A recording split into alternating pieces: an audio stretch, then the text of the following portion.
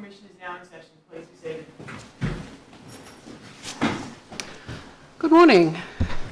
I'd like to start by acknowledging the Boonwurrung and the Wurundjeri people who are the traditional custodians of the land that we're meeting on today. I would like to pay my respects to their elders past and present and extend that respect to other Aboriginal and Torres Strait Islander people present today. Mr Gray, before I call on you, I should note that by letters patent dated 13 September 2009, the Royal Commission was granted an extension of time within which to complete its inquiry. Our final report is now due on the 12th of November 2020. By those same letters patent, Mr Tony Begoni QC was appointed a Commissioner. He'll join me tomorrow. Commissioner Tracy is unable to be with us at this hearing today. However, you might be assured that he'll read the transcript. Mr Gray. Thank you, Commissioner. I appear with Miss Brooke Hutchins and Miss Eliza Bergen. We also acknowledge the traditional owners of this land and pay our respects to other Aboriginal and Torres Strait Islander people who may be present here today. We pay our respects to their elders past, present and emerging. Diversity is a hallmark of humanity, yet aged care providers and the aged care system as a whole have not always responded to needs that are out of the so-called ordinary. Some needs remain invisible. Barriers of a cultural, linguistic and experiential nature can all too easily intrude between those providing and those receiving care.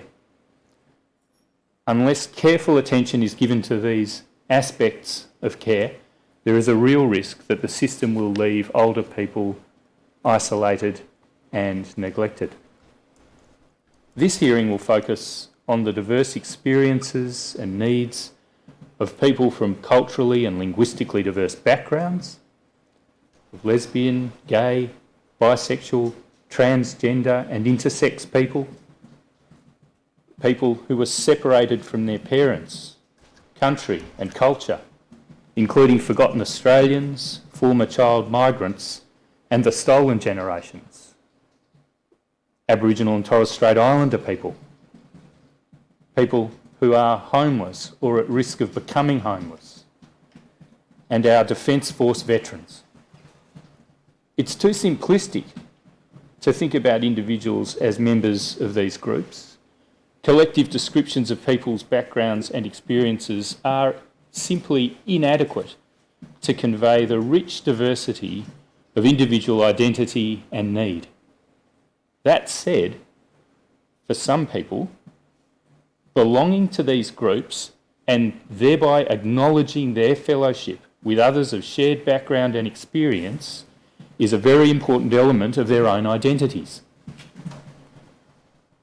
And of course, an individual may belong to more than one of these so-called groups, and the groups themselves are far from exhaustive. There are many, many other circumstances that can give rise to needs that require special attention in aged care. To name a few: disability, mental illness, cognitive impairment, including dementia, and a history of trauma from mistreatment of various kinds, including family violence, or severe hardship from social and financial disadvantage, HIV positive status, a history of incarceration, and the list goes on. Later today, we will lead evidence from members of the committee, called the subgroup, who produced the Aged Care Diversity Framework. The framework was developed to guide the aged care sector in relation to diversity. It has been adopted by the Australian Department of Health.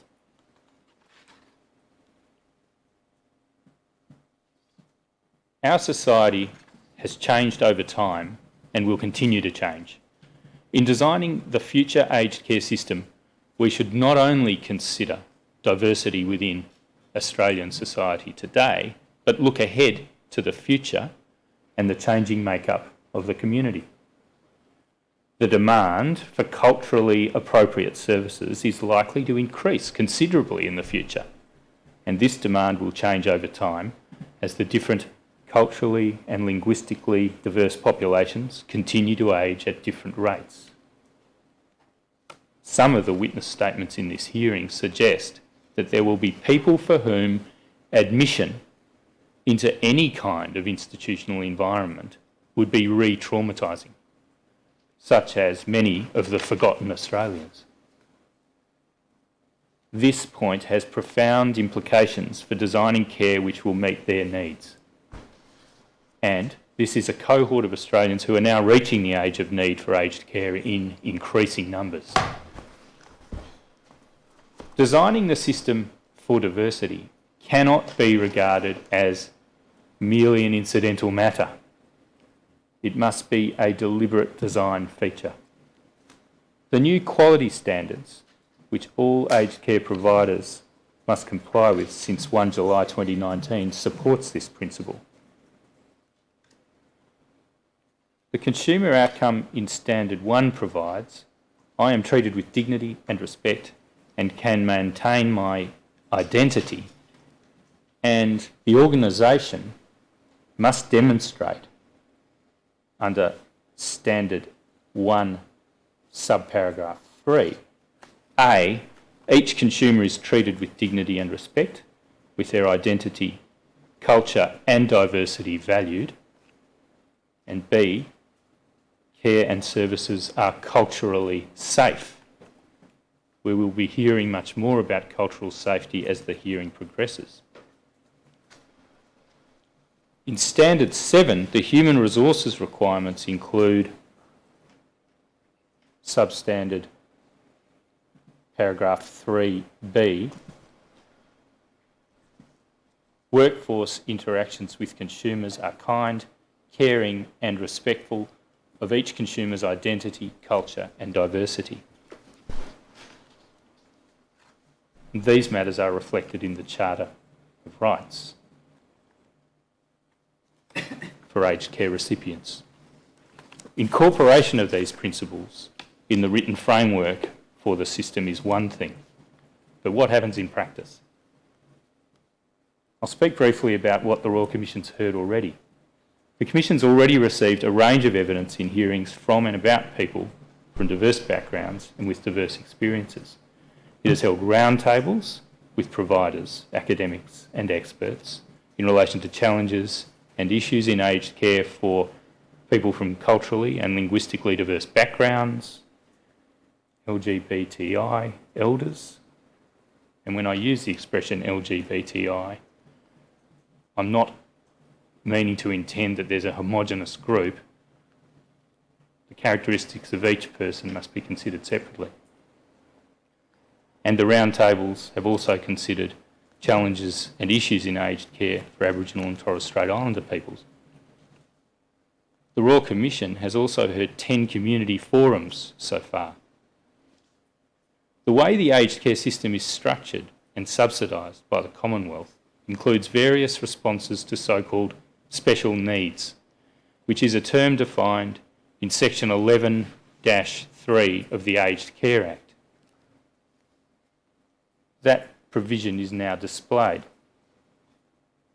There are financial supports intended to ensure people with so-called special needs can get into aged care.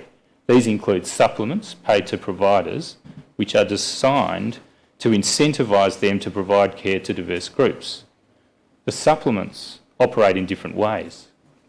The viability supplement recognises cost pressures faced by particular types of facilities. For example, facilities in rural or remote areas and those who support residents who are homeless or Aboriginal and Torres Strait Islander. The supplement applies to all residents in the facility.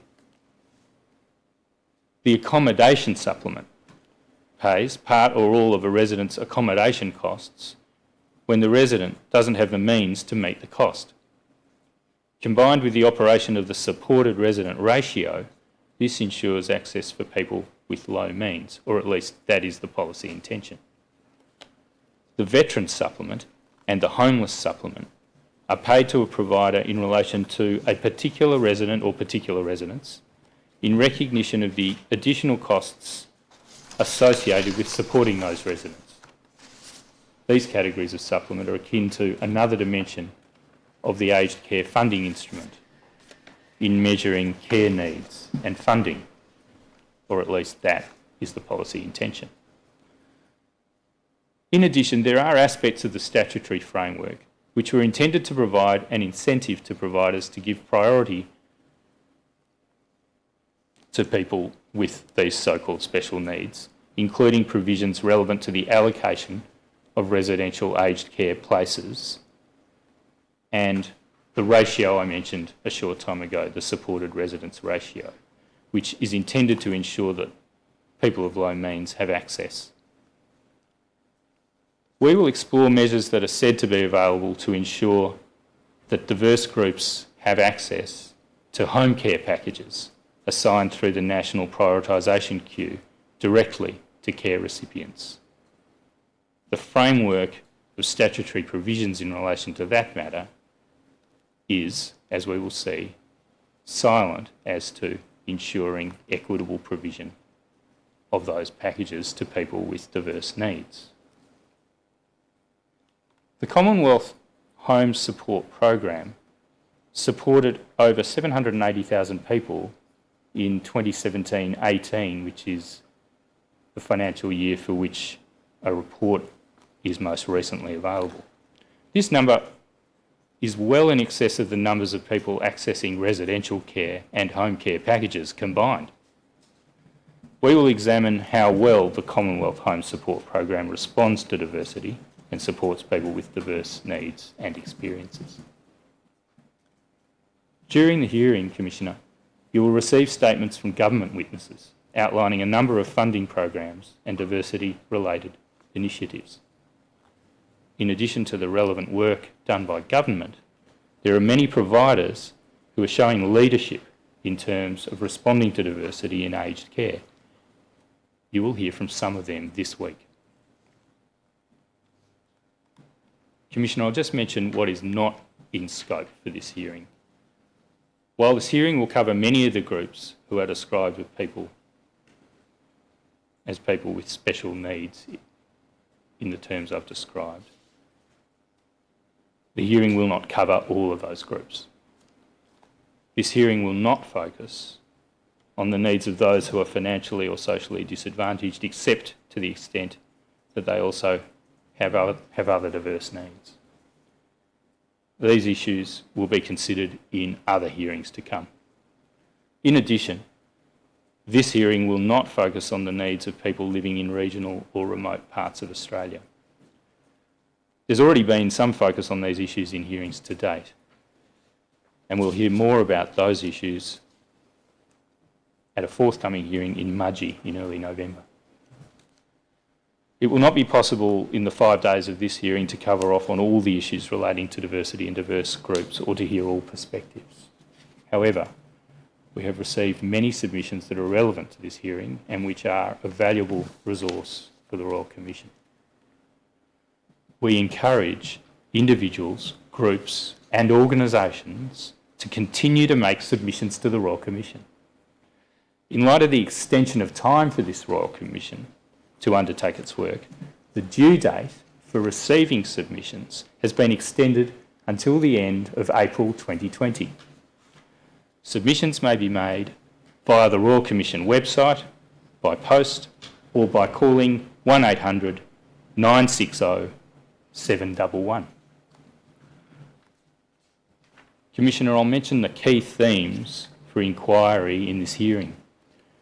We will explore themes that have emerged from evidence to date, including the relationship between person-centred care and care that is designed for diversity, the importance of cultural safety in aged care, the importance of trust in order to facilitate communication, the importance of communication to relationship-based care and social connection, the importance of culture and other forms of connection with people of shared experience and background in reducing social isolation, the need for trauma-informed care,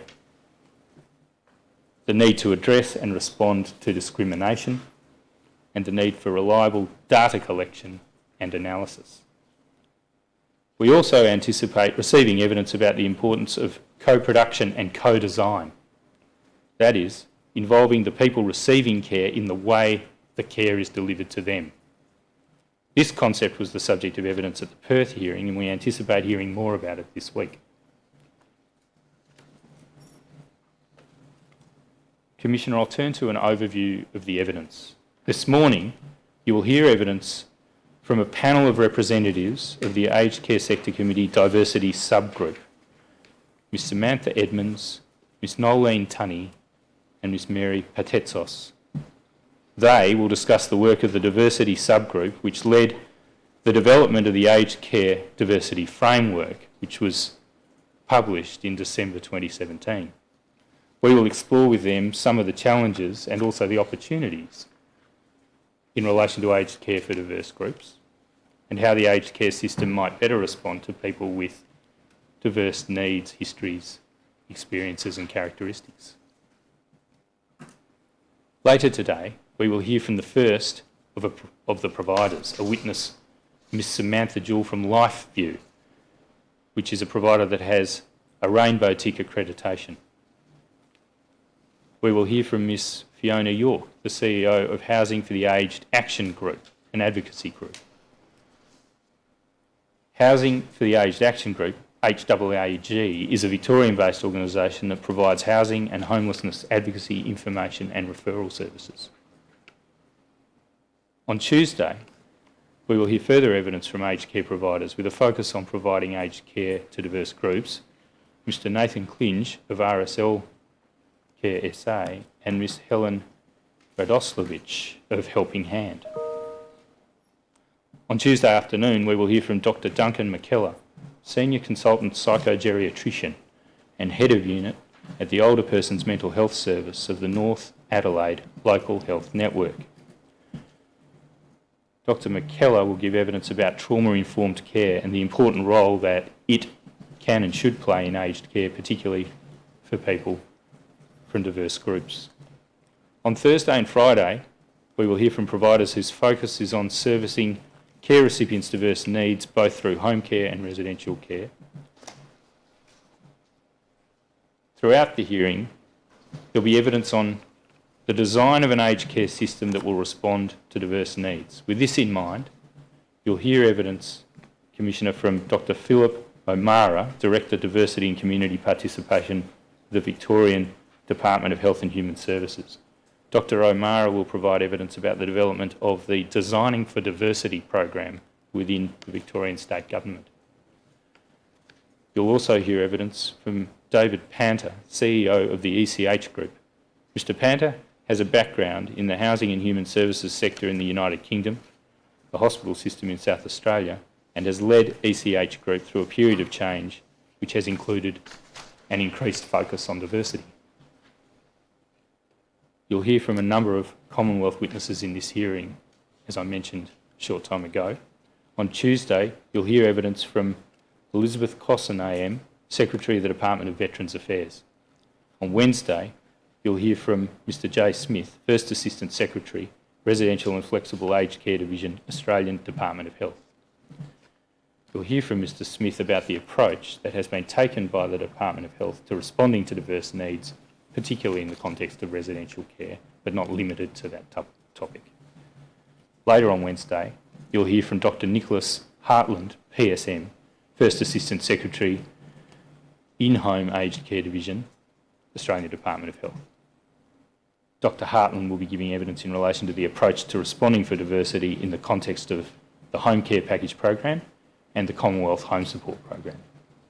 On Thursday, you'll hear from Ms Anne Wunsch, Executive Director, Quality Assessment and Monitoring Operations, Aged Care Quality and Safety Commission.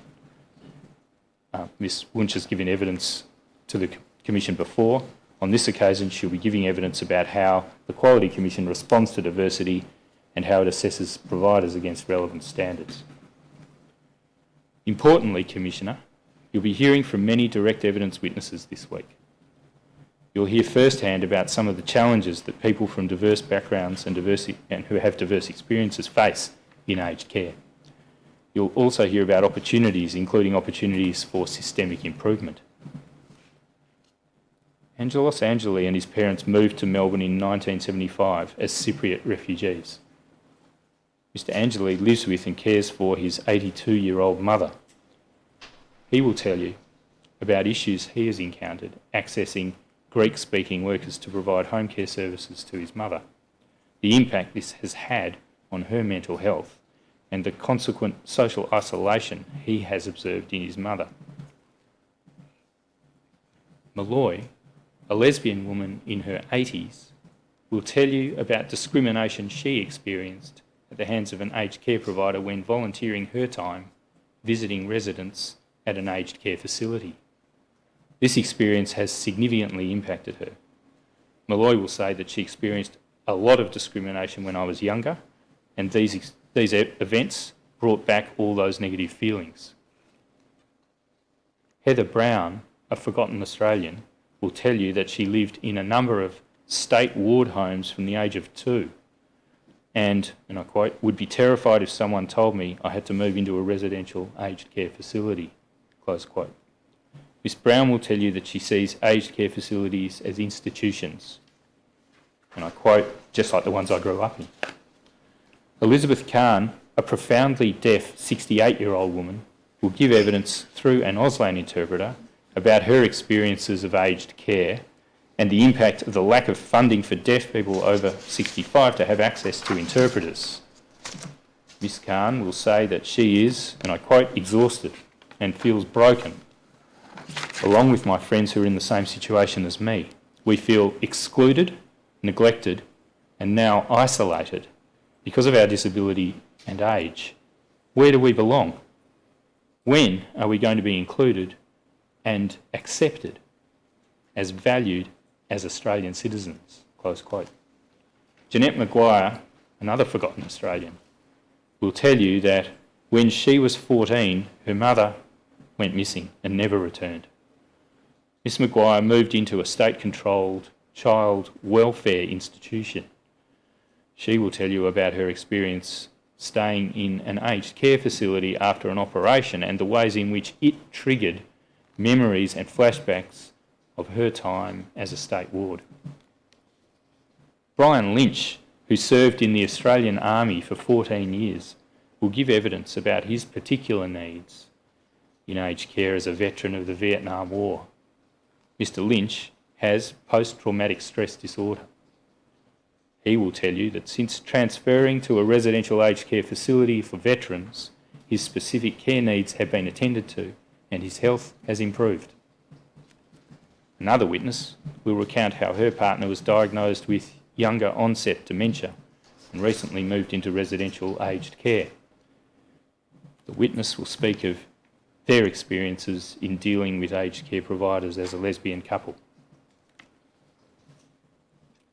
Katerina Gesina Nieuwenhoven is 78 years old. She grew up in Amsterdam before moving to Australia with her family when she was 16.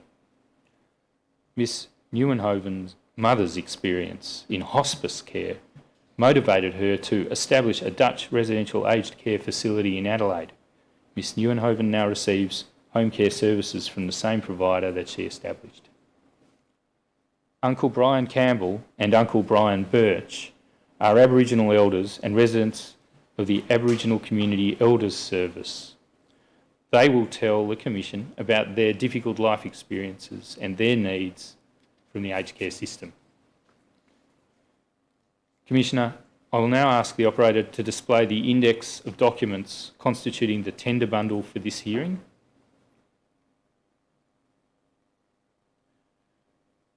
Commissioner, this constitutes 127 tabbed documents. I tender the general tender bundle for this hearing. The general tender bundle will be Exhibit 10-1. Thank you, Commissioner. Before we call our first witness, I want to make a few comments about language in this hearing. Language is important. The way we describe people and issues matters. In describing people with diverse backgrounds and experiences and characteristics, reference is often made to diverse groups. We recognise and acknowledge that each person will have their own experience and cannot be defined solely by reference to a group. Individuals may choose not to be identified as part of a group, and some may identify across more than one group. Conversely, identification with a particular diverse group may be an important part of a person's identity, as I mentioned at the outset. In the course of this hearing, we propose to try to minimise our use of the language of groups to the extent possible. However, it's difficult to avoid it entirely, and indeed in this opening I've at times made reference to particular diverse groups. I wish to emphasise that where we do refer to diverse groups, we acknowledge that those groups are made up of individuals with individual needs and experiences. We also note that diversity has different meanings for different people. For some people, and in some contexts, diversity is something to be celebrated. For others, their diverse experiences are related to hardship and trauma. Finally, there's a range of different terminologies used to describe people with different backgrounds and characteristics. Different people use different language to describe similar things. Many people choose that language carefully and for very good reason. For the most part, we propose to follow the lead of our witnesses and to use the language that they're using at the time. In the language we adopt, our intention is to respect all the people whose needs we will be discussing, and we hope that none of our choices of terminology will cause any affront to anyone. I'll now invite any party which has been given leave to appear during this hearing to announce their appearance if they wish to do so at this point. Yes, if the Commission pleases, I appear with Mr Dighton for the Commonwealth in this week's hearings. Thank you and good morning.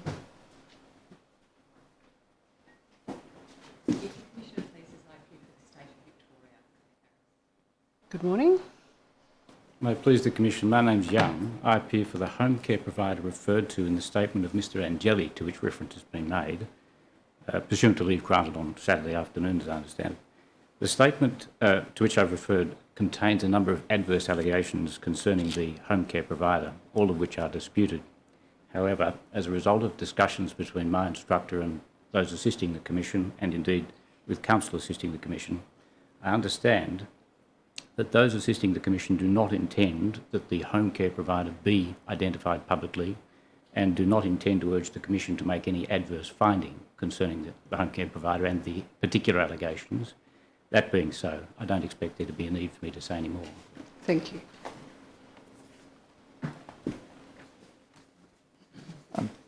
Commissioner, I'll now ask Ms Hutchins to call our first witness, Mr Angeli. Good morning, Ms Hutchins. Good morning, Commissioner. I call the first witness, Mr Angelos Angeli.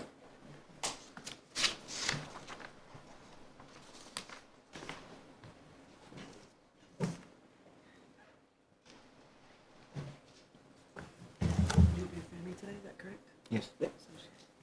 So just get you to repeat after me. I solemnly and sincerely I solemnly and sincerely declare and affirm declare and affirm that the evidence I shall give that the evidence that I shall give will be the truth, will be the truth, the whole truth, the whole truth, and nothing but the truth. and nothing but the truth. Thank you.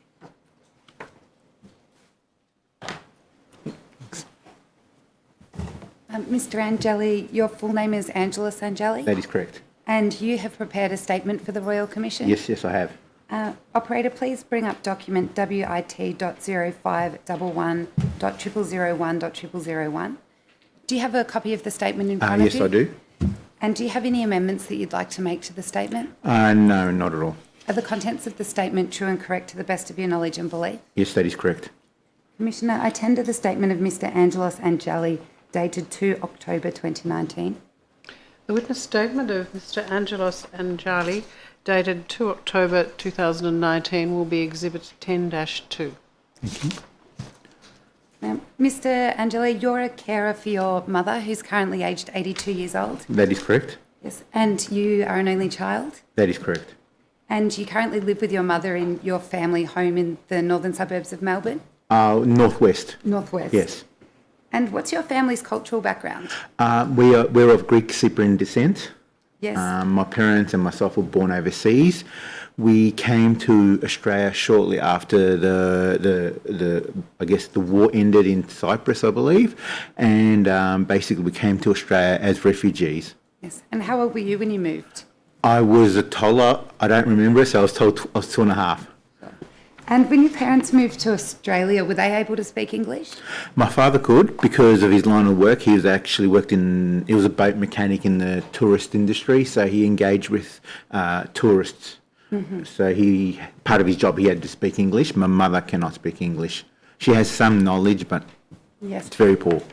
And so is that still the position with your mother today? That Yes, she's got that is very correct. limited English. So how much can your mother understand of English? Simple words, simple numbers. Interestingly, though, if it's something is repeated, as in when the nurses attend to support my mother, they follow a plan and she can understand it because of the plan. She knows what the questions are and how to answer. Yes. And so when your parents moved to Australia, did they involve themselves much in the local community? Yeah, when they well, the reason my parents came here was, apart from being refugees, is my dad's brother was here, as well as my mother's 2 sisters. So they instantly were engaged in the community, the Cyprian community, as well as the Greek community. And what's your mother's health like today? Quite poor. She's had diabetes for 40 years, poor eyesight, her memory's starting to go. It's getting to the point where she will constantly ask me the same question within 5 minutes. Easily confused, yeah. So physically and mentally, she's unfortunately deteriorating. And in your statement, you know that your father died in 2013 of a brain tumour. Mm-hmm. During the time that your father was alive, did he look after your mother? Yeah, my father supported, I guess, myself and my mother. I didn't realise how supportive he was of her until he passed and I took over the role, but basically he would take her to appointments, translate for her, yeah. Mm. And how was your father's health in the lead up to his death? It was a bit of a surprise because Dad was always quite strong, quite capable, and we just started noticing him becoming a little bit more confused, and he had a seizure. We couldn't figure out what was wrong. The doctors couldn't figure out what was wrong. And then eventually they found the brain tumour and he passed very quickly after that. Mm. Mm. And did you act as a carer for your father? Yes. Once his memory started to deteriorate, I took over the role of driving the family and supporting him that way, yeah. Mm. And did you have any aged care assistance? No, not at all. It was pretty sudden with Dad. Yes, and you mentioned that your father used to help your mother with translating. Yeah. Would that involve attending general practitioner appointments? Yeah, any engagement with, I guess, the outside community, he will support her in translating role. And so after his death, who was assisting your mother with translating at general practitioner appointments? Predominantly myself, mm-hmm. Yeah. Unless I could get a professional translator in. Yes, and so presumably this was an English-speaking GP. Yeah, within the super clinic near us, that was basically my mum would either go herself, and the doctor knew what that she wanted scripts, but something more complicated, I would need to go and help translate. Yes, and did you say on occasions you had a translator attend? When she had appointments at the hospital, mm-hmm. or some type of outreach clinic linked to the public health sector. They usually supplied translators. Yes. And so your mother's been receiving aged care services for about 3 years? Mm-hmm. Yes. And what were the circumstances leading up to engaging home care for your mother? Okay. From best of my memory, it was because she had a fall, mm-hmm. and she actually cracked some ribs, I believe, and she was in quite a bit of pain, so I ended up having to call the ambulance, and the ambulance took her in, and because of the fall, no one knew why she fell. So the assumption, I think it was, no, it wasn't Werribee, it was Williamstown Hospital is a 4 clinic, I believe. So they supported her, and part of the recommendation, or part of the discharge plan, I should say, was to link her in with the ACAS team, or the aged care team, who then made the recommendation for the funding. Sure. And how did you find the process of applying, for the home support, as in with your interactions with the aged care assessment service? Really good, because they supplied the translator. Mum was engaged. She was actually happy to have a service such as that. Yes. They also, I believe, got the council involved. Okay. And what was it that you were looking for in a home care provider when the support was approved? Just for predominantly support my mother, but also someone who be a service that could allow my mother to engage and have a discussion. I understand that simply because the field that I work in, it's important that our clients have a say in their treatment. So that's something that I wanted from the service provider, which effectively meant translators, interpreters, or Greek speakers involved. Yes, and for the commission, you mentioned the field that you work in. You're a social worker, is that correct? Yes, I'm a social worker. I work in the mental health field. So, yeah. So a part of our goal, our role is to engage the client and make sure they have a say in their treatment.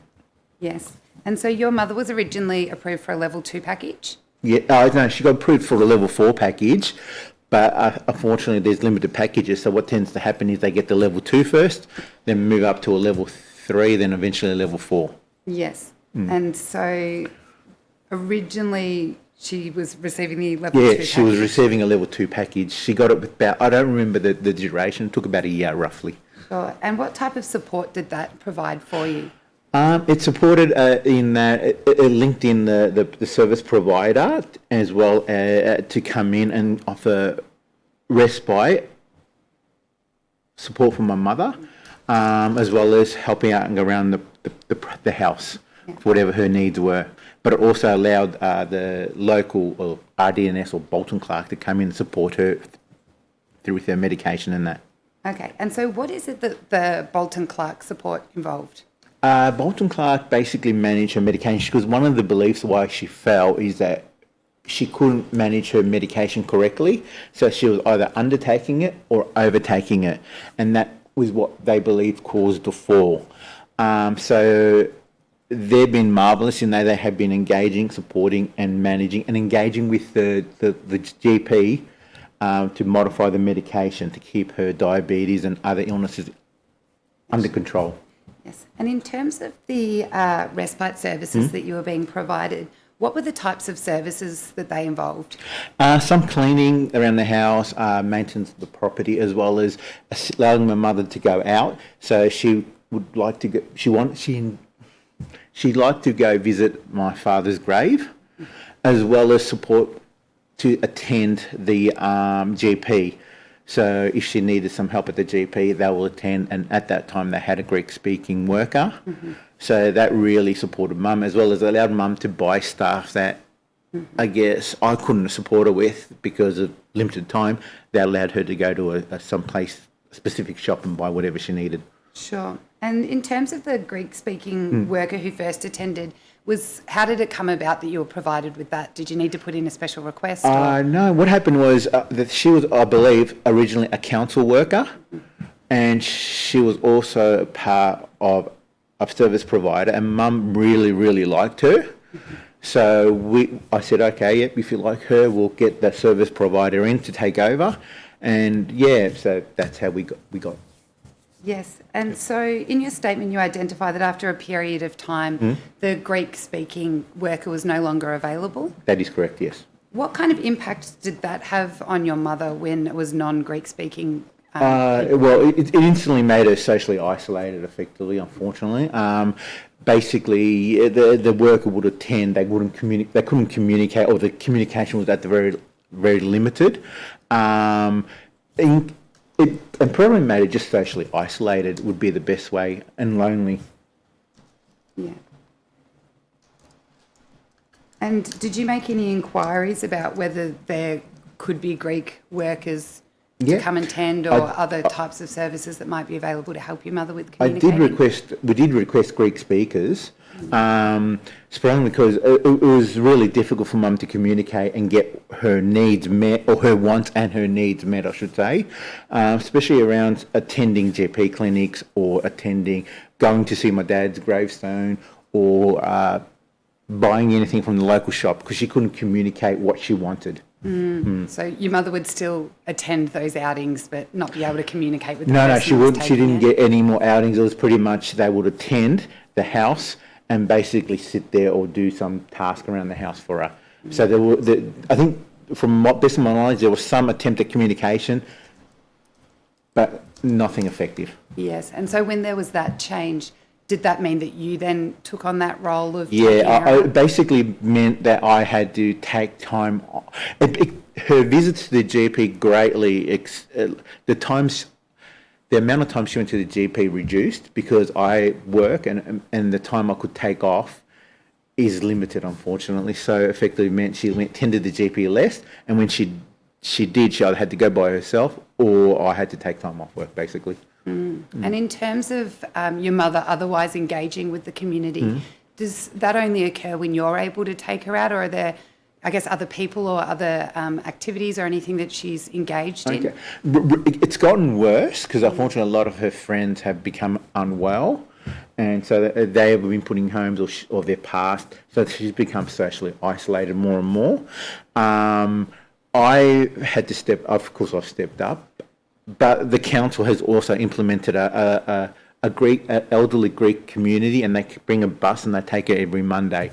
So Mondays she actually engages really well with she gets out and meets people, but the rest of the time up until the weekend she's effectively home alone, or the nurses attend, but they only attend for a short amount of time. Sure. And would you be able to provide a bit more explanation of what this service is that's provided by the council in terms of the bus with the activities? Is there certain eligibility requirements around being involved? I don't know, actually. I don't know how my mum found that, or who found it for her. I know she loves it. It took a while to get her motivated to go because of her anxiety, but every Monday she attends and she's happy. Okay, excellent. And so in your statement you identify that in the beginning of 2019, the home care packages that your mother has provided has moved to a level 3. What is the impact that has had on the level of service that you receive? Effectively that meant Bolton Clark has had to change the way they fund, they accept payment or their fees. So effectively that means is we don't longer use any respite service, and that money had to be pulled up and being used by Bolton Clark.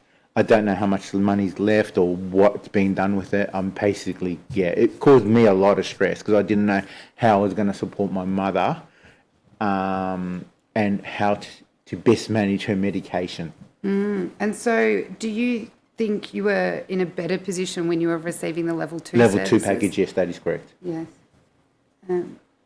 And so today, how often is it that you have staff from Bolton Clark coming to see your mother? Bolton Clark attends 7 days a week. Every day apart from Sunday, they come twice. So they come in the morning and at night. They set up they give her the insulin, and the orals. And on a Saturday night, they will set up the orals and the insulin for the Sunday morning. Because Mum wants to go to church, I take her to church. When she gets back from church, she'll take her insulin and her oral medication at that time. And you still are not receiving any respite type services? No. Mum's basically, no.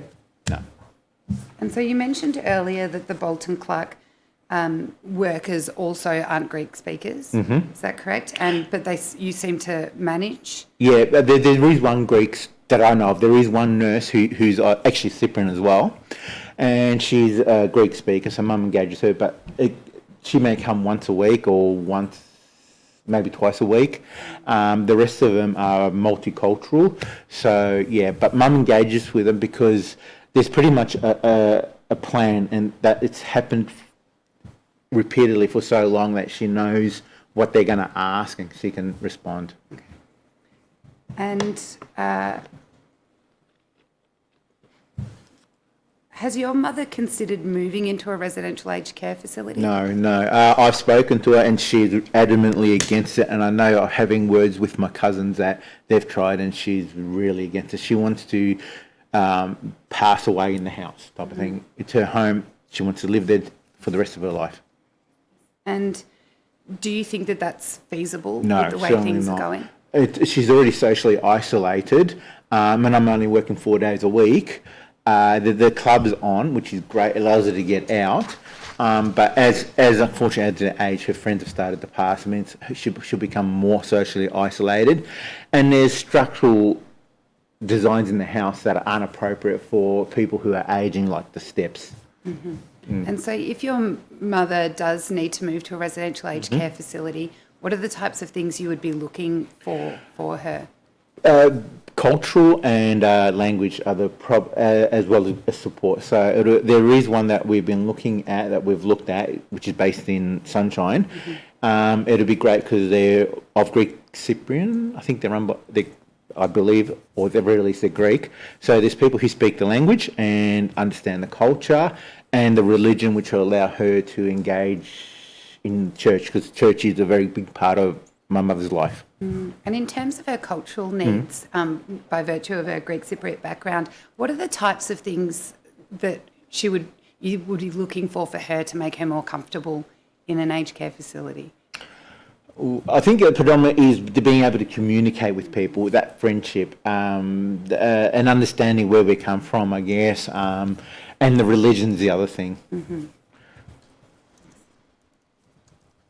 And so we touched on this briefly earlier in terms of your mother's isolation. How else would you describe the quality of your mother's life today? I don't understand the question, sorry. So in terms of, I guess, your mother's experience by virtue of having care workers, say, or nurses that aren't able to communicate with her well, and that she's socially isolated, how else do you think that's affecting her health? Well, it's certainly loneliness is predominantly, which would be impacting on her. It should making her depressed. It impacts me as well in that Mum gets highly anxious when I'm not home, which means when I try to go out, she'll question, or when you get back, or she'll try to stay up waiting for me to get home. So in other words, she's not comfortable sleeping or relaxing if she's alone. So she needs, I think, to be engaged, to talk to people, and to make sure she feels safe at home with me around. And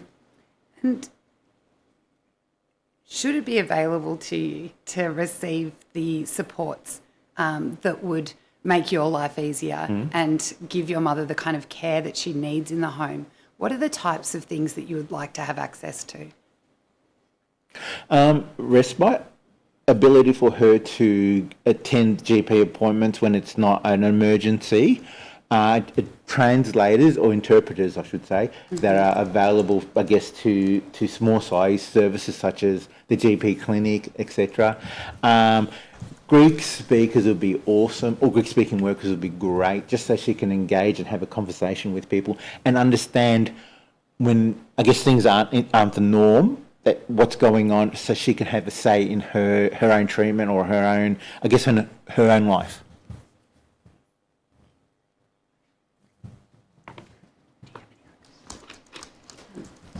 Unless there's anything further that you'd like to bring to the attention of the Commission, Mr. Angeli, I don't have any further questions. Yeah. Okay. I'm just going to say Bolton Clark have been remarkable for my mother. I believe without them, my mother will be in far worse condition. I just want to say thank you to them. Thanks.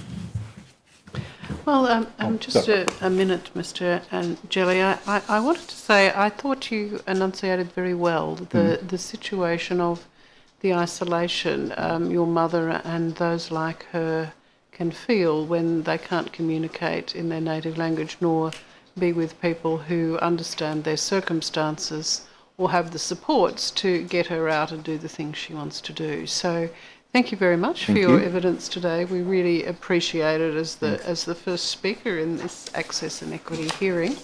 And we're pleased to see that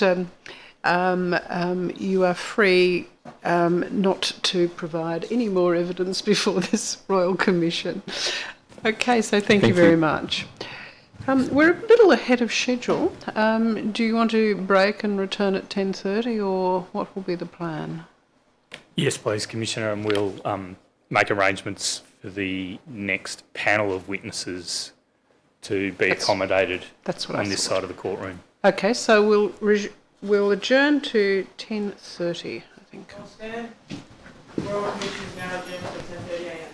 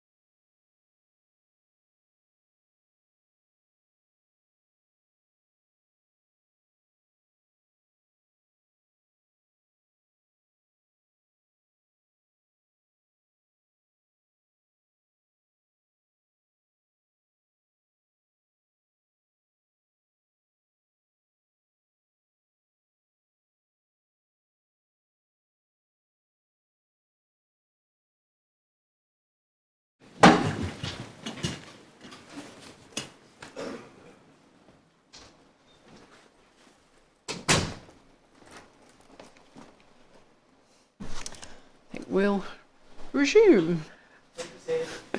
Mr Gray. Thank you, Commissioner. Next, I'll call 3 witnesses to give concurrent evidence in a panel. I call Samantha Edmonds, Nolene Tunney and Mary Patetsos. Repeat after me. I solemnly and sincerely I solemnly and sincerely declare and affirm that the evidence I shall give the evidence I shall give will be the truth, will be the truth, the whole truth, the whole truth, and nothing but the truth. and nothing but the truth. Just get your repeat after me. I swear by Almighty God I swear by Almighty that God the evidence I shall give that the evidence I shall give will be the truth, will be the truth, the whole truth, the whole truth, and nothing but the truth. and nothing but the truth. I swear by Almighty God I swear by Almighty God that the evidence I shall give that the evidence I shall give will be the truth, will be the truth, the whole truth, the whole truth, and nothing but the truth. and nothing but the truth. Thank you, Ms Edmonds. I'll ask that the operator display your witness statement so you can see and verify it. WIT stop 0396 stop 0001 stop 0001. Do you recognise that to be the front page of the statement you've made for the Royal Commission? I do. And that statement's dated the 27th of September 2019. Correct. To the best of your knowledge and belief, are its contents true and correct and the opinions stated in the opinions that you do hold? Yes. I tender the statement. The witness statement of Samantha Edmonds, dated 27 September 2019, will be Exhibit 10-3.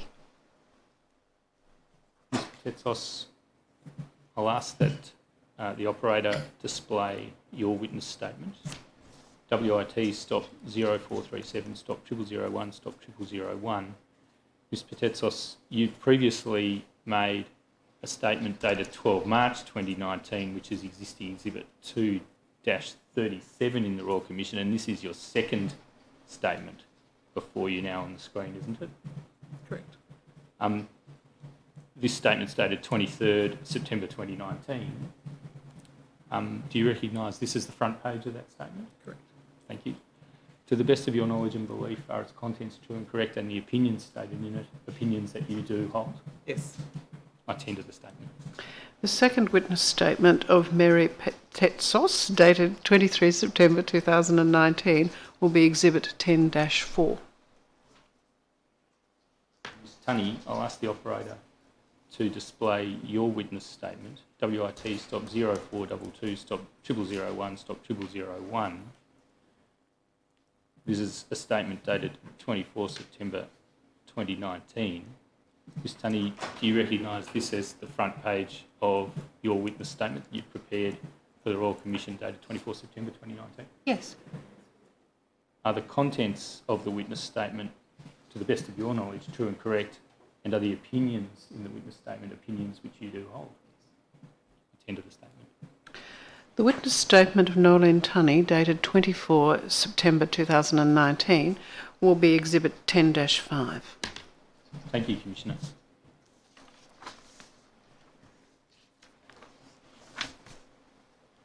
Operator, please display the diversity framework, Exhibit 2-38. Thank you. We go to page 0003.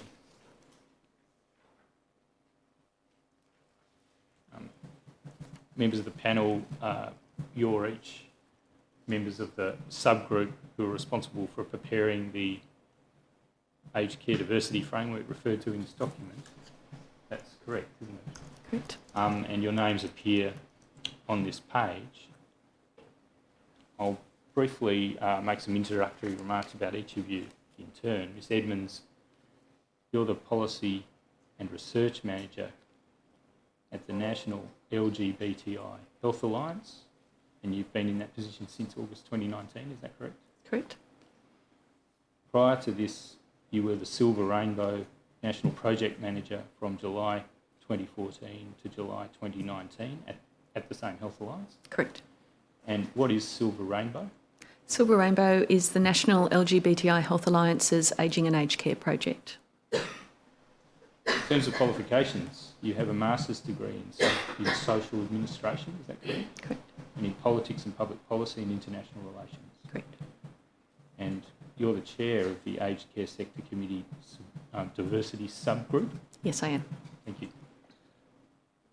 Ms Patetsos, you've previously given evidence to the Royal Commission, but just for those viewers who may not have viewed that footage, I'll briefly make some introductory remarks about some of your positions and achievements. You're the chairperson of the Federation of Ethnic Communities Councils of Australia, FECA. That's correct, isn't it? You've held that position for 2 years now. Correct. Prior to appointment as chairperson, you were appointed as the called culturally and linguistically diverse, that's the acronym we're using, called aged care specialist on the FECA executive, correct? You're a qualified social worker with a postgraduate degree in sociology. You worked in the healthcare sector and you were the immediate past chairperson of the South Australian Housing Trust. You're the chairperson of the Aged Care and Housing Group, as well as deputy chairperson of the Health Performance Council. In addition to those and various other non-executive positions, as I mentioned at the outset, you're a member of the Aged Care Sector Committee Diversity Subgroup, and you're also a member of the National Aged Care Alliance. Thank you. Ms Tunney, your position is Acting Director, Policy and Advocacy Unit at the Victorian Aboriginal Community Controlled Health Organisation, VACCHO. You've had that role since February this year. You've been an employee within VACCHO's Policy and Advocacy Unit since 2011, correct? Correct. And you were occupying your substantive role as Manager of Policy and Advocacy since 2016. Correct. In terms of formal qualifications, you have a Master's degree in Public Health, a postgraduate diploma in Nutrition and Dietetics, and a Bachelor of Science degree and a Management diploma.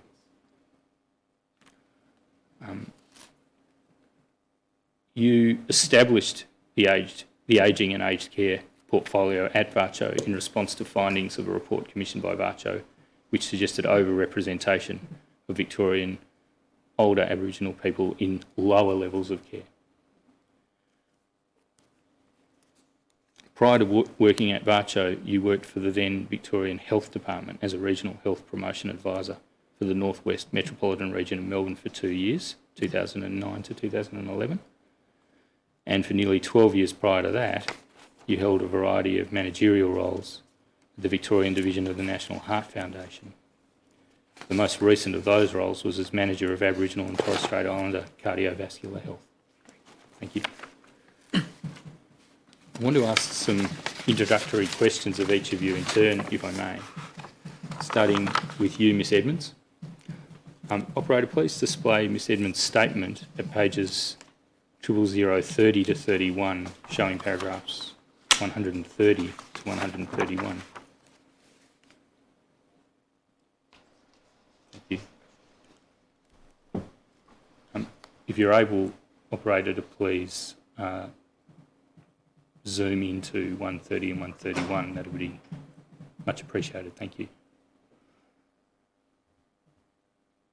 Ms Edmonds, in this passage of your statement, you illustrate the effect of accumulated stigmatisation and decriminalisation and potential violence on older LGBTI people by giving an example of somebody who was born in Australia in 1939.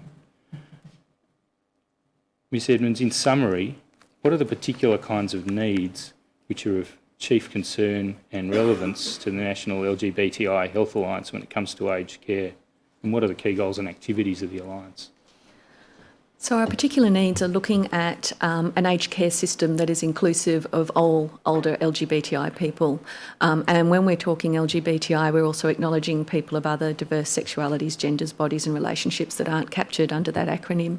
Our key work is around making aged care inclusive. So we do that through providing training to aged care providers on how to be inclusive of LGBTI older people. We have an online module, which is like an introductory module, and we also have we're in the process of developing some more intensive modules for people working in aged care who work with particular groups in the community. So if someone who identifies as lesbian comes into your service, you can do a module on working with lesbian elders and have a deeper understanding of what that means. Our work predominantly in my role was working with government around policies and legislation, obviously the diversity framework and action plans about making the whole system inclusive of LGBTI elders and older people.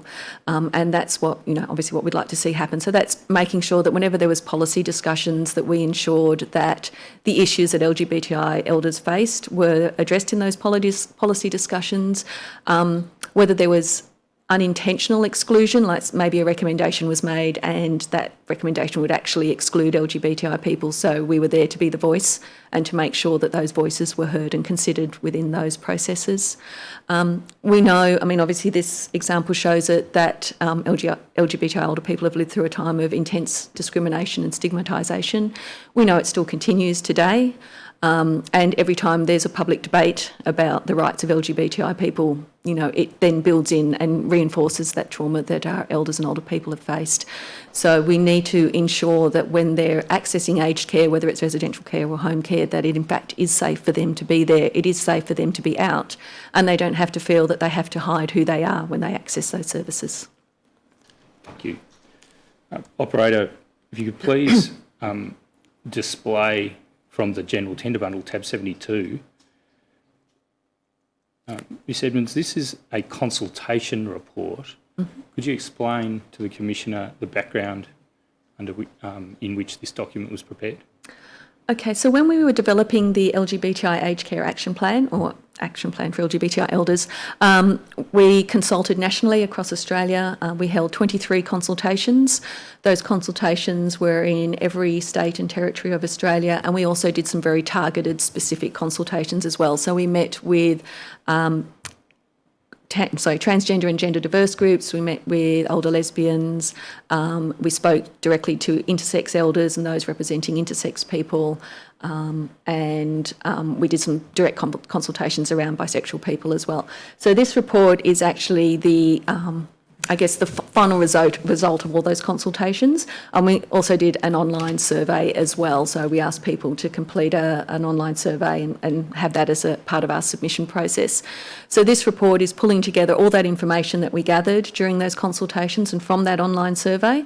And that's what then fed into and developed the action plan for LGBTI elders. And a lot of the recommendations and a lot of the information that's in this consultation report is in fact reflected then in the action plan. Thank you. If we go to page 0047, there's some information on that page concerning differential mental health and wellbeing outcomes for older LGBTI people. Is there evidence and science behind the notion that there are differential and poorer outcomes for LGBTI elders when compared to the general population? Yes, there is. So there are research and academic papers that demonstrate that LGBTI elders experience mental health concerns or mental health issues at a significantly higher rate than the general population, and that overall LGBTI people have higher rates of suicide and suicidal thoughts and self-harm than the general population. We look at the bottom of the left-hand column, we see there's an intersectionality issue raised. What is this notion of intersectionality? That's acknowledging that people aren't in a box. So while you may be LGBTI, and I guess I should sort of clarify, I use the acronym LGBTI recognising that we're talking about 5 different population groups and that some of the issues faced by some groups aren't faced by other groups, even though there's common issues to all of them.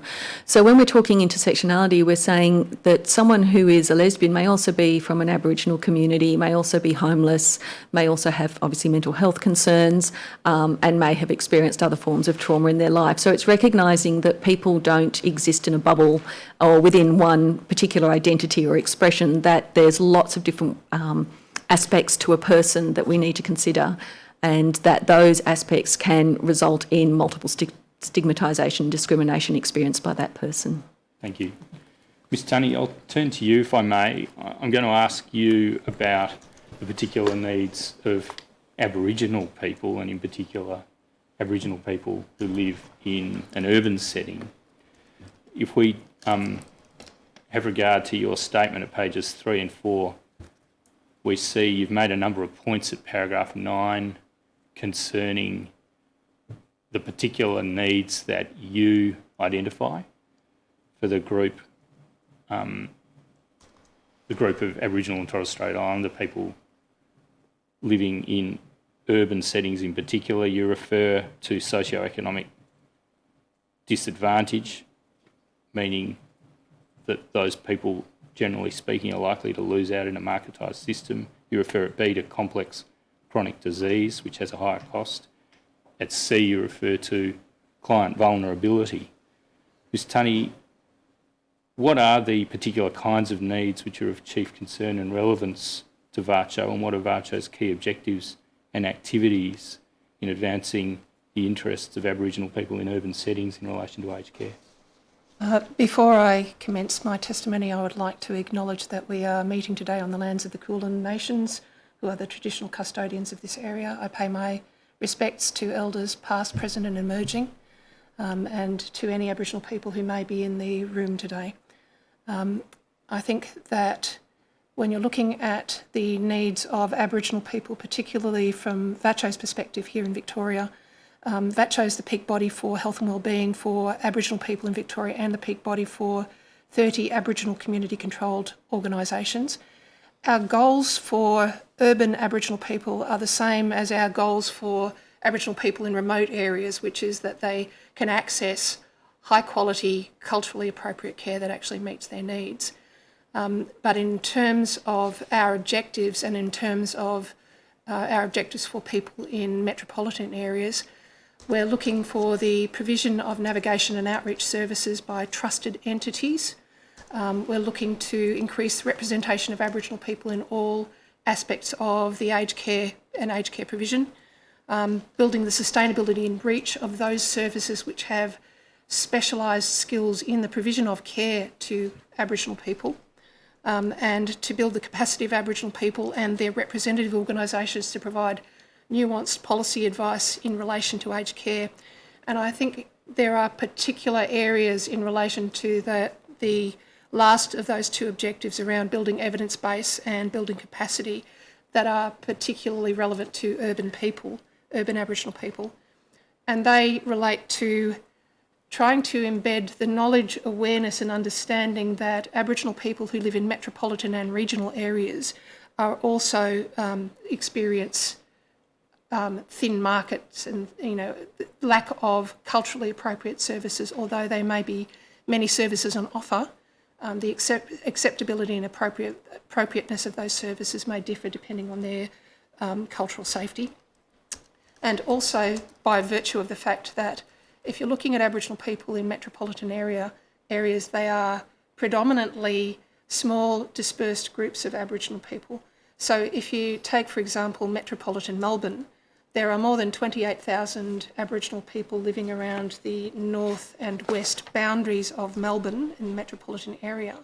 But when you consider that in Melbourne as a whole, there's more than 4 million people, those groups are diluted, and groups in regional areas tend to live in clusters of populations of 300 or populations of 3,000, but not necessarily in a group that's large enough to actually drive the market and drive market preferences.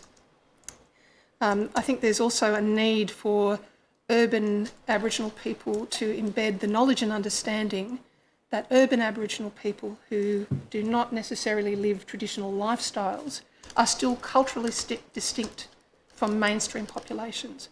So I think there tends to be a feeling that Aboriginal people who live in a remote area who speak English as a fifth language are culturally distinct from the Australian mainstream population, whereas Aboriginal people who live in metropolitan areas who may speak English at home, albeit Aboriginal English, but still speak and can be understood without a translator, are less culturally distinct. There's a bit of a conflation between, similarity of language and similarity of culture, and it doesn't recognise that Aboriginal people in metropolitan areas still have cultural obligations to family, community, and to country. There is also a need to embed the realisation that Aboriginal people in metropolitan areas, as well as those who are living in remote areas, experience similar rates of chronic disease, almost identical rates of dementia, and complex social needs. They are equally deserving of having Aboriginal aged care support services that enable them to receive culturally appropriate support in their community and on culture and on country, which may in fact be in a metropolitan area. And have you been involved in the preparation of the submission to the Royal Commission, which you quote from in paragraph 9C, now displayed on the screen? That's the Negatsiak, yes. submission.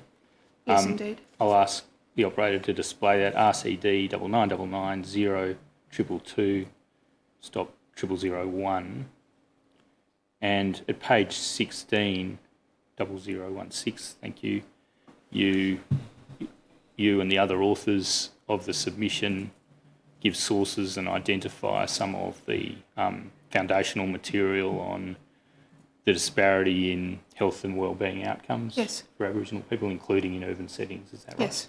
Thank you. Absolutely.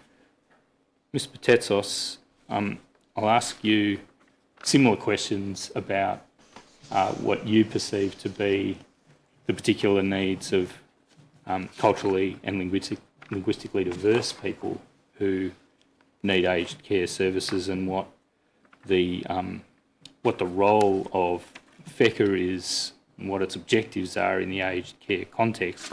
Could I first ask the operator to display your statement, that is your second statement at page 2, paragraphs 10 to 11, where you return to a point you identified in your first statement earlier in the year concerning the importance of language and interpretation.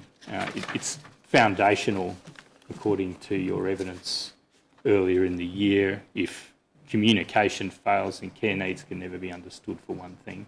Social isolation will obviously result as well. Would you care to elaborate on that point? Yes, certainly. I certainly made the point in my earlier evidence that language and communication is critical and remains critical. The reasons for that is that a lack of communication, a lack of capacity to communicate undermines people's well-being, it undermines people's right to be understood and to understand, and it also undermines their capacity to control their care plans and their experience in care, regardless of whether that care is happening at home, but particularly so if it's happening in a residential facility where they get less access to family members who can assist. The issue of communication remains real for CALD communities, and given their sheer numbers, given that depending on the way in which you compile statistics, their sheer numbers are between 29 and 36% of the population. And what we do know is that increasing numbers of those older people are suffering from dementia-related disease, which impacts on their capacity to retain the language they learnt later in life. Communication is critical. So without resolving that issue, anything else we do falls short. So we continue to say the obvious, that people's communication needs need to be met in full, where that communication requires formal communication. So if it's a communication that's a personal care matter, that is a daily routine, that perhaps you can use unqualified staff to manage, but where it is about explaining clinical conditions, medical conditions, the right that we have to understand a doctor or a nurse or a physiotherapist, to know what it is that we are managing for ourselves, our right to have that information direct from a professional requires the use of professional interpreters. So it's not just a matter of basic communication being achieved, but the correct level of interpretation. So if a physiotherapist is explaining to someone their condition, it ought to be explained at the same level, and that can only be achieved through professional interpreting. Are there gaps in the system for funding the provision of these interpreting services, or is there a shallow market for those interpreters? What's the issue? The issue is partly resourcing. It's FECA's position that communication is a basic right and that an older person should not have to use service or care money to meet their communication needs. So it should be a cost that's borne by the government to ensure that communication occurs, and or the provider, depending on how the funding is packaged together. So it shouldn't be a choice for an older person to eat up their package to use interpreters in order to be understood. It should be something that is provided to them and not compromise their other care. So we're fairly clear about that, and anything less than that falls short. On the same page of your statement at paragraphs 13 and 16 respectively, you identify cultural and religious needs and also social isolation as other key needs issues. Would you care to elaborate on those briefly?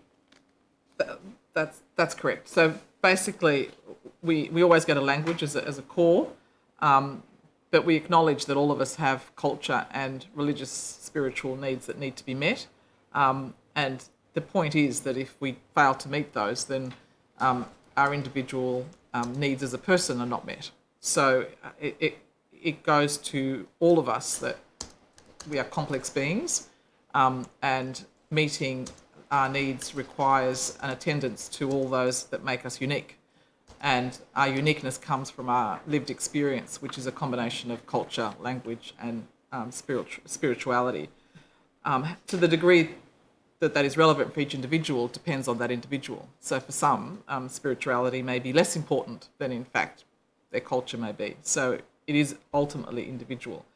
The critical nature of language is there because without language, not only are you left with less information, but you're also in a position where you're socially isolated. If you cannot communicate with the people around you, you have no one to talk to for most of the day because your family is only there for a limited amount of time, if at all. So the level of social isolation for individuals who do not share a common language in a facility is extreme. And we later point to those smaller communities where their isolation is almost, I believe that the research shows quite strongly that their social isolation leads to compounded complexity in their care and to mental health issues within residential facilities. I'll ask you about clustering a little later during the panel discussion. I look forward to it. Ms Edmonds, I'll direct some questions to you and then give the other panel members a chance to comment. But I'll principally direct these questions to you because you're the chair of the subgroup. And these are questions about the generation of the diversity framework in 2017 and the action plans published under the diversity framework so far in respect of called LGBTI and Aboriginal and Torres Strait Islander people, with a draft homelessness action plan in the process of production, as I understand. And I'll be asking about the process which led to the generation and publication of those documents. Could we, operator, please again display the diversity framework, exhibit 2-38. Firstly, Ms Edmonds, can I just ask you about, on page 5, there's an outline of the approach taken. It's a human rights-based approach, and the objective of the framework. Were these matters that the subgroup had in mind all through the process of generating this document? Yes. And would you just explain to the public and to the Commission what's meant by the human rights approach, and in particular how it ties in with the objectives you have in mind, or you had in mind for the framework. A human rights-based approach looks at, I guess, the rights that are embedded within people, their rights to safety, their rights to well-being, their rights to health, their rights to non-discrimination,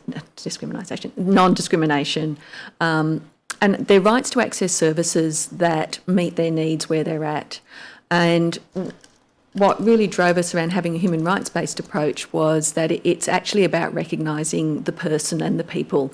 It's about having the person, as we talk about person-centred care, but it's about having the person as the focus of the diversity framework. So what we wanted was that people, regardless of their diverse life experiences or characteristics, were at the centre of the delivery of care, and that those characteristics were met and addressed and responded to by aged care providers, whether they were home care or residential care, but also that they're addressed across the whole of government, that it's not just about those that are delivering the services, it's actually about having a whole aged care system that is actually inclusive of people regardless of their diversity needs, and that recognises those diversity needs and puts them at the centre rather than as add-ons and additions all the time. Thank you. The subgroup is a subgroup of the Aged Care Sector Committee. Would you just explain how the subgroup was convened and what circumstances led to its being convened? Yep, so what initially happened was in 2016, representatives from the Federation of Ethnic Communities Councils, the National Aboriginal Community Controlled Health Organisation and the Australian Association of Gerontology and ourselves met together recognising that the then existing cold ageing and aged care strategy and LGBTI ageing and aged care strategy were about to end in 2017. And as far as we could see, no work had been done as to what was going to replace those strategies, because while there had been some change, there was still a lot of change that needed to happen. And we also recognised that there had never been, or there was no plan for Aboriginal and Torres Strait Islander elders either. So we got together, we wrote to the then Minister for Ageing, Minister Wyatt. We put together a briefing document explaining why we felt there was a need to continue the work in the diversity area. And then we sort of did, I guess, a walk to the halls of Parliament. So we met with Minister Wyatt and put our proposal to him that what we saw would be beneficial is the creation of a diversity framework to capture all diversity groups, and that would have the high-level principles and actions that could be taken, but then there needed to be some real specific focus, and obviously for us the initial focus was LGBTI, CALD and Aboriginal and Torres Strait Islander, and that recognised that while there's needs and issues that cut across all diversity groups, there are some very specific needs to each of those groups that need to be addressed and met if aged care is to be inclusive. So we had that discussion with the Minister. He was very supportive and agreed that that's the way it should happen. And then we also met with the Shadow Minister and with the crossbenchers as well, and they were all very supportive of it. In that meeting with the Minister, he announced that he was going to create the diversity subgroup and that the representatives that were there meeting with him would be on that subgroup and would drive that change. And then it would become a subgroup of the Aged Care Sector Committee. And the Aged Care Sector Committee itself is a consultative body that government uses to inform itself of issues in aged care when it's considering reforms, is that right? That's correct, yeah. So in terms of the final adoption of the framework after a consultative process, which I'll ask you about in a minute, is it a document that is regarded as a government document? Yes. Yep. And the formal process for its adoption involves adoption by the Aged Care Sector Committee itself as a precursor to it being adopted by government, is that right? Correct. Now, could you just tell the Commissioner something of the process of consultation in 2017 leading to the publication of the overarching document, which is now on the screen, the diversity framework itself, and then separately I'll ask you about the documents that sit beneath it. Okay, so the diversity framework had two major consultation phases. So the first phase was in March, April 2017, and that was also part of an evaluation of the existing LGBTI and CALD strategies. And what we felt was that we needed to evaluate those strategies to see what might need to carry forward into the diversity framework and the ongoing action plans. So that was for a couple of months. There was also an ability to put submissions online as well. And that some of that work then informed the initial drafting of the diversity framework. We then had a further consultation process in May, June. Again, there was the draft action plan, the draft diversity framework was available. And again, it went public, it was online, it was promoted through through the Department of Health, through the peaks that were represented on the diversity subgroup, through as many networks as we possibly could. So all that information then came back into the subgroup to work on the framework and to determine the priorities and the principles and the work that we're going to do. In that as well, we also had direct involvement with the peak aged care providers. So we had a phone call conversation with them, I think it was in June or July, and then we had a face-to-face meeting with their representatives in November as well. Operator, please display Miss Edmonds' statement, page 0005 at paragraph 15. Please go on, Miss Edmonds. You were coming to the consultation with the peaks, and they are the Aged and Community Services Australia, the Aged Care Guild and Leading Age Services Australia, is that correct? That's correct, yeah. So we organised a face-to-face meeting with the peak providers. They were represented by their policy staff, and we had a discussion with them around the diversity framework. Our idea in developing the diversity framework had always been for it to be a mandatory document that needed to be addressed and completed across the aged care sector. While the peaks stated that they were supportive of diversity, they didn't want to see any document become mandatory because it was considered to create additional red tape on top of existing reporting requirements that their members had to face. So it did make discussions challenging in some ways, and and it was certainly useful because it also allowed us to reflect on some of the stuff some of the actions that we were doing within the diversity framework. We then put the diversity framework forward to the Aged Care Sector Committee out of session for consideration. We again had pushback from the aged care provider peaks about some of the information, and they felt that they hadn't been properly consulted and engaged throughout the process. We then demonstrated all the different ways that providers had been consulted across the process, and the Aged Care Sector Committee then approved the diversity framework. Thank you. I asked the operator to display paragraph 15. I'll ask the operator instead to display paragraph 39 on page 0009. That's where you document the account you've just given to the Commission.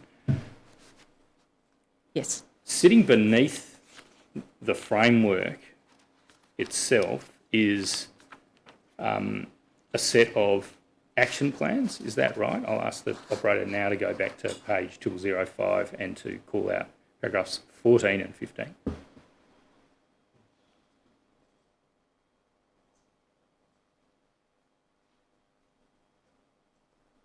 What was the process which led to the generation of the 3 existing action plans? So each of the action plans was actually developed in a different way, depending on the peak body that was driving the development of those action plans. So Nacho, represented through Nolene and Matt, drove the Aboriginal one through the Ngaatsiag. Mary and Christina at that time from the Federation of Ethnic Community Councils had a particular process with how they engaged with CALD elders and older people, and for the Alliance we did that national consultation where we went out to every community we could to get as much feedback as we could around what people felt were the priorities and what they'd like to see providers do to make aged care inclusive for LGBTI elders and older people. So each plan, I guess, was developed in a very consultative manner with the very communities that those plans were for, in a way that actually met the needs of that community and represented the way that community engaged with their peak organisations and with the aged care system. So that's what sort of led to the development. We then, as a subgroup, worked together to review each other's plans. So we actually would have quite a few meetings where we'd work through each of the plans. We'd look at where the consistent recommendations and actions were, so those that cut across every group. And that led to then the creation of, I guess we call it a general action plan, which has those actions that are consistent across every group in terms of what people want to see happen. And that also led to deciding what kind of layout would work for different groups, and then a consistent layout, and then developing not just the plan for providers but a plan for consumers, because when we went through a lot of the consultation documents that we had and the information we'd gathered, it could be actually divided into what consumers wanted to see providers do and also what they wanted to be able to ask providers to do.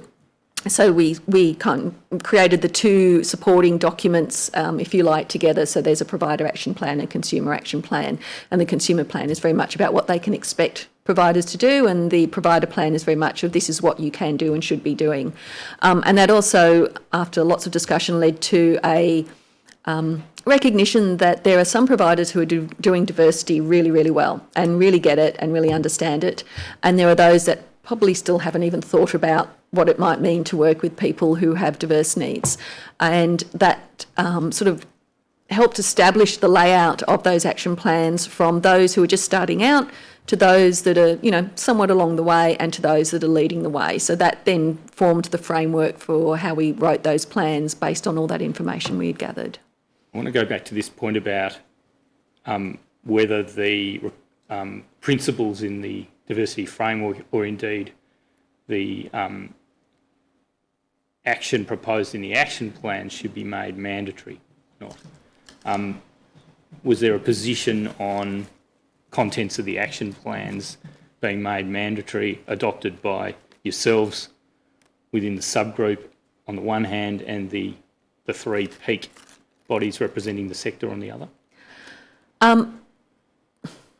Yes, we would like to see them mandatory. How that happens, I think there's some discussion around, whether it's actually seeing them as mandatory as part of the aged care quality standards, whether it's seeing them as mandatory through the creation of diversity action plans, or whether it's seeing them mandatory in their own right. And I think that's probably a discussion that we're still sort of thinking through. At this point in time, though, the aged care quality standards are obviously the requirement and the expectation. So we would certainly like to see the framework and action plans mandatory through that process.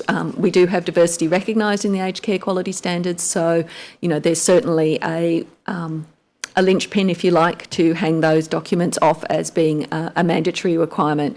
And as stated previously, while the provider peaks supported diversity, they were not keen to see the documents made mandatory because there was that consideration of seeing them as additional work or additional red tape on top of the work they're already doing in terms of accreditation processes. Could I ask Ms. Edmonds, how did they approach the fact that each of you had developed your action plans with the people using your services or likely to do so?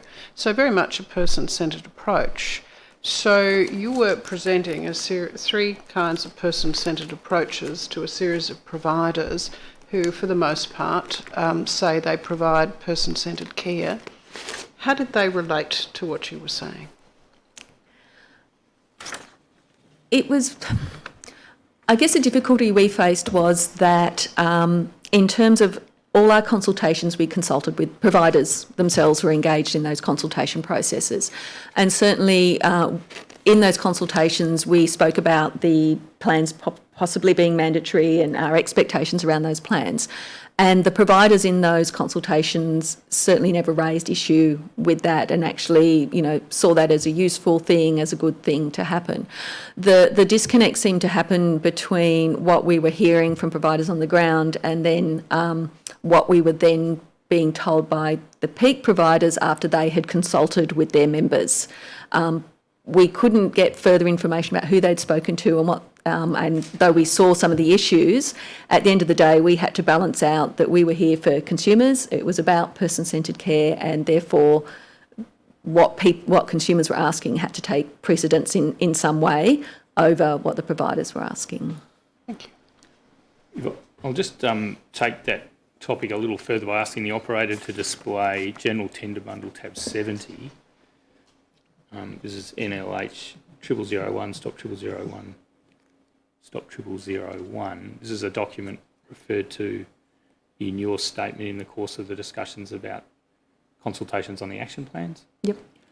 And about 2/3 of the way down that first page, the peaks say, we provide the following high-level comments based on feedback from members and staff where available to meet to discuss our concerns. Point 2, the documents use prescriptive language in places instead of guiding language. Was this the tenor of the discussion that followed the presentation of this document, and how did the action plan, or each of the action plans, end up on this topic? Did they end up adopting guiding language rather than prescriptive language? No, they didn't. So we certainly stuck to the language that our consumers used.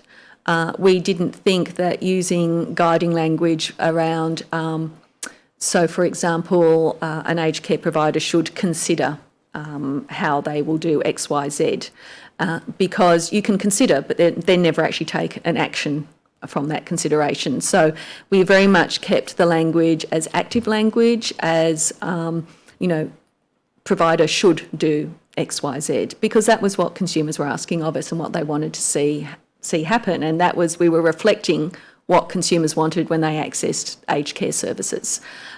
So in the end, we did maintain that more directive language, well, directive if that's what you want to call it, language in the frame, in both, all action plans, sorry.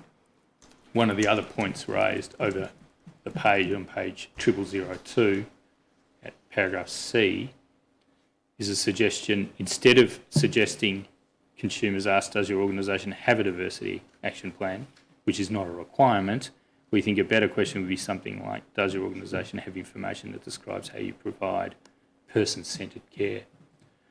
Was that a key theme, that person-centred care and adherence to the principles of person-centred care would be sufficient, and that the peaks were resistant to additional requirements? I think what we see happens quite a lot is people see person-centred care and as the only thing that needs to be done. So we develop a care plan, it's person-centred, we meet the needs of that individual, and therefore we will then meet their diversity needs. What that fails to recognise is that you can have the best care plan in the world, but if your organisation isn't culturally safe, then that care plan is actually never going to be sufficient to meet that person's needs.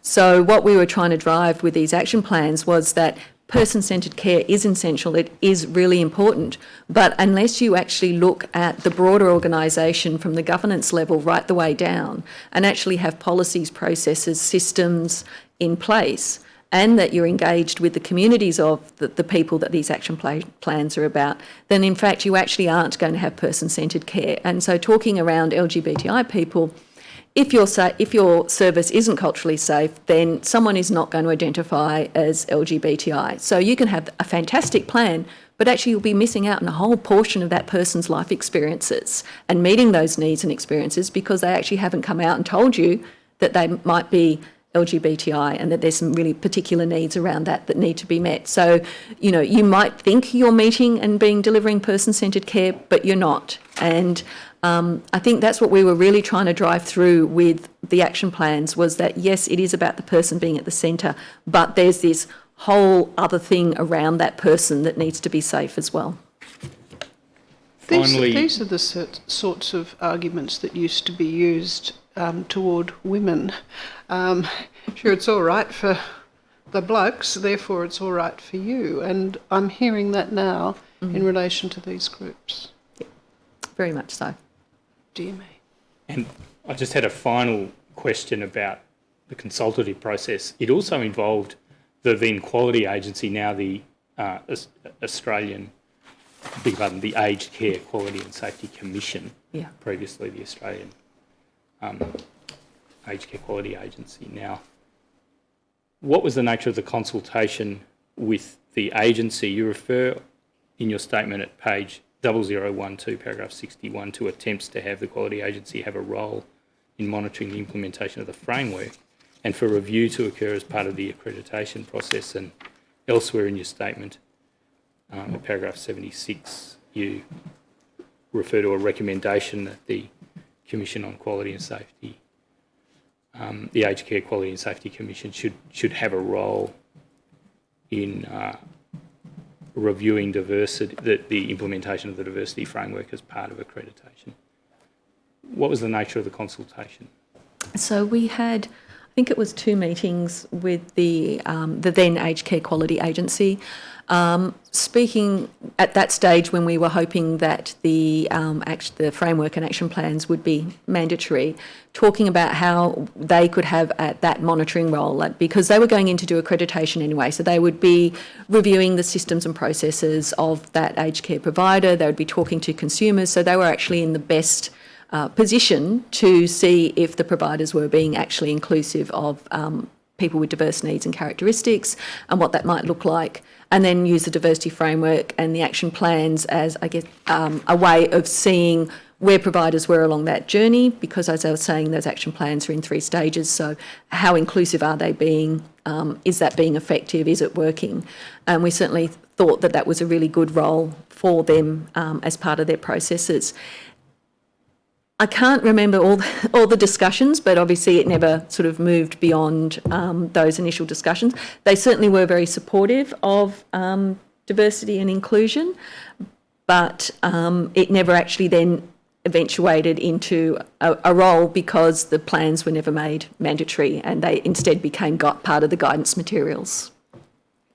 Does the subgroup currently have a position on whether that should remain the case or whether implementation of the diversity framework should become part of accreditation? I'd say I think we do believe the diversity framework should become part of accreditation, yes. Ms Tunney, can I, in more briefer compass, ask you some questions about your perspectives on the development of the diversity framework and the action plans? Firstly, just on that human rights approach that's mentioned in the diversity framework itself, you touched upon this in your statement at paragraph 6. What's the importance of having a human rights approach? I think from an historical perspective, the human rights of Aboriginal people have been largely ignored, certainly before 1967 when they were part of the Flora and Fauna Act rather than citizens of this country.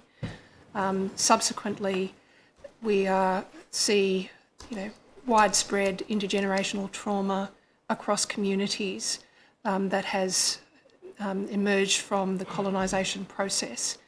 It's absolutely essential that the human rights of Aboriginal people are aligned with the services that they receive, that those human rights are fully acknowledged and embedded in the services, embedded in their, recognition that services which are enjoyed by the rest of the general population should actually meet the needs of Aboriginal people as well, despite the fact that they are a relatively small population group within the Australian general population. Was there anything you wished to add to what Ms Edmonds had said about the nature of the consultative process, the position of the peaks, the position of the Quality Agency? Well, in relation to the nature of the consultation process, as with the development of the LGBTI plan and the called plan and the subsequent, homelessness plan and the diversity framework itself, extensive consultation was undertaken with Aboriginal people and also with Aboriginal people involved in the provision of care to Aboriginal people, as well as to mainstream peak bodies and mainstream providers.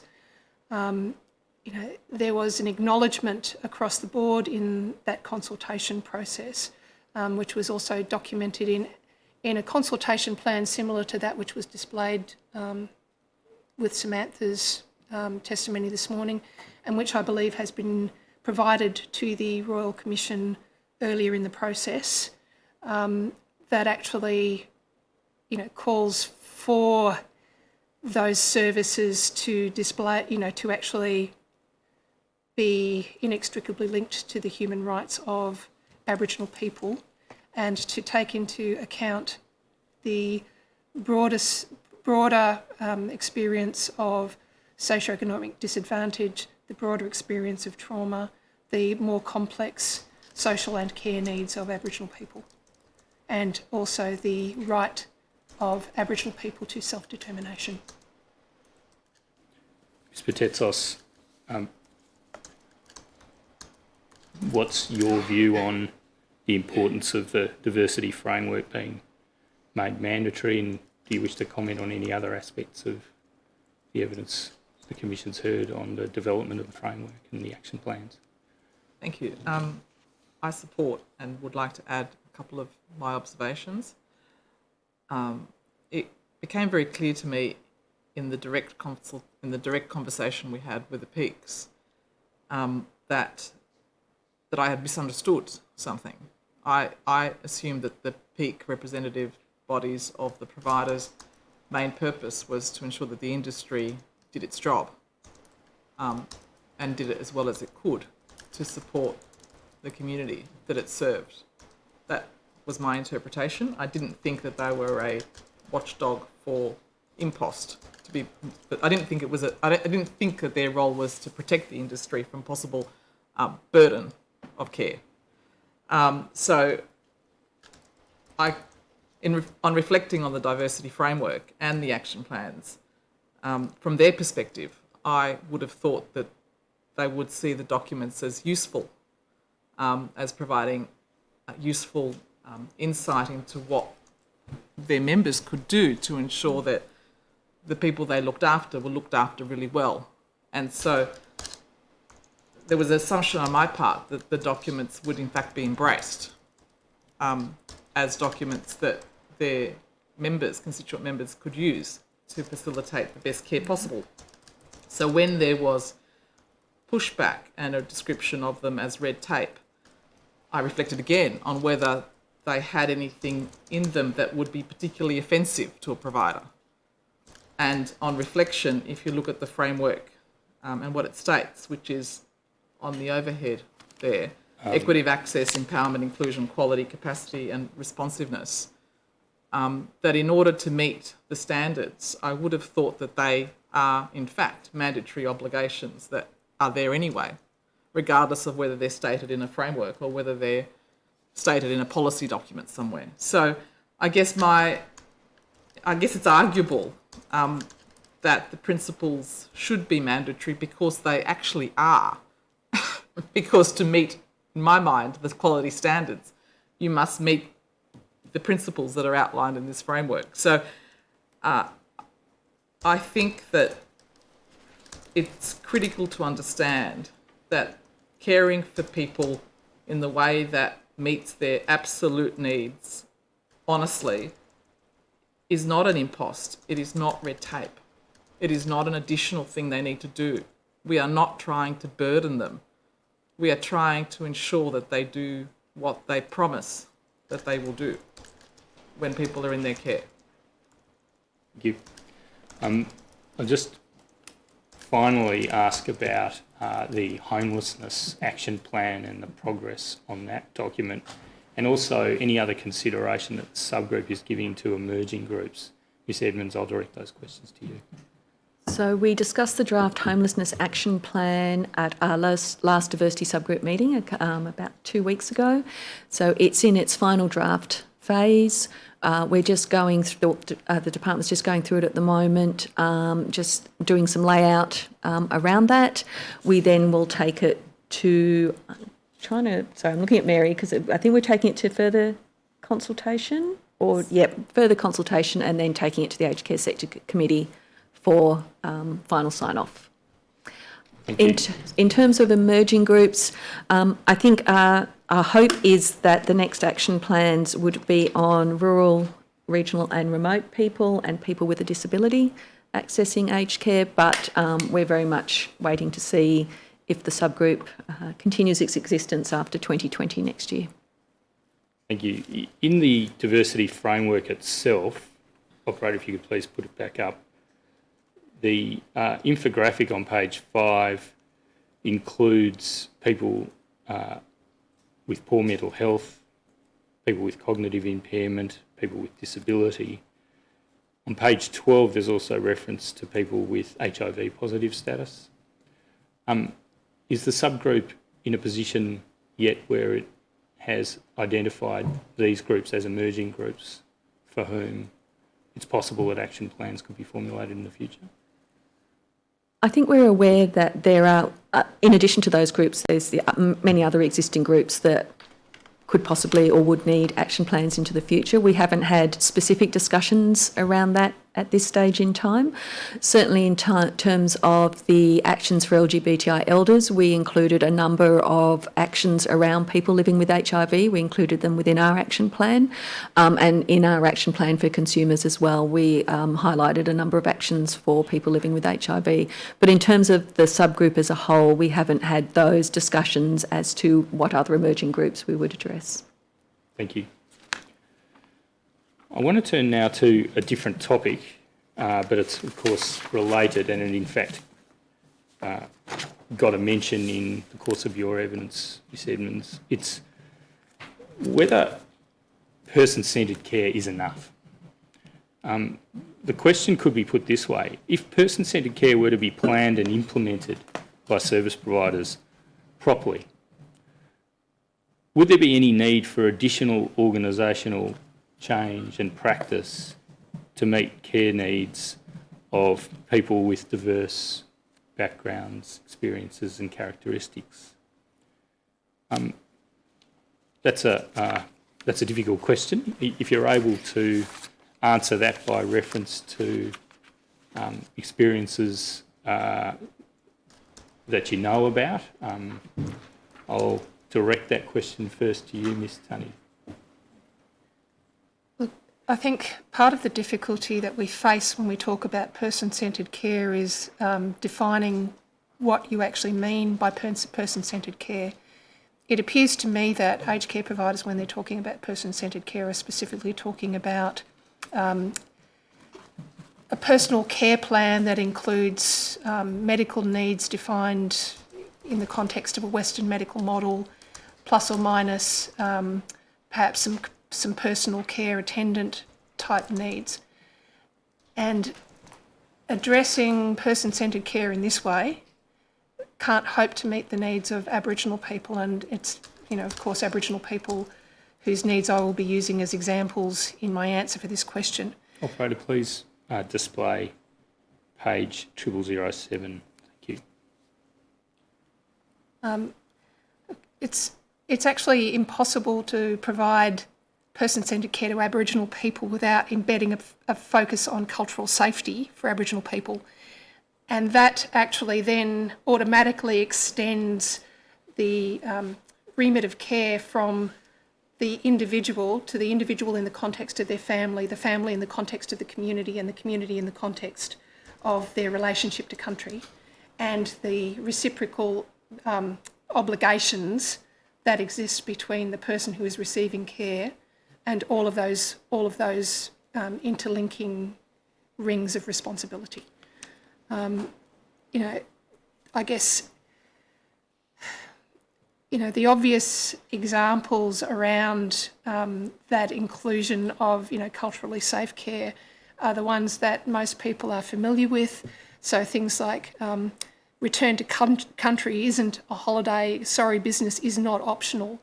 But when you're talking about something like sorry business and the ways that, or the expectations of elders in the context of a funeral, particularly a family funeral, that immediately takes their care needs beyond just the individual to the obligations that elder might have to host family, or certainly to be present at an event that might be hundreds of kilometres away.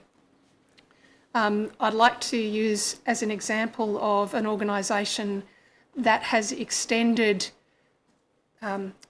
person-centred care beyond the individual human and into their surroundings and family. I'd like to use the example of Jimbalunga Nursing Home or nursing facility, which is just outside Brisbane. It is a Aboriginal community controlled facility. Their interpretation of how they meet the needs of the individual and draw in the community are evident in the planning of their grounds, which include a playground and a barbecue so that the families can actually come in. So we're not taking the elder out to visit their family or attend a family event. We're actually having the 4-year-old's birthday party or the 21st birthday party actually in the grounds. They invite the local football team in because you can't extricate the individual from their community. And in fact, the elders want to observe and provide instruction on how the football training happens as well. So it's bringing that community in.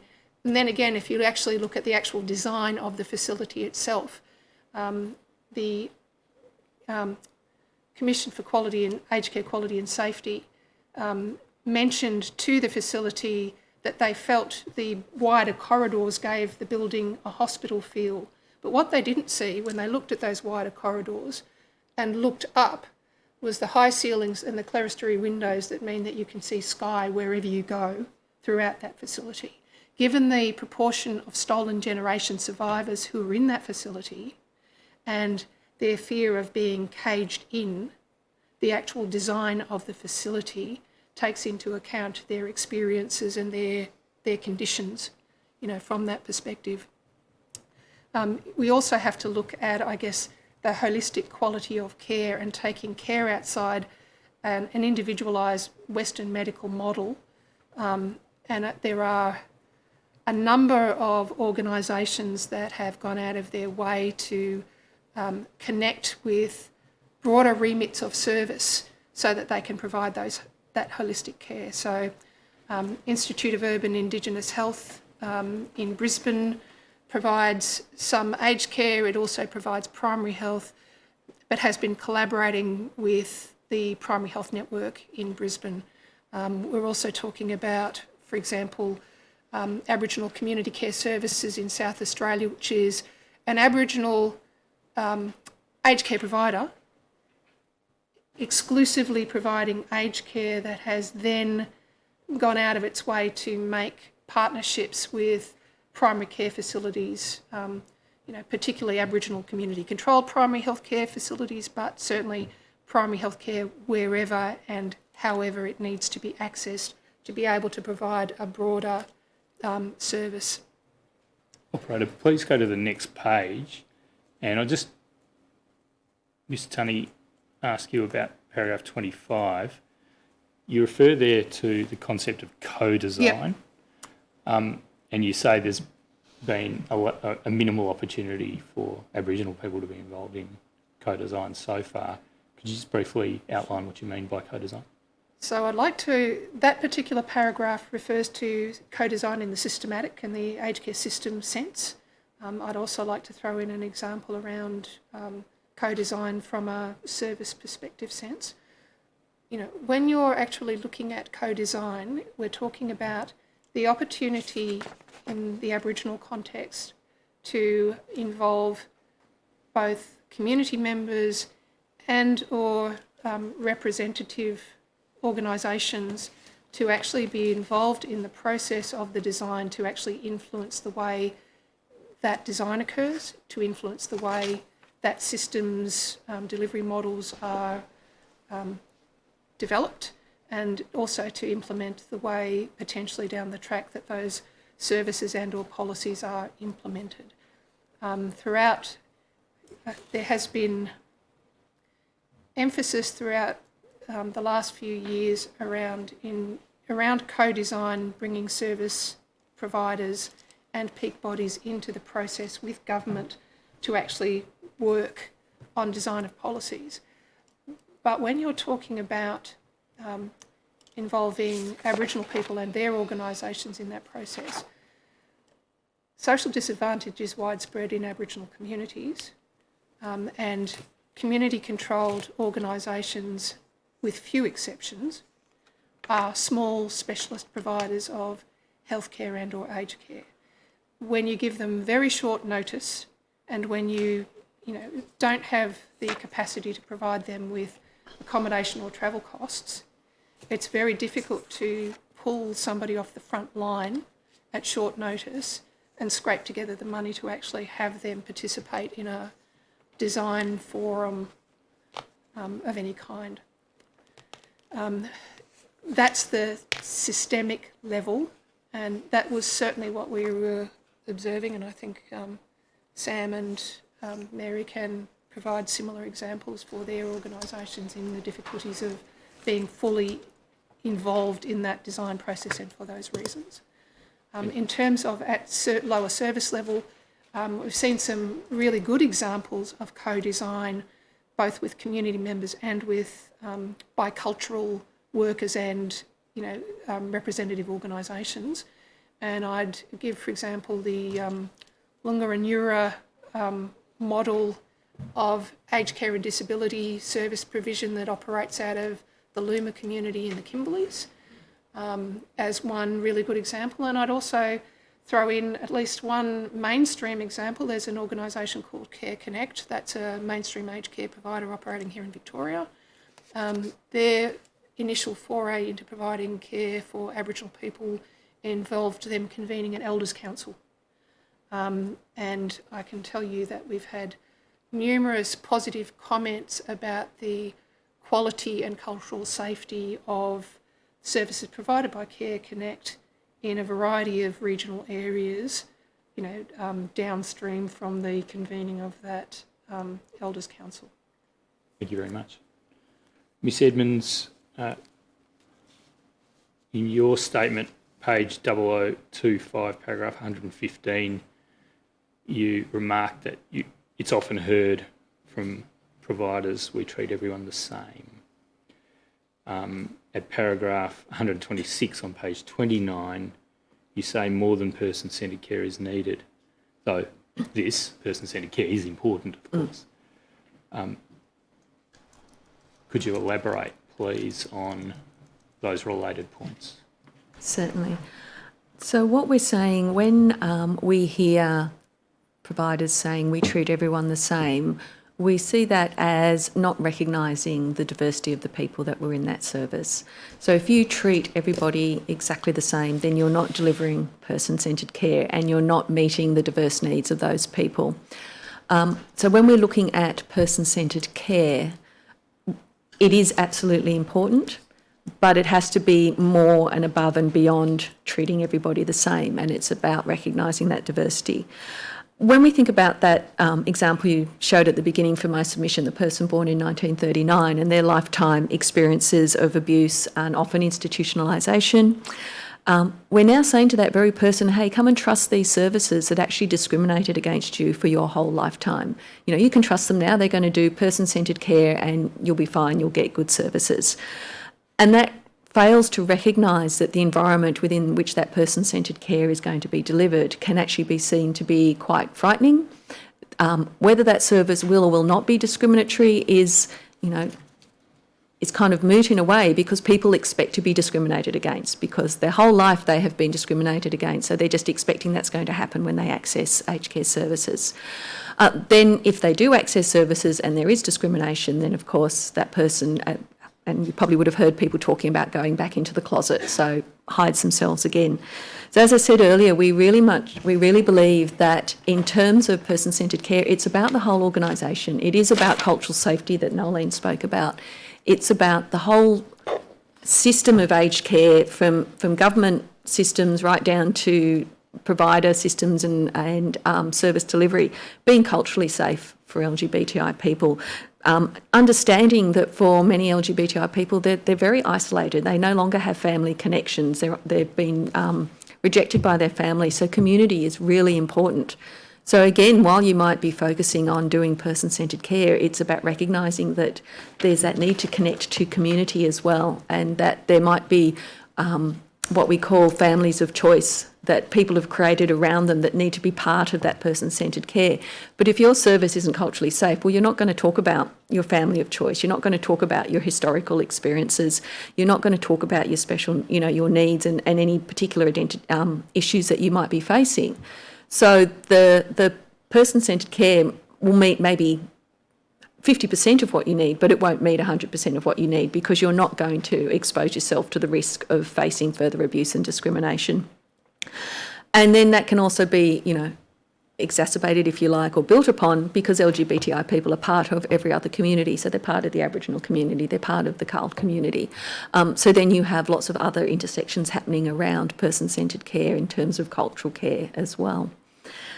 We have, I guess, the prime example of really great person-centred care and culturally safe environment is a provider in Western Australia who had a transgender elder access their service who decided to transition within that service, and they provided full support for that person. They helped the person with their family, and then they went on and got Rainbow Tick as well. So not only did they do person-centred care, they recognised that they needed to make their whole service culturally safe for that person, so that they felt included across the whole organisation and safe within that particular provision.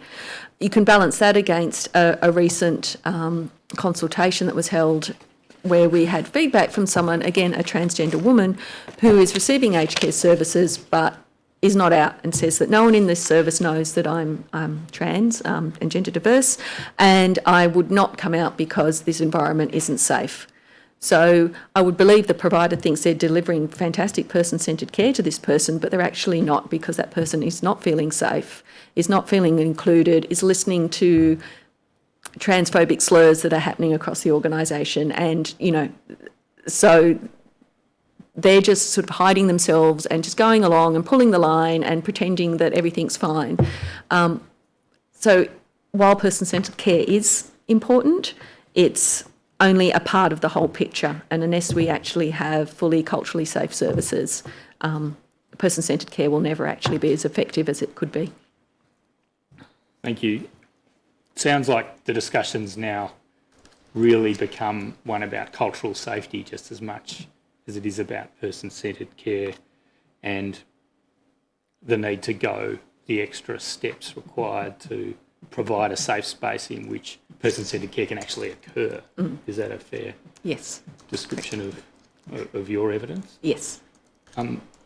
Ms Patetsos, in that context, I might ask you to comment as you choose on the initial question I proposed for discussion, which is person-centred care enough, or is more required? And if you choose, a discussion about cultural safety and the creation of that space in which person-centred care can occur. Could I just ask the operator to display a part of your statement at pages 002 to 3, paragraphs 17 to 19, on the concept of clustering that you explain in your evidence? Yeah, I'd be grateful if you could refer to that concept in your answers. I'll just pick up on what's already been said and not repeat. Only to add that we shouldn't take away from the importance of the individual. So personal care plans, which is what personal care is all about, are critical elements of the way in which care is provided, and they provide evidence that, if done properly, that individual characteristics are picked up by the provider, and with the hope that they'll be delivered on, met. The issue is not only the matter of disclosure by the consumer, so picking up everything about an individual, how much they're willing to talk about and how much you're able to discover about them. Those two things require cultural safety, because people feel they have permission to tell you about themselves, everything about themselves that you need to know as their care, as an entity responsible for their care. So that requires a cultural safety. In addition to that, what's required is a capability in the organisation to then meet the requirements of the personal care plan. So there needs to be a measurement that once the consumer's disclosed and you've got a care plan that is personal, that you then have the capability to deliver on the care plan. And all three are required. So safe disclosure, the documentation, and then the evidence that you're meeting the needs. So that's the only bit I want to add to that. In regards to, I turned my mind to perhaps not always picking up on negatives or issues or concerns that we've heard, but start to point to possible ways forward. And we've called something that is a possible way forward for some providers and for some consumers, clustering. It's really a very simple idea. The idea is that in an environment where you have, in terms of the called community, numbers of people living in geographic locations, and knowing that family is really important, and knowing that people generally go to services within a reasonable 10-kilometre radius of where family live, and knowing that you can't build ethno-specific facilities in every district or every region or every suburb, the concept of having rational decision-making in terms of creating groupings seems to be reasonable. So to give you an example, a provider or a number of providers that could be operating out of southeastern suburbs of Sydney may have high numbers of Vietnamese people in their community, and it would be a rational choice for a provider to become very good at catering to the community needs and to form groupings. In short, we think it's a very sensible market response to a challenge, which is diversity in terms of culture and language. So I think it's a rational business decision because you can market yourself as a very good provider, an expert on doing that community. It also addresses some of the very fundamental needs that individuals have, which is the joy that we all have to be around people who we share many things with. So it's not a very complex idea to describe, and it actually makes sense, but it's been almost impossible to execute. And my understanding is that we've attached some work that's been done in this space since the middle 80s, where there's been some thinking that if you place people together in an environment and you're able to then become very good at meeting their needs, that everybody is in a better place at the end of that. And there's been sufficient work about grouping people together, let's call it clustering, to say that as a way forward, it's a model that I think the provider peaks should turn their mind to as something that their members could consider in terms of the way they deliver services. It's certainly a model where research has been found to be very positive in respect to people with dementia. Because again, you can become very good at doing that, and you can market to the community that that's what you're good at. You can invest in it as a provider. You can train your staff. You can get staff that, in the case of dementia, are experts in that, or in the case of catering to the Vietnamese community, perhaps speak Vietnamese, understand the culture. And you can do it in a way that has a positive business outcome for you. You can be meeting your standards, with flying colours, and you can be meeting a community need, and people will be happy. So that's the concept in a nutshell.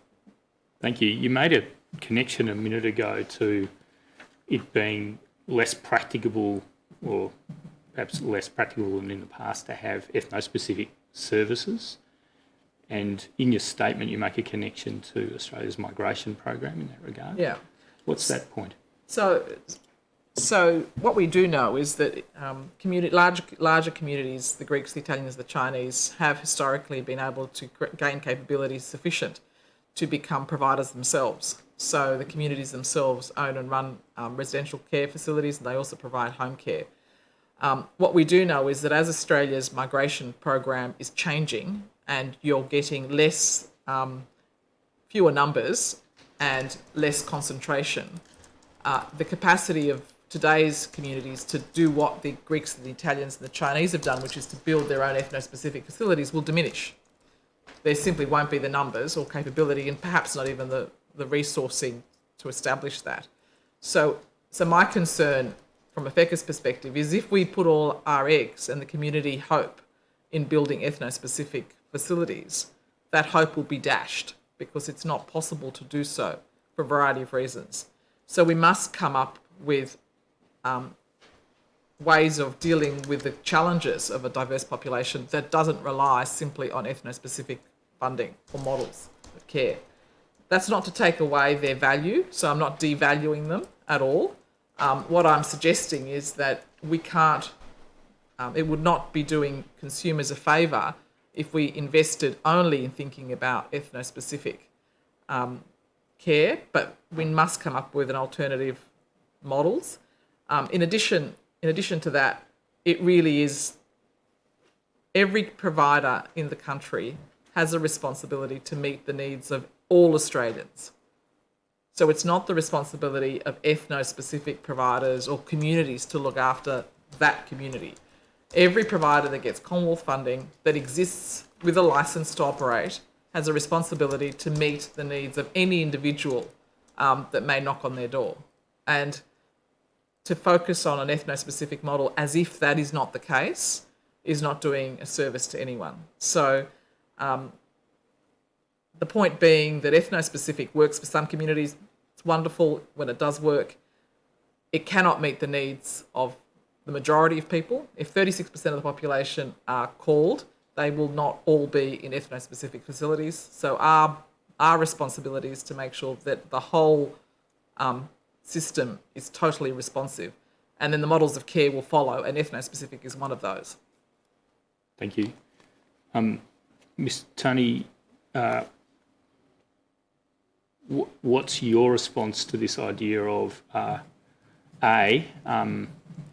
all approved providers having to have the competence to deliver culturally safe care for Aboriginal people, just as Ms. Patetsos was outlining why it's incumbent on all aged care providers to provide care that's safe and appropriate for cool people, and B, whether grouping or clustering is an answer?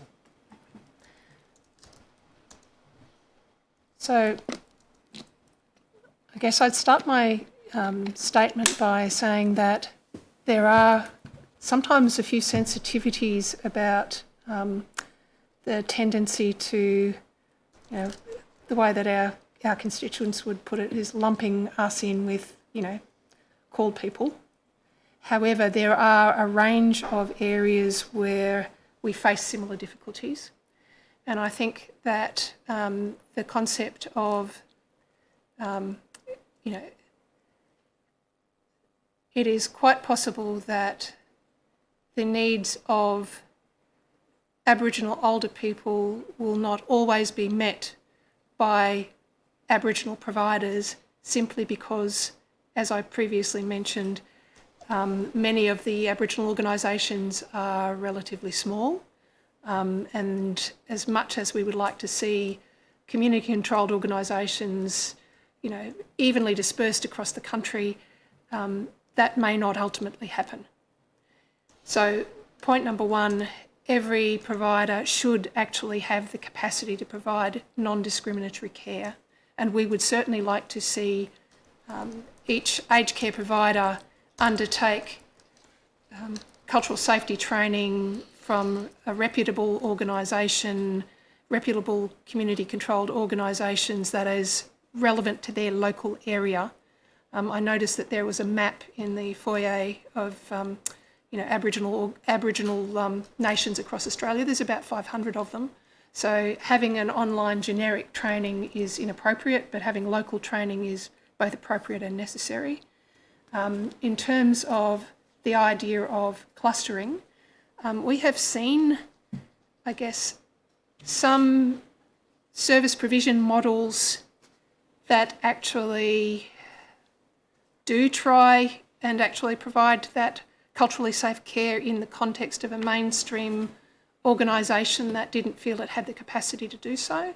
I'm particularly thinking of the Wurrung Elders and Community Health Service based in Portland that for a while was provided, it had a memorandum of understanding with a local provider so that they were able to provide the staff and to the care to the Aboriginal person based in that service. And I would say that certainly, partnerships are the cornerstone of culturally appropriate care, and development of service models that actually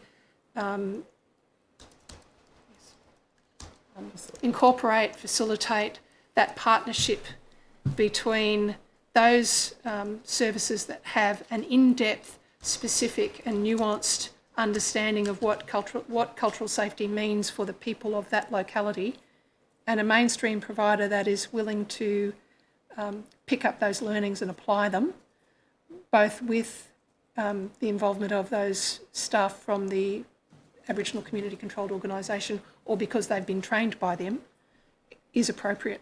So I would say that, I guess concepts that are similar to the clustering idea could potentially be feasible. Ms Edmonds, if you wish, is there any contribution you wish to make on these topics that have emerged at the end of the discussion around grouping and Yep, certainly. co-design And clustering? I certainly agree around the delivery of services by all aged care providers that both Mary and Nolene have raised.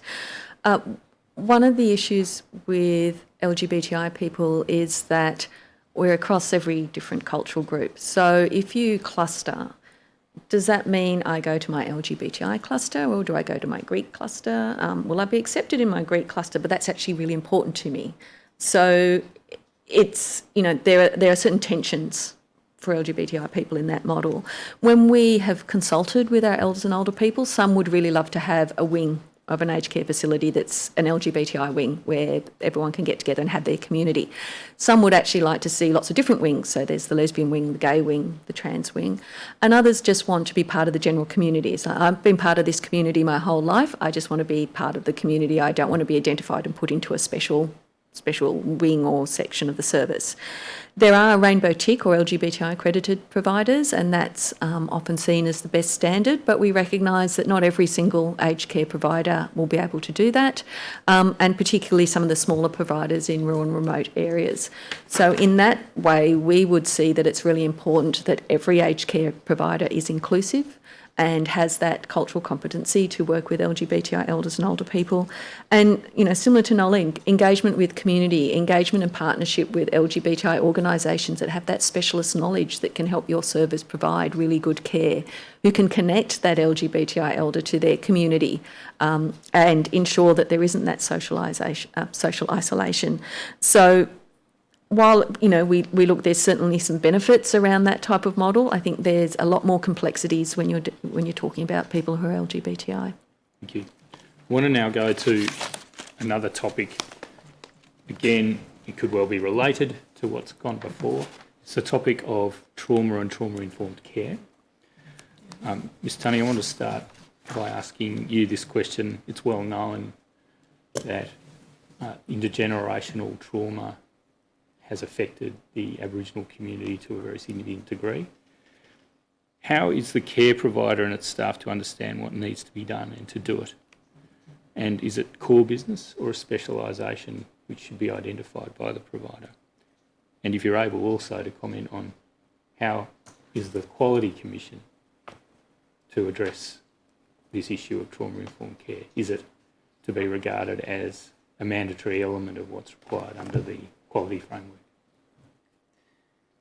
Well, I think asking whether, trauma-informed care should be considered as a speciality or as a feature or a theme running through each care provider's service delivery is a little bit like asking whether dementia is a specialist area or should be a thread through everyone's delivery. I think it's sufficiently common that it should actually be a feature of all care delivery, whether we're talking about delivery specifically to Aboriginal people or whether we're talking to delivery throughout the community. I think we mentioned the concept of intersectionality a little bit earlier in our discussions. And if the trauma isn't related to your Aboriginality, it may actually be related to another aspect of your lived experience. In terms of what should be done, There has been, I guess, an increasing body of evidence and knowledge around what trauma-informed care looks like. There has been, research and work done by the Blue Knot Foundation, and in relation to what trauma-informed care and healing looks like for Aboriginal people, I'd particularly, refer the Commission to the work of the Healing Foundation that deals with that group of Aboriginal people who have experienced very explicit and very overt trauma, and that's the people who have survived the stolen generation and assimilationist policies of their youth, as well as their immediate relatives who may have had to relinquish a child under forced circumstances. They in particular have provided work with a group called Social Compass that looks at a theory of change that is specific to looking at trauma, and there is also a particularly good framework that they have developed in relation to violence prevention in the domestic circumstances that they, when they were evaluating some violence prevention programs in Aboriginal communities, they developed a model that provides 4 pillars of healing for trauma, safety and creating safe spaces, identity, reconnection and trauma awareness. This research is certainly out there. A good start would actually be to ensure that all staff are provided with training in how to provide trauma-informed care. But as with many other features that we are looking at in the aged care system, one session of training isn't really going to cut it in terms of providing, ongoing knowledge and safe care for people. It needs to be embedded through the organisation's policies. It needs to be, boards need to be made aware of it and how it can be addressed in the communities that they serve. And the Quality and Safety Commission can, for starters, look at the policies of organisations, look at the training for staff to see what has been provided for them. Thank you. Ms Edmonds, trauma-informed care, how is the provider and its staff to understand what needs to be done? Is it core business or a specialisation? And how is the Quality Commission to address it? Look, I agree with Nolene. I think trauma-informed care is and should be a core part of all aged care service delivery, because there are so many groups that have experienced trauma in one form or another over their lifetimes, and we can't sort of isolate one group out over another. It might be different forms of trauma, but it's still certainly trauma-informed care that is needed. Within LGBTI communities, trans and intersex elders are often the ones that talk about the need for trauma-informed care because of their lifetime experiences, and they sort of highlight that as a really particular need in terms of their care delivery when they're receiving aged care services. I can't really add more to what Nolene has said. I think there needs to be education, but I think it needs to be ongoing. I agree, you can't have a one-off session and go, yep, we've done trauma-informed care, we're done. We need organisations to have policies and practices in place that the the Safety and Quality Commission can actually look at, and then they need to talk to the people in the service and find out, are you receiving in fact care that is addressing the trauma that you've experienced, and do you feel the service is doing that? I also think, again, there's that need for that partnership with LGBTI organisations, particularly the more specialists. So if you're working with someone who is intersex within your organisation, then connecting with the intersex peaks and talking with them about what are the particular needs and issues this person might be facing and the supports that they might need, and the same for every other part of the LGBTI community. Thank you. Ms Patetsos, from the called perspective, are you able to comment on the topic, trauma-informed care, what needs to be done? Is it core business or specialisation? What should the Quality Commission do on this topic? I think trauma is a very complex issue for providers because most people, in fact, in their care, most individuals, most people in this room have experienced some form of trauma, some more obvious than others. Certainly in the case of called people, their migration experience and those especially who have arrived in Australia as refugees have specific survivor issues in regards to their migration and refugee experience that surfaces very strongly as they age and recall their past life experiences as central to who they are, what defines them. So I think it's core business and it's sometimes incidental to the knowledge that we have of individuals. So there's an example which I'll give and it'll summarise what I'm trying to say. There was a group of women who migrated here. Many of them were Jewish background women post-World War II. Some were, in fact, German women. They found themselves in a residential facility. Many of them had qualifications that were not recognised on arrival. Many of them ended up working very long hours in factory settings in Australia in the 50s and 60s and ended up in care. The interesting example here, the interesting fact here is that in the residential facility, none of their previous experiences were picked up on. So their experience of the war, their experience of having family members who died during the war, and their experience on arrival in Australia where they worked as vulnerable in a workforce that made them very vulnerable, in factory settings that environments that were very punishing. None of that was picked up. So the facility decided that the best way to keep them entertained was to give them craft work, and that craft work would be something that they did for a great proportion of the day. What wasn't understood was that those women actually interpreted the gifting of craft work not as a entertainment or pastime, but as a requirement for them to pay board or to deliver a product as if there was a production line.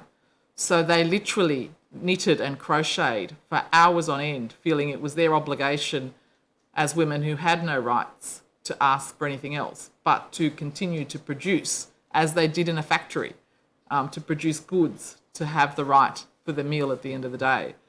So the example that I give is one where there was a complete lack of understanding across culture, a complete lack of understanding of the vulnerability of these women, that they never felt that they had an entitlement to something unless they worked for it.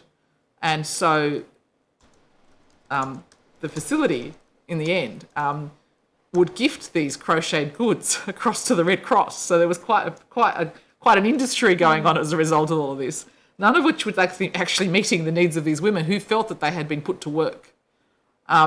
So I give it as an example of where someone's lived experience as a young person going through a period of trauma in a war environment in their 80s and 90s continues to traumatise them because no one's understood what that actually means to them. So the little group over here of people who had not that experience understood knitting and crocheting to be a recreation. For this group, it was something quite different. Thank you. It's a good entry point into the next topic, which is trying to find out what the true needs of the individual are and the difficult issues that surround self-identification of needs for some people, disclosure of the personal details that would allow care staff and nursing staff to understand needs, and matters of that kind. What are the myths and the reality about seeking disclosure of special needs, and how should the provider and its staff, and indeed regulators and complaints officers, support the person receiving care? Ms Edmonds, I'll ask you that rather long question first, and feel free to comment on any aspect of it as you see fit. Okay. It was interesting because, as I said, we've just done some more consultations, and one of the bits of feedback that we got in that consultation from someone was, stop pussyfooting around, ask us and give us the opportunity to come out. So there's very much that feeling that people need to ask the question instead of ask the question, are you LGBTI, rather than hiding from asking that question. And what we feel or what we think is that the question's not asked because they don't want to upset the non-LGBTI people. They don't want to ask someone who's not LGBTI, do you have a diverse sexuality or gender or an intersex status, and upset that person, rather than giving the opportunity for LGBTI people to actually be able to identify themselves and say, well, actually, yes, I am, and these are my particular needs. We also say that you can't just ask the question once. So when someone comes into your service, they don't know you, they don't know how safe you are, they don't know what the service is like, they don't know if you're inclusive at all of people who are LGBTI. So you may ask that initial question and they might say no. But then you need to provide lots of opportunities for that person to identify over time. So every time you might relook at the care plan or do a review, you ask the question again. And you give the person that opportunity again to identify if they're from the LGBTI communities. Because over time, they'll build that relationship and they'll build that trust. And it might be that the first time they might only come out to one person and say, don't tell anyone else, but I'm happy for you to know. And then as time progresses and that person then can work with the LGBTI elder, or they can work across the organisation to make the organisation more inclusive, then that person might say, okay, now I'm happy for other people to know, I'm happy for other residents to know. So it's about multiple opportunity throughout, and it's also about asking the right questions in the right way. So you wouldn't just necessarily use some of the language that's in data collection at the moment, which is currently being used, because the question's completely inappropriate and in fact doesn't provide you any useful information. So you need to go and talk with LGBTI communities and go, how do we ask these questions? When do we ask these questions? What are the questions we need to ask that will be inclusive and safe and people will feel comfortable answering? Get you to explain a concept you refer to in your statement as the cycle of invisibility by reference to a document you attached to your statement. Operator, please bring up tab 74. And on page 0082, there are 2 case studies, and then there's a further case study on the next page. By reference to these case studies, if you wish, could you just explain in practical terms what can happen if nobody confronts the issue? Well, I mean, as shown, if nobody confronts the issue, then the person's needs don't get met and they get treated in a way that actually isolates and hides that issue once again. The cycle of invisibility is very much about providers saying, well, we don't have anyone here. There's no one in my service that's LGBTI. They've never asked the question, but as far as they're concerned, there's no one in that service that's LGBTI. And, you know, we have to look at how recent some of these changes are. Prior to 2012, LGBTI elders and older people weren't considered within the aged care system. Apparently we ceased to exist at some point. So it was really not until 2012 and the strategy came out that we started talking about LGBTI elders and older people. But that doesn't mean that services have moved on in that sense. So what we're saying is, in a cycle of invisibility... We'll go to page 81, please, Operator. You don't believe that there's anyone in your service that's LGBTI, so you don't ask the questions. You don't ask the question, so the person starts to have fear and distrust of that service. Why should I let you know? Because I'm not feeling safe here. You're not asking me. You're not doing anything within your service to be inclusive. As I said, people go back into the closet, hide themselves, hide who they are, don't explain who they are. They become even more invisible within the service. Service believes there's no one in the service, and round we go. And that's then highlighted by there's no data collected. So if you're not asking questions, you're not collecting data, you don't know who's in your service, so they continue to remain invisible in those services. So the more invisible people come, the less services they receive, the less appropriate services they receive, and the less likely they are to disclose. So again, we kind of circle back round to that whole idea about cultural safety and about the environment, and recognising that while no one might be out in your service, there are LGBTI people within your services. You know, we're looking at somewhere between 9 to 11% of the population. So there are LGBTI people in your service. You need to ask yourself is, why aren't they disclosing? Why aren't people identifying in my service and saying that they're LGBTI? What is it that's holding that person back? And I refer to one provider who has a rainbow tick who says it's about the aged care provider coming out, not the person. So it's about the provider saying, yep, we're inclusive, we're here for LGBTI people, and then the person themselves don't have to identify because every system within that service recognises that person and is supportive of that person. Ms Tunney, does that resonate in any way with your perspectives on the experience? Lots and lots of parallels Aboriginal there. Lots and lots of parallels. I guess when an Aboriginal person goes to, if we're talking about a residential care service in particular, but all aged care services that are not provided by community-controlled organisations, they kind of triangulate the data that they see and experience. So on your way into a service, do you see acknowledgement of the traditional owners? Are there pamphlets in the waiting room that actually display Aboriginal colours? Is there artwork on the wall that is local artwork, not, hey, we're in Victoria, but here's a picture of some artwork that was produced somewhere, west of Alice Springs. They'll also then triangulate from what they've heard from the community. So a lot of people will, bypass services that they have heard from community members or from Aboriginal service providers that they have heard are unsafe. They will, use all of those different data sources to determine whether it is safe to disclose, even if they are asked the question.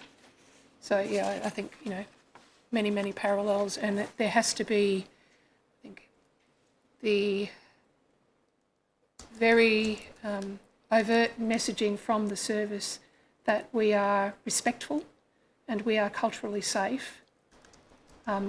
Multiple questions to multiple opportunities to to use Sam's phrase, come out even to one staff member and let one staff member know that they are Aboriginal, because particularly in metropolitan areas up and down the coast, some Aboriginal people aren't particularly dark complexioned and will pass themselves off as being of another nationality or ethnicity if they feel the service is unsafe. And I've got a particular example of a 90-year-old lady from a very prominent Aboriginal family here in Victoria who is, in her grand old age has decided that maybe it's time to go into a residential facility. And she's telling her family members, don't let them know I'm Aboriginal, will you? Ms Patetsos, could I ask for your perspectives on this issue with regard to the interests of called people, but also perhaps if you could lead into a discussion about data. Ms Edmonds mentioned that one of the vices of the issue not being confronted is that data doesn't get collected, and you've got some very clear views in your evidence about the inadequacies of data collection, including in relation to called people. Would you care to elaborate on those points?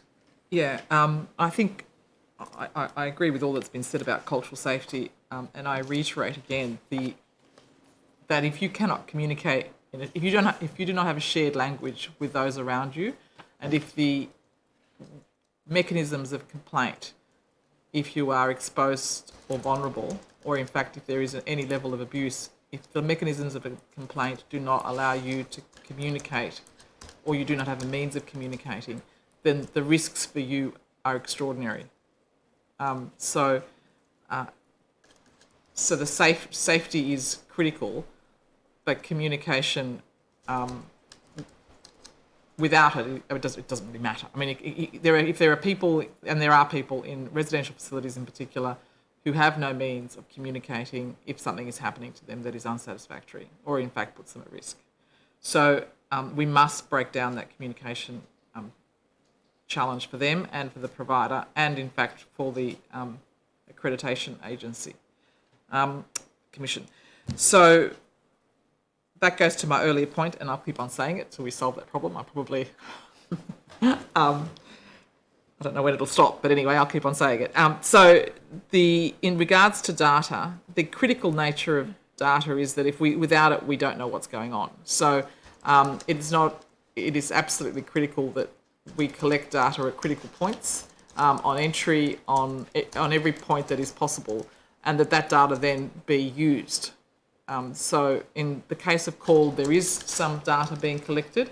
The access to that data and use of that data becomes something that is challenging for us. But I know for the other two communities that we're talking about here, access to data is, even collecting the data is substandard. So the critical nature of data is that if you collect it, you know what you've got, you know what you're dealing with, and you know what actions you need to take. Government can be informed, as can be communities.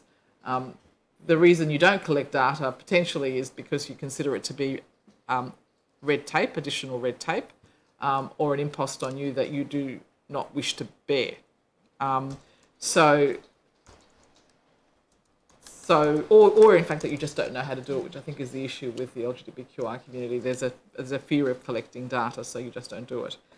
I think that government has a responsibility to ensure that the entities that it accredits and licenses to operate meet their responsibility in terms of data collection. In your first statement, perhaps if the operator just puts that up, that's Exhibit 2-37, WIT 0084 001 001 at pages 3 and 4. There's a section identifying data gaps, in particular for called people. You've got an issue you raised there about uncertainty in the definition or the breadth of the definition of called, and you speak of work that's done with the AIHW, which has identified inconsistencies and gaps in data. Has there been any remediation of those issues in the months since? No. Ms Tunney, in your statement at page 10, paragraph 30B, you refer to a data issue relating to the inability to track a person through My Aged Care. And you say this has implications for trying to work out how to model the responsiveness of the subsidy programs provided through My Aged Care in addressing the rates that one would expect by reference to regional characteristics and profiles of populations who need aged care. Could you elaborate on that? Look, there's a number of issues around data collection, and the one that I didn't mention there is also the lack of contextualisation of the data that is collected. So in terms of, how many Aboriginal people would you expect to access the system to start with, given higher rates of dementia, given higher rates of complex care needs and health issues? So some data is being collected. We can say that, numbers there. Even if you take out of the consideration the possibility that identifying data has not been uniformly and accurately applied, and that the question hasn't been uniformly asked, there isn't, to the best of my knowledge, the capacity yet to be able to track somebody all the way through the My Aged Care system, from initial registration process through their varying, assessments, eligibility, yes, you're eligible for a package, yes, you have a package, now you're ensconced in an actual system, in an actual service.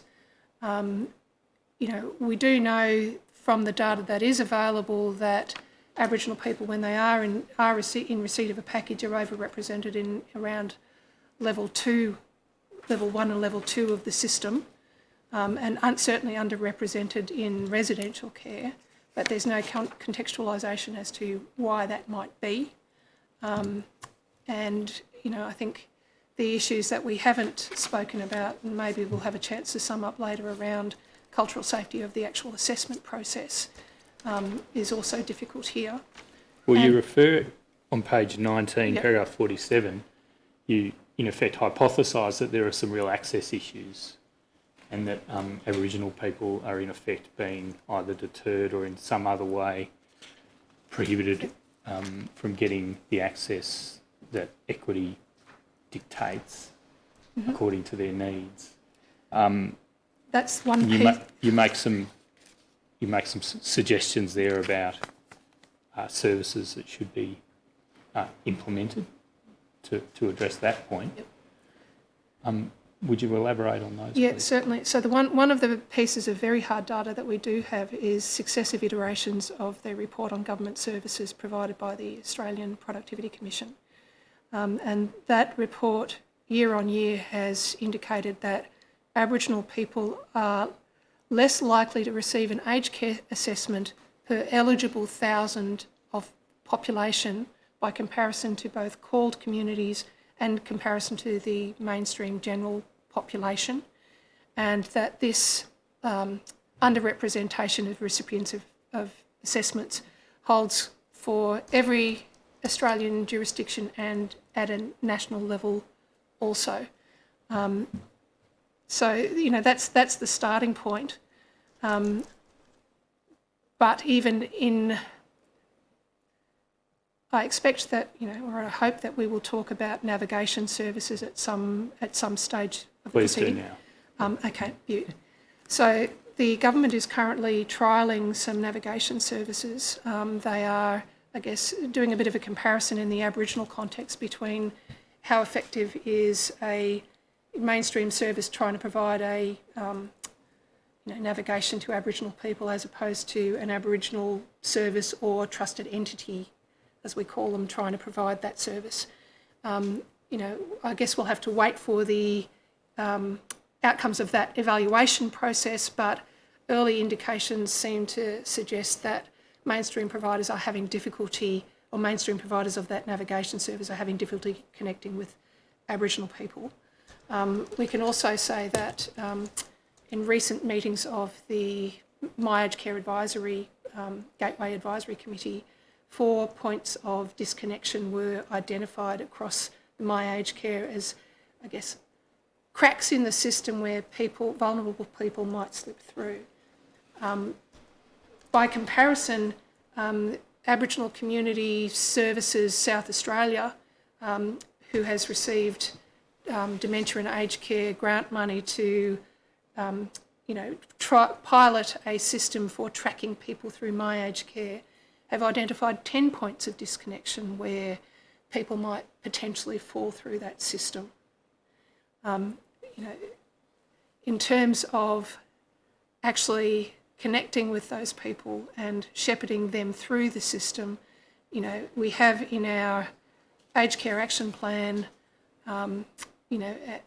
indicated that you really do need to connect with trusted entities. The more vulnerable the client, the greater the need for the trust connection to actually assist people through that system. In addition to that, when you actually take a look at the data that is currently available about who's sitting in what services, and I've already alluded to overrepresentation in level 2, there are approximately 3.1% of level of home care packages are being provided to Aboriginal people. There is the tendency to say, well, Aboriginal people, 3% of the population, 3% of the packages. But once again, that overarching lack of analysis that would actually say, well, how many Aboriginal people should be in this system? What level of package should they be occupying? That type of overarching analysis hasn't, been implemented anywhere. Thank you. Well, just before leaving you, Ms. Tunney, can I just ask about the access and support program you mentioned as one of the possible paradigm or exemplar services in this regard? It's, I understand, a program that's only available in Victoria. The Access and Support Program is a Victoria-specific program. It used to be part of, I guess, home and community care that used to be known as HAC. Currently, it's being funded through the Sector Support and Development funding stream provided through the Commonwealth Home Support Program by the Commonwealth. It provides 13 weeks of hands-on face-to-face assistance for vulnerable clients. There are Aboriginal access and support workers, there are access and support workers who work in called community, and there are access and support workers who just work with general mainstream population experiencing difficulties. They are not evenly distributed across the state, but they do give an example of, I guess, an in-depth linking service, which is, I guess, very similar in nature to the services that are often provided unfunded by Aboriginal community-controlled organisations in actually making connection with the client and brokering across a range of systems, as well as assisting the person through the aged care registration process, through the assessment process, and onward into receipt of services. Thank you. A minute ago you made a point about there not being any analysis as to whether needs being met in respect of, I think you said home care packages, or maybe you just meant services generally. The whole system generally, but in particular, I guess, home care packages and at higher levels of complexity, or complexity that meets the need. I'll ask the other panellists.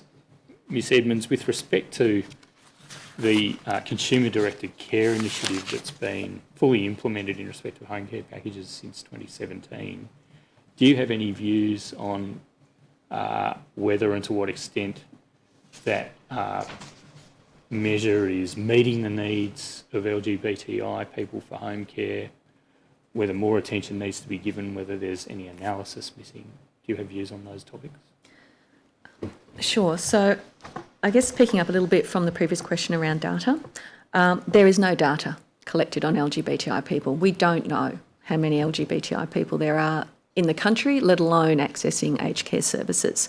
So in terms of is CDC meeting the needs, well, we don't know, because we don't know how many LGBTI people are receiving home care packages and what they're doing with those packages and if those packages are meeting their needs.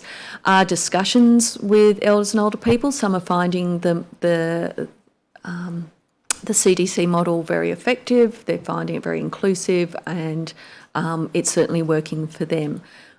But there's also others that are very much faced with, we have this consumer-directed care model, but we can't actually really implement it because we're living within communities where the people around us are actually quite homophobic, biphobic or transphobic, but we have to invite them into our home to provide services. So we just, we hide who we are, as I said, it sort of happens all the time, and we just accept what's being given to us. So it is really hard to comment without the data collection, without anyone asking any questions. We really don't know, and at best we can only guess. Ms Patetsos, with particular regard to CDC and home care packages, any comments from the perspective of the interests of the called community?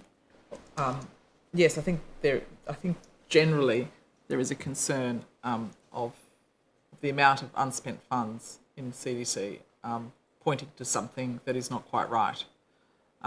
So the continued accumulation of unspent funds by providers, the underutilisation of options by consumers, points to lack of connect between what consumers' needs are assessed as and what consumers are in fact consuming. That, I think, will place enormous pressure on providers, the consumer, but also on government to work out what's going on. For called consumers, it's particularly complex because there could be a very serious element of them not understanding CDC and how to use it to benefit them, and what it is that they can do and can't do, and what it means for them when they engage with CDC. So there's a very big risk that we have established a mechanism which is not working for the benefit of anyone. And if you parallel that with the under-expenditure of funds in NDIS, there's a pattern that we're seeing, and I'm not sure it would need a very serious look at why, but I don't think we've got it right from a called perspective. But more importantly, I think that as a member of the Australian general population, I don't think we've got it right for anyone, which is a problem. Commissioner, those are the questions I have for the panel. Thank you. I am very interested in your views about whether or not the home support program works more effectively for the groups you represent than home care packages or residential care. And it flows a bit, Mary, from your last comment. There's much more flexibility around how those funds are used and allocated and so on. I think home care, the investment in home care makes absolute sense because people want to live in their home for as long as they can. The trick, I think, is to understand what it is to be an informed, rational consumer. To make decisions about the way in which you expend resources, you need to have information about what it is that you need and then make wise, rational decisions about how to spend. I think there's a disconnect between the informed, rational consumer and the reality that we're facing. So home support, home care as an option, as a way in which we can look after ourselves as we age, relies on some really good fundamentals in terms of the consumer making wise decisions. It also relies on the system having enough capability to respond appropriately and to provide the consumer with what they need, and for the consumer to be able to navigate the options and to understand what it is. It's very traumatic for older people to be receiving complex billing, and it's very confronting to them to be spending money, because they come from cultures where spending money is something that they should not do because at some point in the future they may need it more than they do right now. So they're very difficult things, and I don't think this is culturally specific. I think it's a common problem that we're facing. I think the other issue about home care, and it's one that goes beyond my particular remit at the moment, but I need to mention it because it some way links quite clearly to core communities, is that there's a presumption of a carer at home. And in called communities, there's an issue about that there's an expectation or a stereotype that, you know, Greeks and Italians and Chinese all look after their family members better than Anglos, and they should be able to stay at home forever because there's these mythical carers at home looking after them. The truth of it is that in our society in the 21st century, there is no mythical woman at home looking after people constantly. That woman has disappeared, and it's mostly women. There are some men, but the idea that there is a carer at home that can plug every hole in a care environment at home that isn't formal care is not real, and certainly it's not real for the general community, and it is very dangerous to think that called communities, because they are perceived to be family friendly, have any more numbers of women hanging around at home with nothing to do than anywhere else. So I think home care reaches a natural end in terms of its usefulness when you consider the lack of available full-time carers who aren't in paid full-time employment.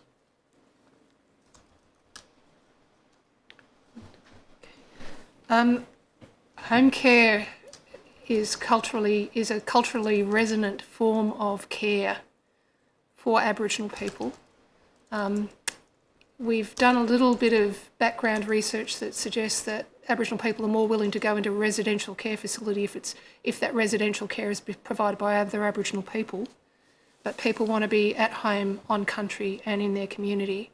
And talking about the Commonwealth Home Support Program particularly, yes, that flexible funding is invaluable. We have, I guess, a long tradition of Aboriginal service providers who, when they finish meeting their Commonwealth Home Support designated targets, spend the rest of the time that the worker has in their day making connections for referral pathways, making connections with assessors, actually identifying the most culturally safe assessor, skilling them up, introducing them to the community so that it's not an unknown face that the people are connecting with, and actually getting people actually that those sorts of referral connections are vital workarounds for them in dealing with my aged care, which has, I guess, proved disastrous for Aboriginal people for a range of reasons that have been outlined to you, I'm sure, Commissioner, in it through a range of submissions thus far.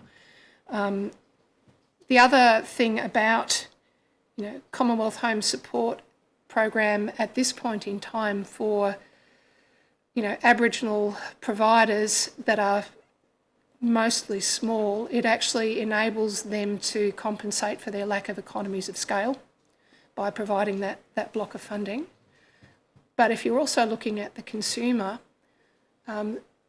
what isn't often emphasised about Aboriginal recipients of Commonwealth Home Support, where there isn't always a mandatory fee or a high fee in relation to those services, it enables them to actually meet their cultural obligations to their family.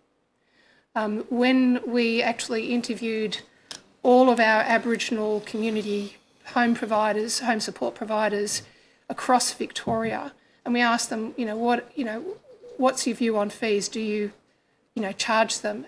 At the moment, most of them don't, and most of them find themselves grappling with this question, because if provided with the option to pay for a service for themselves, or to buy footy boots for the grandkids, or breakfast for the grandkids, or support the adult child with a mental health or a substance abuse or whatever, the older person will, automatically divert their funding to those groups. And whilst that is frequently acknowledged in, very traditional and tribal areas, it's not acknowledged for metropolitan and regional dwelling Aboriginal people. So, having that flexibility where the community control provider bears the brunt of the cost, they are flexible in how they can use the funding, and the older people can keep most of their own home resource for the complex care relationships that they support. That works very well. In terms of, can I elaborate a little bit on the, home care packages? I endorse everything that Mary said about the need for, informed consumers. There is a major information deficit for Aboriginal people and even Aboriginal workers about how the system works. And in terms of socioeconomic capacity and in terms of numbers, Aboriginal people are never going to drive a market.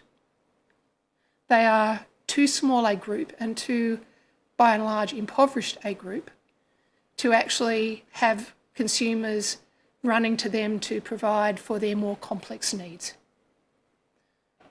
So that is the conundrum we face in relation to home care packages and the delivery of those.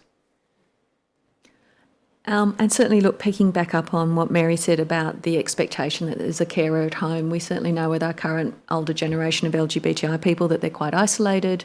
They don't have family, they've been rejected by their family, so they can feel, even though their home is seen to be a place of safety where they can be safe, there's that fear of inviting other people into that home, and what happens if that person doesn't treat them safely and then their home environment loses its sense of safety for that person. We do hear in terms of consumer-directed care, we've got a home care package and here's your options you can choose from. And many people are like, well, why can't we choose what we need rather than this menu that might not actually suit us, but we have to choose something from that menu, but actually we want something from this menu over here. And some of the things we've heard is, particularly in regional areas, is why can't we get home care funding and use that to skill up LGBTI youth to come into our services, come into our homes and provide us support. So that intergenerational connection and that sense of that people coming into my home are people from my community and who understand my experiences and understand what I go through and what I've done. And I actually don't have to explain anything because they get it, because they're from my community. And it's kind of looking at, can we make home care more flexible to meet these needs and look at different ways of delivering those services that will actually be respectful of and inclusive of all people and LGBTI people. Thank you. One of the things that I've consistently found throughout this Royal Commission is the people who are within the system are trying to make it better for everyone else. It's a wonderfully generous reflection on the Australian people.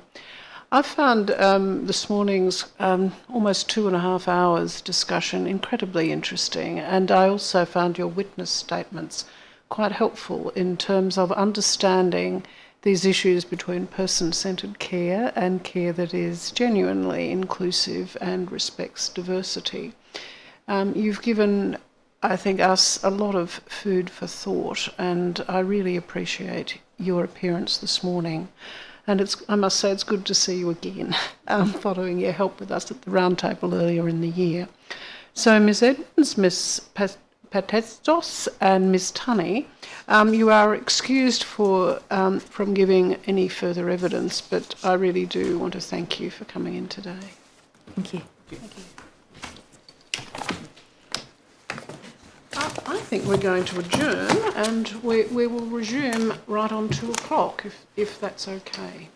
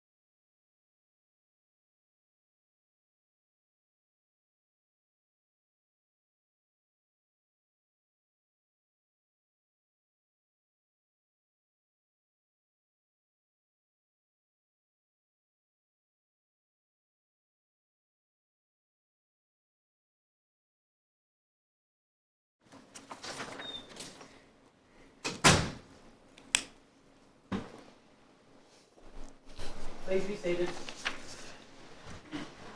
Ms Hutchins. I call the next witness Miss Samantha Sarah Jewell. Just repeat after me. I swear I swear by Almighty God by Almighty God that the evidence I shall give that the evidence I shall will give be the truth, will be the truth, the whole truth, the whole truth, and nothing but the truth. and nothing but the truth. Your name is Samantha Sarah Jewell, Yes, and you have prepared a statement for the Royal Commission. yes, I have. Operator, please bring up WIT.0397.0001.0001. Is this a copy of your statement in front of you? Yes, it is. And do you have any amendments you wish to make to the statement? No. Are its contents true and correct to the best of your knowledge and belief? Yes. I tender the statement of Miss Samantha Sarah Jewell, dated 19 September 2019. The witness statement of Samantha Sarah Jewell, dated the 19th of September 2019, will be Exhibit 10-6. Miss Jewell, you are currently employed as an executive manager, sales and marketing at Lifeview Residential Care, is that correct? Yes. And what does that role involve? So that role oversees so all sales and admissions, as well as all the marketing, but it also encompasses our Pride portfolio. So, and guiding a team of Pride champions within the business, and just ensuring that we are across our community connections, our education and our training. Excellent. And so Lifeview has 4 residential aged care facilities across Melbourne's southeast suburbs, is that right? Yes. And what's the model of care that's implemented in your facilities? So we have a modified small house model of care. It's based on relationship model, non-institutionalised, and we call it home to home. And what are the key features of that home-to-home model of care? Well, basically that model of care is set up by residents for what the residents want to do. So we run neighbourhoods. So we turned smaller homes, our homes, into smaller neighbourhoods within them. So we took the traditional nursing home model and turned it into the smaller home model. So we've built them into neighbourhoods so residents live and eat within a neighbourhood, but they come together in the larger areas for functions and things like that. So they have dedicated carers in those neighbourhoods as well. So they only deal with 2 or 3 carers, maybe on a shift, as opposed to up to 20. We don't use agency staff, so they're always there, and they can build special relationships between them. The residents know who they can trust, and staff get to know the residents a lot better on a different level. So you said that's the basis of it. There's lots of elements to it, such as the residents design the menu with the chefs, and then when they eat in their smaller dining areas, staff join them for that meal, just like you would at home. Mm-hmm. And what do you see to be the benefits of this model compared to the more traditional model that was seen in your home prior to 2016? Okay, so to start with, it's not as big and scary as a normal nursing home, but you're also based in your neighbourhood with people that you know and trust. We see residents helping other residents where they want to and where they can. So at breakfast, it's a system of people rise when they want. They're not all woken up at 6 a.m. to be given meds and be showered and you know, into the dining room. So if I traditionally sleep in, then I'll continue to sleep in, and when I'm ready, I get up and I'll put on my pyjamas and I'll go down to the kitchen and I'll get my breakfast. If I'm not capable of doing that, of course there is assistance, because that's what we're there for. But then there are other residents that also step up because they like to assist and help. So we have one resident who always makes the ladies at his table their cups of tea in the morning. And that to him also is important because he's continuing to give back. We have other residents who deliver the mail, some who fold the sheets. So it's a home environment, and it's a more normalised environment. And in your statement, you make reference to an initiative known as Nothing About Me Without Me. What is that initiative? So basically, that's based around the new standards, but it's the resident tells us what they want. So we have a shared decision making. So we'll sit with that resident and see what it is that they're trying to achieve. And it's about also what the resident wants. It's not about what the staff might want for that resident. It's not about what the family might want for that resident. It is actually about what that resident would like to do. As an example, we have a resident who is living with dementia. He likes to walk around the home and also the home's gardens, which are secure. But the family had real concerns. They didn't want him to go outside and continue to walk around in that garden. But to take that away from him would cause him distress because that's what he likes to do. He's not very verbal in communicating, but that gave him pleasure and made him happy during the day. So we had to sit with the family and discuss those options with the family, that this is what's right for this resident, this is what this resident wants, and that's what it's based about. And LifeView currently holds a Rainbow Tick accreditation. I'd like to ask you a series of questions about that accreditation. Firstly, starting for those that don't know, would you be able to provide a bit of an explanation about what the Rainbow Tick accreditation is? Yep, so Rainbow Tick accreditation is a series of, what am I going to call them? It's a set of standards that have to be met. It's run by QIP, Quality Improvement Performance.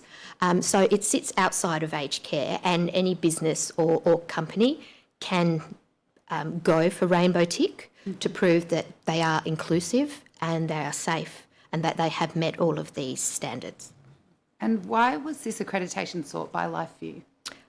Look, we did know that we had some residents who identified as being from the LGBTI community, but we also have personal experience of our CEO. She lost a very close friend who was from that community, but also during that that troublesome time in her life, there was she saw that there was gaps, and we're actually in a position to change something. Mm-hmm. So she discussed that with our director and with the rest of the executive team, and everybody was on board to go for this accreditation and to make change within the industry. Mm. And what do you understand to be the particular needs of LGBTI people in their interactions with the aged care service environment? So basically what they're looking for is they're looking for somewhere that they're accepted for who they are, that they're respected, that their family and their chosen family are also accepted and respected. But then they're giving the support just as we give all our residents, but the support they need, but it might be tailored to them. So it's really about those acceptance, respect and the dignity. Yes. And as a consequence of going through the process of becoming accredited, did that require any changes to the service delivery that was in existence prior to the Rainbow Tick accreditation process?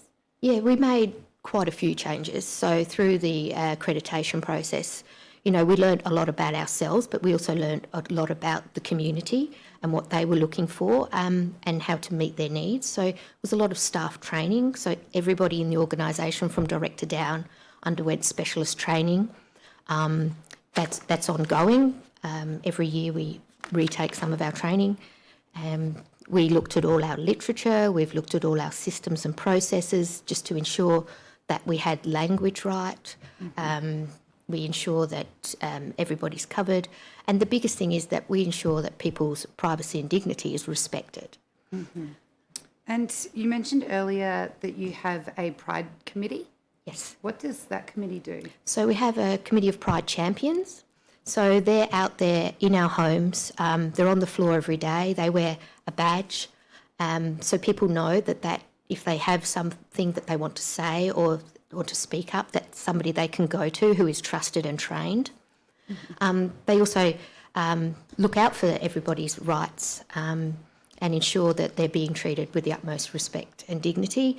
But they also work on other fun things. So it might be getting guest speakers in from that community to ensure residents are connected to their community, or participating in the Pride March to show that as a business we fully support the LGBTI community. Mm-hmm. And in your statement you note that changes to staff recruitment and education as part of this accreditation process has seen better outcomes. What are the types of changes that were made to recruitment and education?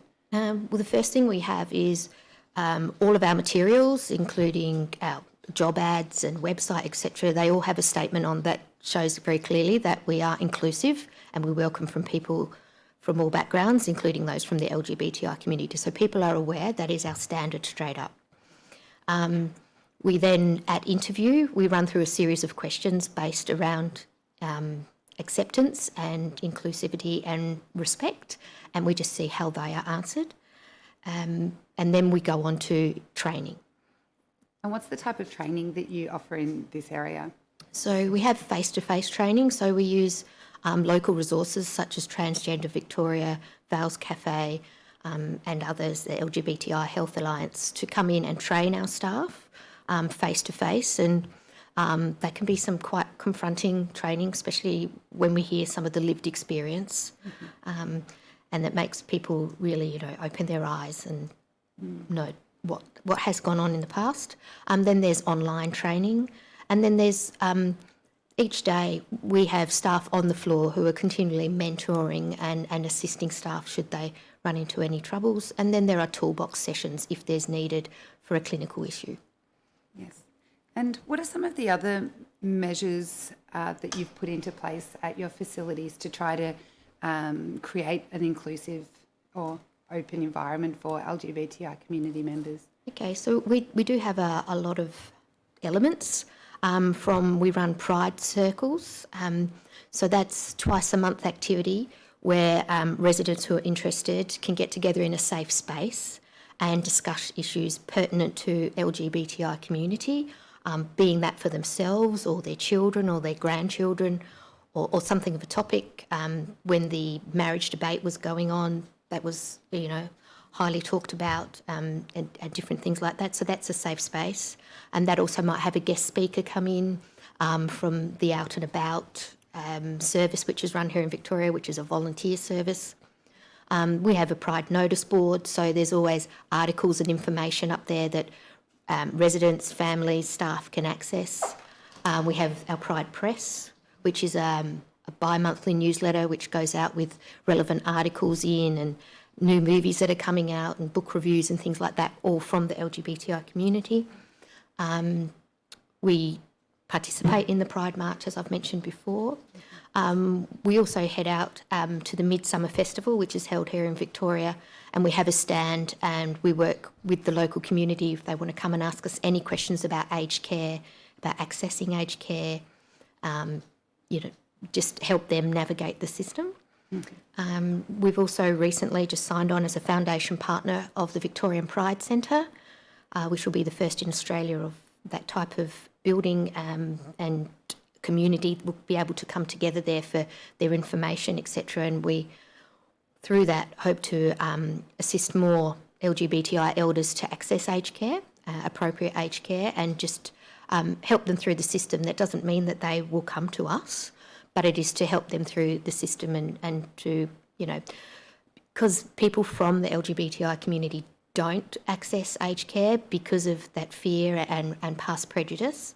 It's about breaking down those barriers. Yes. And as part of that work, have you heard any feedback from LGBTI community members about difficulties they might have in using the My Aged Care platform and whether they'd like to see any particular improvements in that regard? Look, the My Aged Care platform is quite difficult for most people, not just people from that community. My issue with the platform is that any provider can tick the box in the back end that states they are LGBTI inclusive. Mm-hmm. There's no checks and balances on that. So when they're searching and they think they've found somewhere that is inclusive, that may not be the case. Mm. And so what do you think would be an appropriate check or balance to put in place in that regard?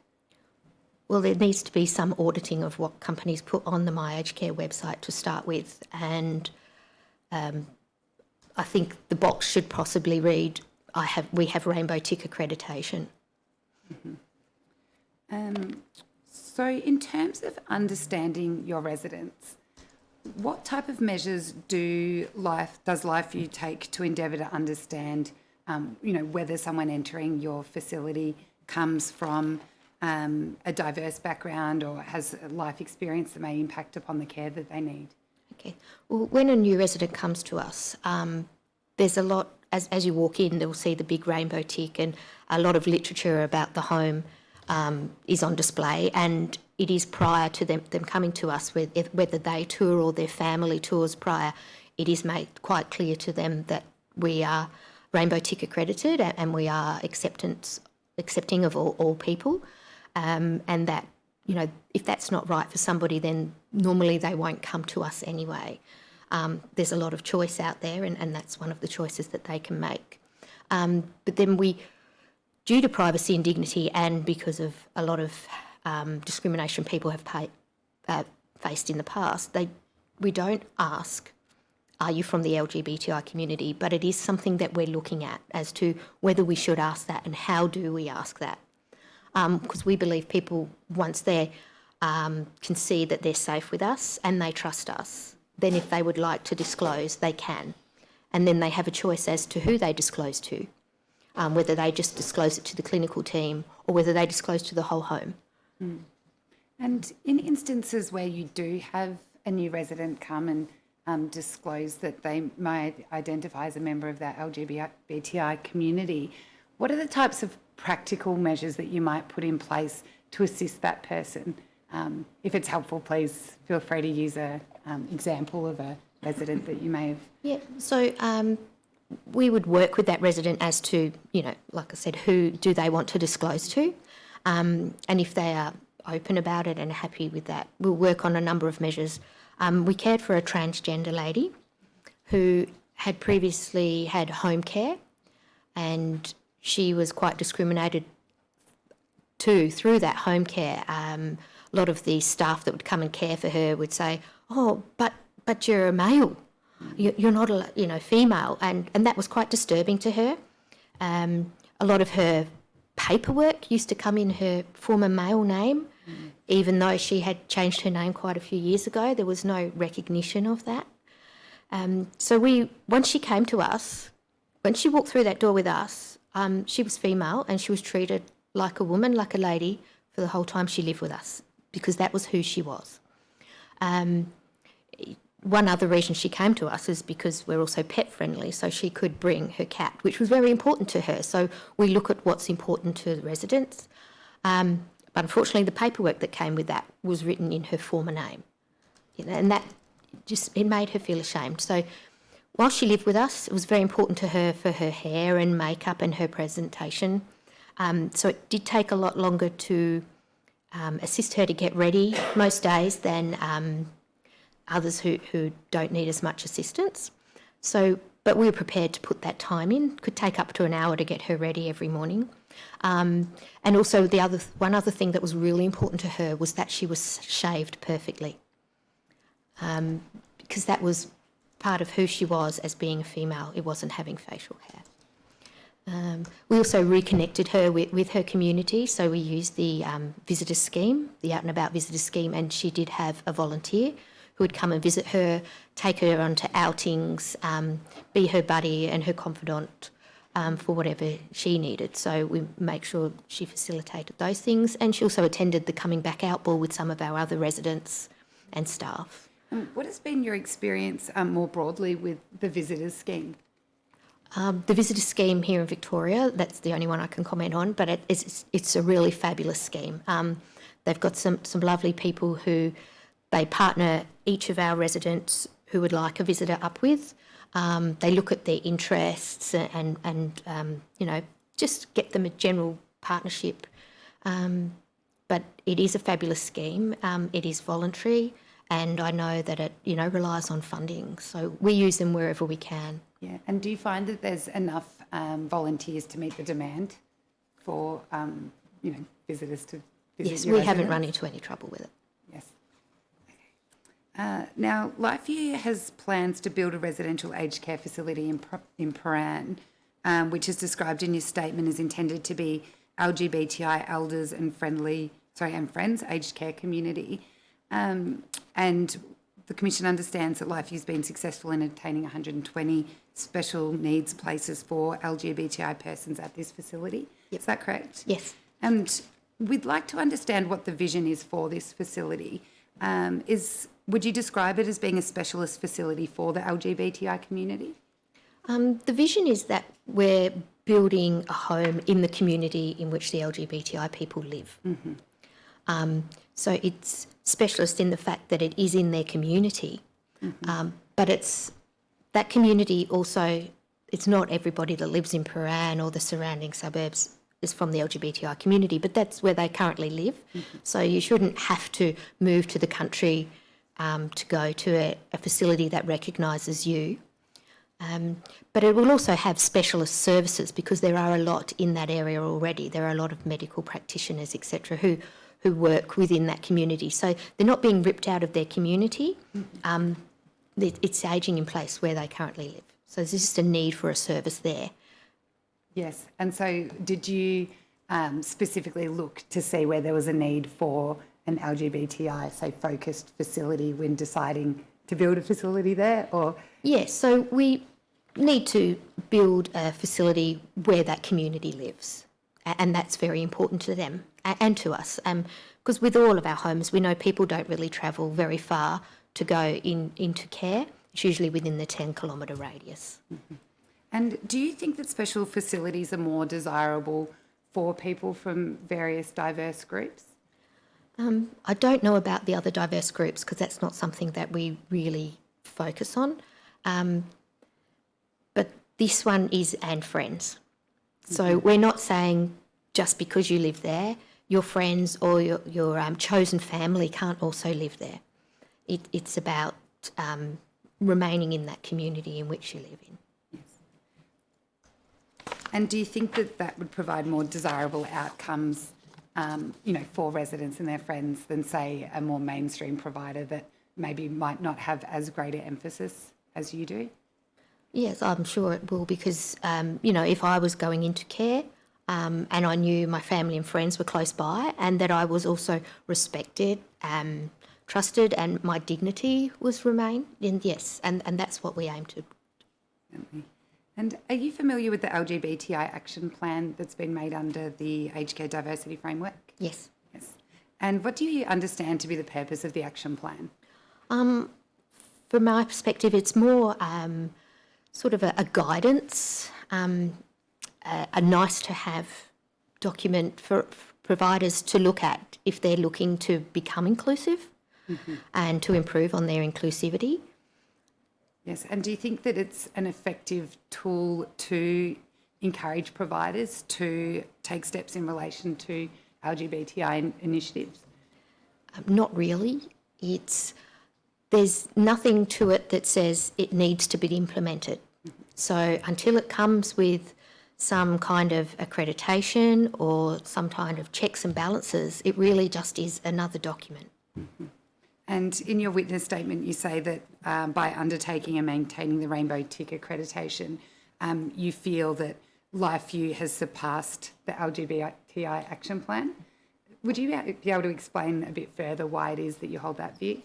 Okay, so the action plan has 3 levels of outcomes. I think the top one is exceeding, so it has 3 levels. And if we go through those levels and look at what they're asking you to do and achieve, and then comparing them with everything that we did to get and maintain our rainbow tick, we quite clearly can demonstrate that we have,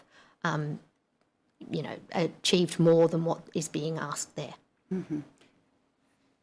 And in relation to the new quality standards, Standard 1 sub 3B requires providers to provide culturally sensitive care. What do you understand that term to mean? So that's understanding each resident, what their needs are, showing them respect, protecting their dignity, and delivering care services that meet their individual needs. And I understand that LifeView has been the subject of an assessment by the Aged Care Quality and Safety Commission since the introduction of this new standard. What observations can you make about the assessment process on that occasion, and in particular, how compliance with this standard was measured?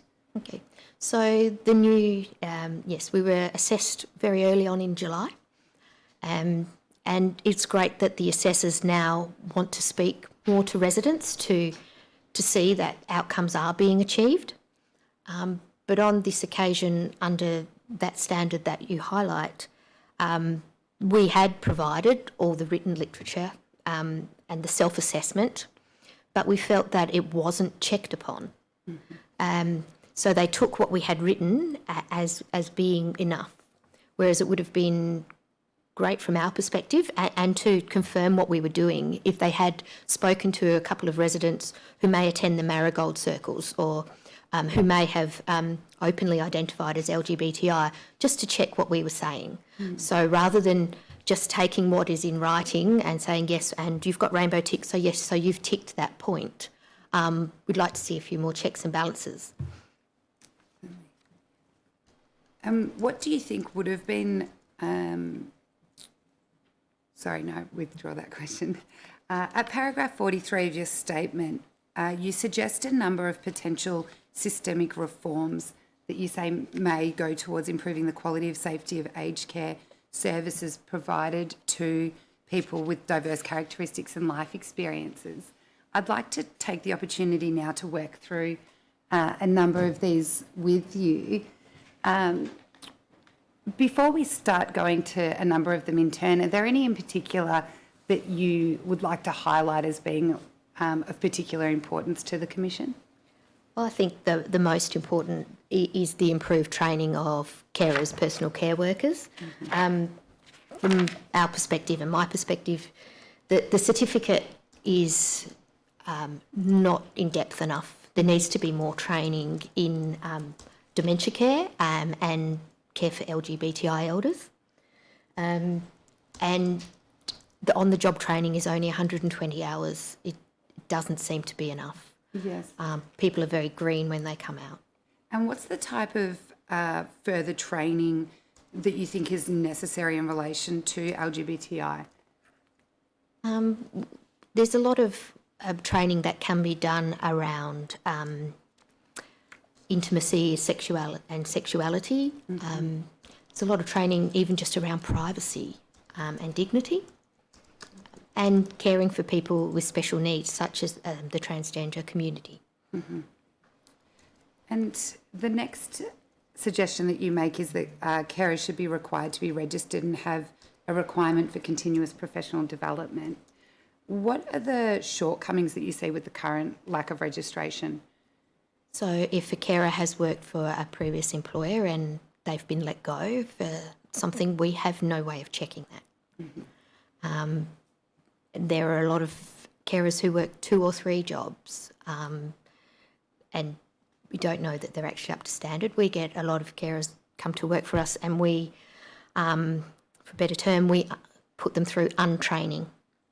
So what they've learnt, more institutionalised training, we put them through untraining so that they get to know the resident, get to know what the resident would like. It's not all about these are my tasks for the day and I have to do it. So it's not task orientated. We try to untrain them from that training as soon as possible.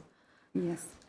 And in terms of requirements for continuous professional development, what would you think is appropriate for some, minimum standards in that regard?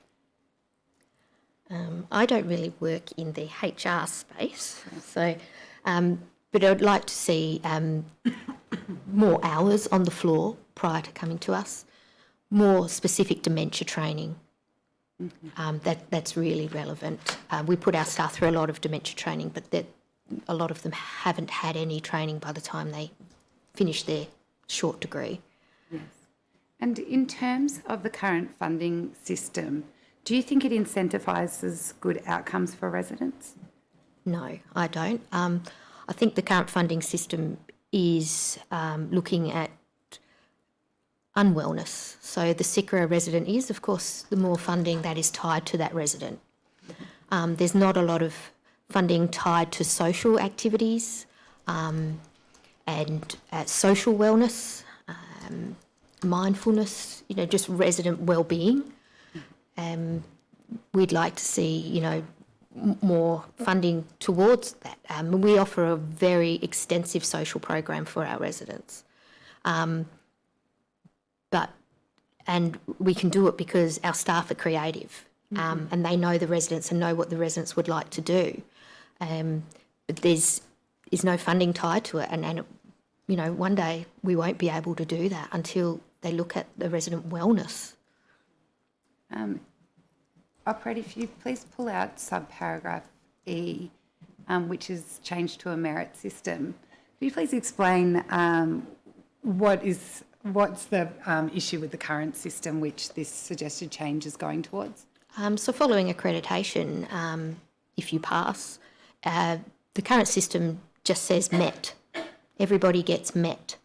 But we would like to see something like exceeded standards or, exceptional in this area, something that sets the people apart who are going that extra mile, doing everything they can to improve the lives of those entrusted into their care, rather to just be all lumped in the one lump sum of met.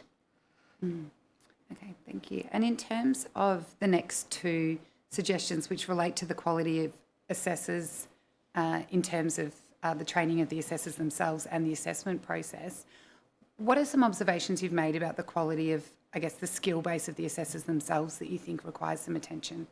From the assessors who have been to our homes, we don't see many from multicultural backgrounds. So we'd like to see a bit more of a mix of assessors coming from those backgrounds. We'd also like to see assessors coming from other industries where they've got different learnings and different approaches to what we do, because at the moment aged care is sort of stuck and the same people are being recycled through the assessors, and they don't come with a lot of innovation thoughts or look at different ways that things can be done. Unfortunately, it's the same people doing the same job year on year, and it would just be nice to inject some newness into there, some new thinking, some new talents. Yes. And what is, the main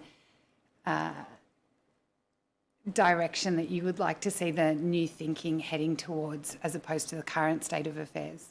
We'd like to see innovation rewarded and not so tied to having to do things a certain way. So we like to do things that are right for the resident, and that's not always achievable when you've got so many rules and regulations. So yes, for that, and it's about also some more diversity training for the whole industry, and especially the assessors and the agency.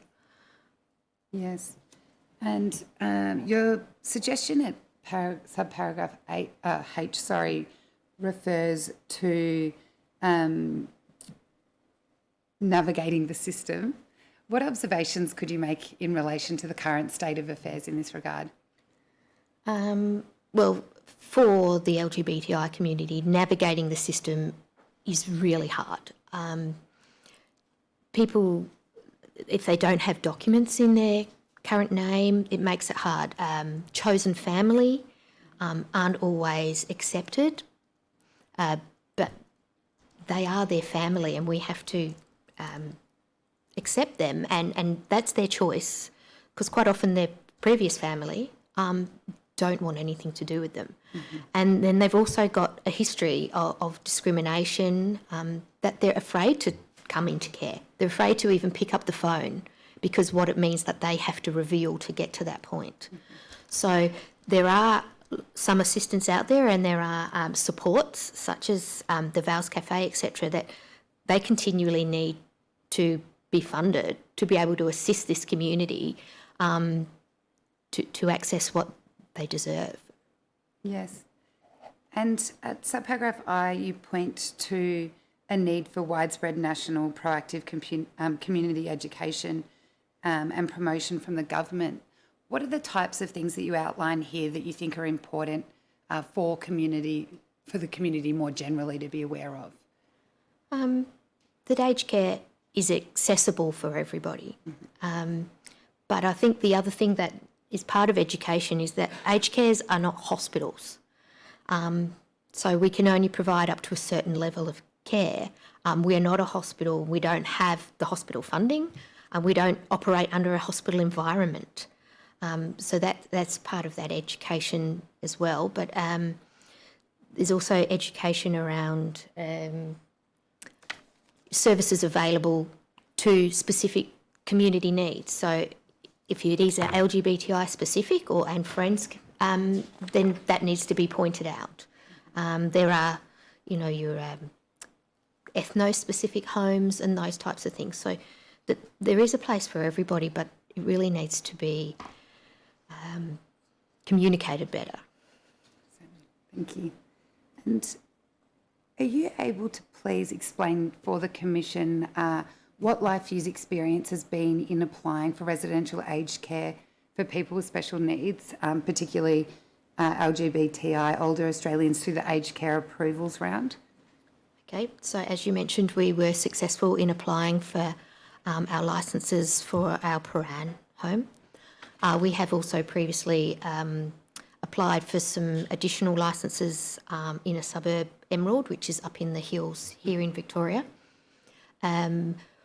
We believe that we demonstrate that we do care for LGBTI people and we can care for them, as well as people from financially disadvantaged backgrounds and those living with dementia. We have been unsuccessful in obtaining any of those licences. Mm-hmm. And do you understand why that is? Not specifically to our case. We understand that there's only so many licences that are given out each year, and that we weren't within the area that the government was looking at the time. Mm-hmm. And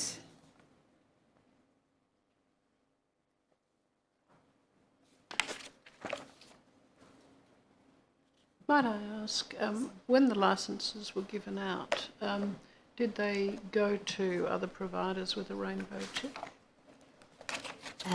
There were licences in that round who went to providers without the rainbow tick, yes. Mm-hmm. Thank you, Commissioner. We have no further questions. Okay. Well, I might ask you a couple more things. This morning we heard evidence around this area as well, so you might have heard some of that. I'm interested in the extent of LGBTI appropriate home care services and whether you're familiar with a range of those services. We don't operate in the home care space, so I'm not really across that, sorry. Mm-hmm, mm-hmm.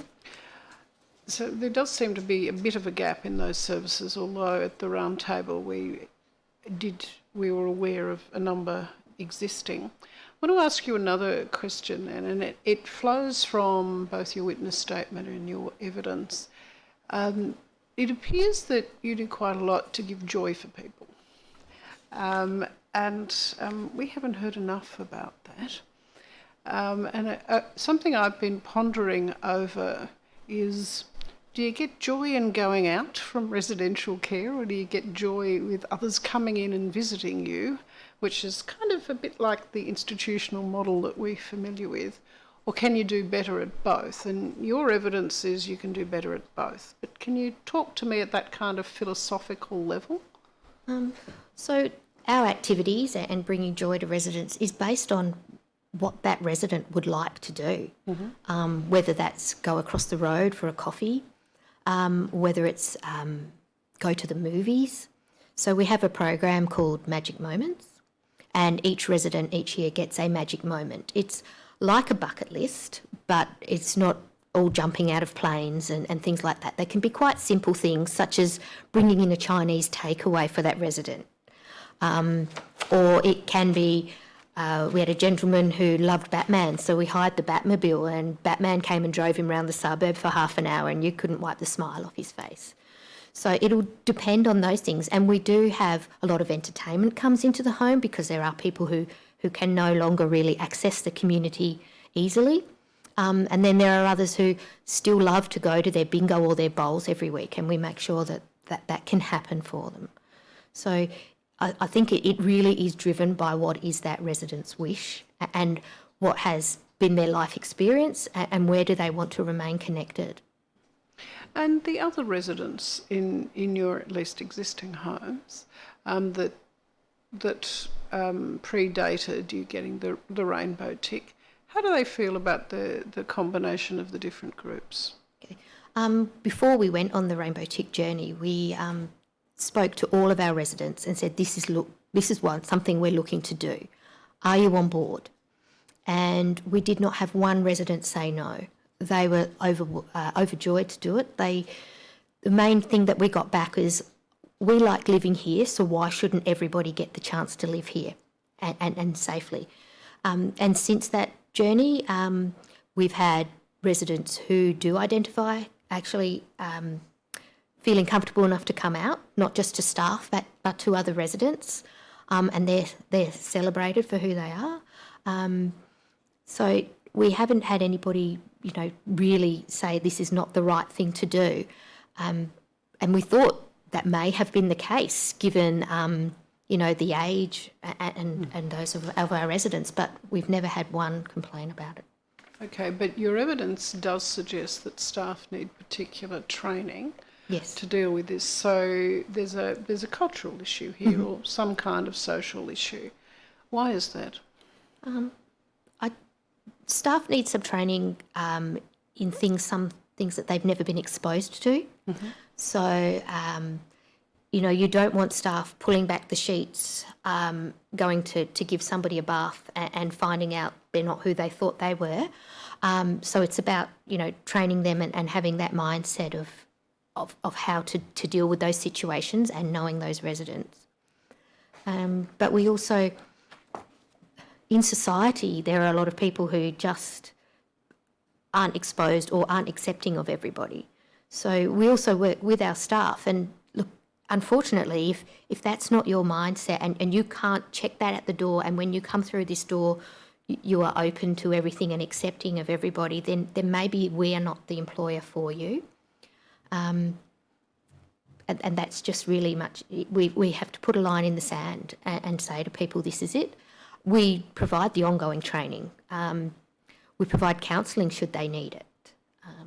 But we haven't really had too much of an issue. We've even had staff who now have come out themselves or have children from the LGBTI community who they're just so proud to be able to talk about now. And the same with the residents. They're very proud if they have an LGBTI identifying grandson or daughter, that they didn't feel that in their social circles they could talk about them that much because of a social stigma.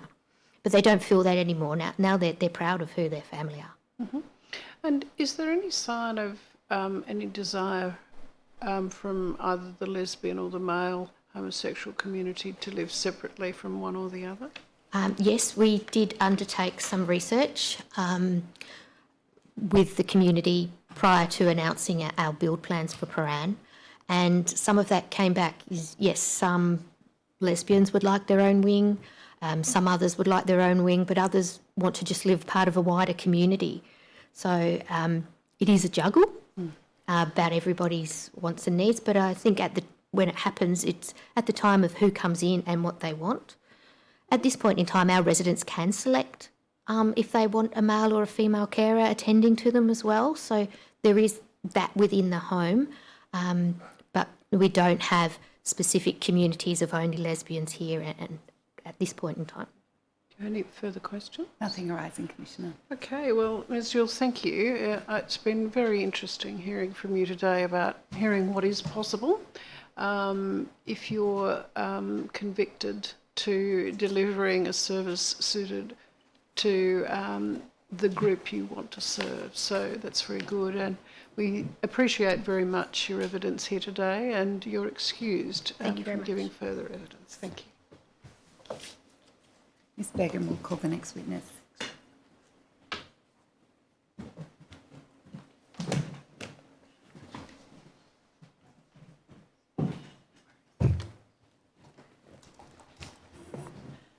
I call Fiona York.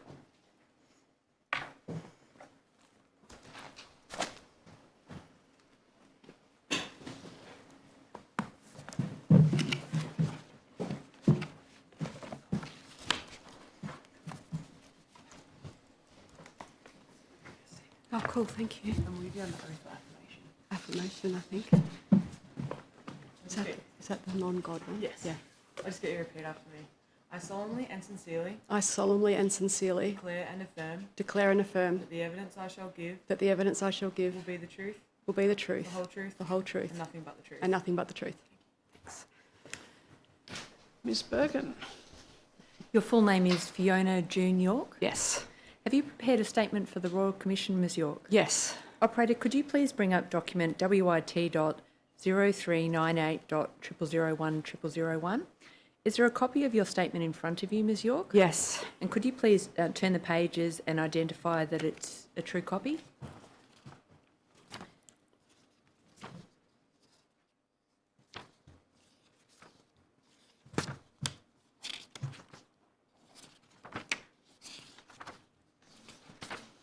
Yep.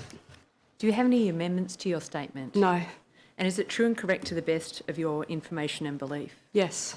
I tender the statement of Fiona June York dated the 23rd of September 2019. The witness statement of Fiona June York of 20 September 2019 will be Exhibit 10-7. Ms York, could you please tell the Commission what Housing for the Aged Action Group does generally? Okay, Housing for the Aged Action Group is a community group that started about 35 years ago by a group of older women tenants who wanted to advocate for housing justice. Since that time, we've grown quite considerably and are now delivering services. Our main service is the Home at Last program, which is funded partly through the Commonwealth Home Support Program's Assistance with Care and Housing. And that program is providing housing information to people aged 50 plus who are experiencing homelessness or at risk of homelessness. Since around 2013, we've housed 900 odd people in long-term secure housing. And we also provide supports for those people once they've moved. So we're not actually housing providers ourselves, but we do try and link people in with appropriate housing. The other part of that service is the retirement housing service, which is funded through Consumer Affairs Victoria, and that provides information and advocacy for people who are living in retirement housing or considering moving into it. And we also support around 300 people a year through that as well. We have an early intervention approach, and so that involves trying to reach older people through community education and through professional education of different providers to recognise when people are at risk of homelessness and intervene before they end up at that crisis point. And so we've specifically targeted culturally diverse communities, and we're now moving into the LGBTI space as well. And as a result of our culturally diverse project, we now have around 60% of our clients are from a CALD background.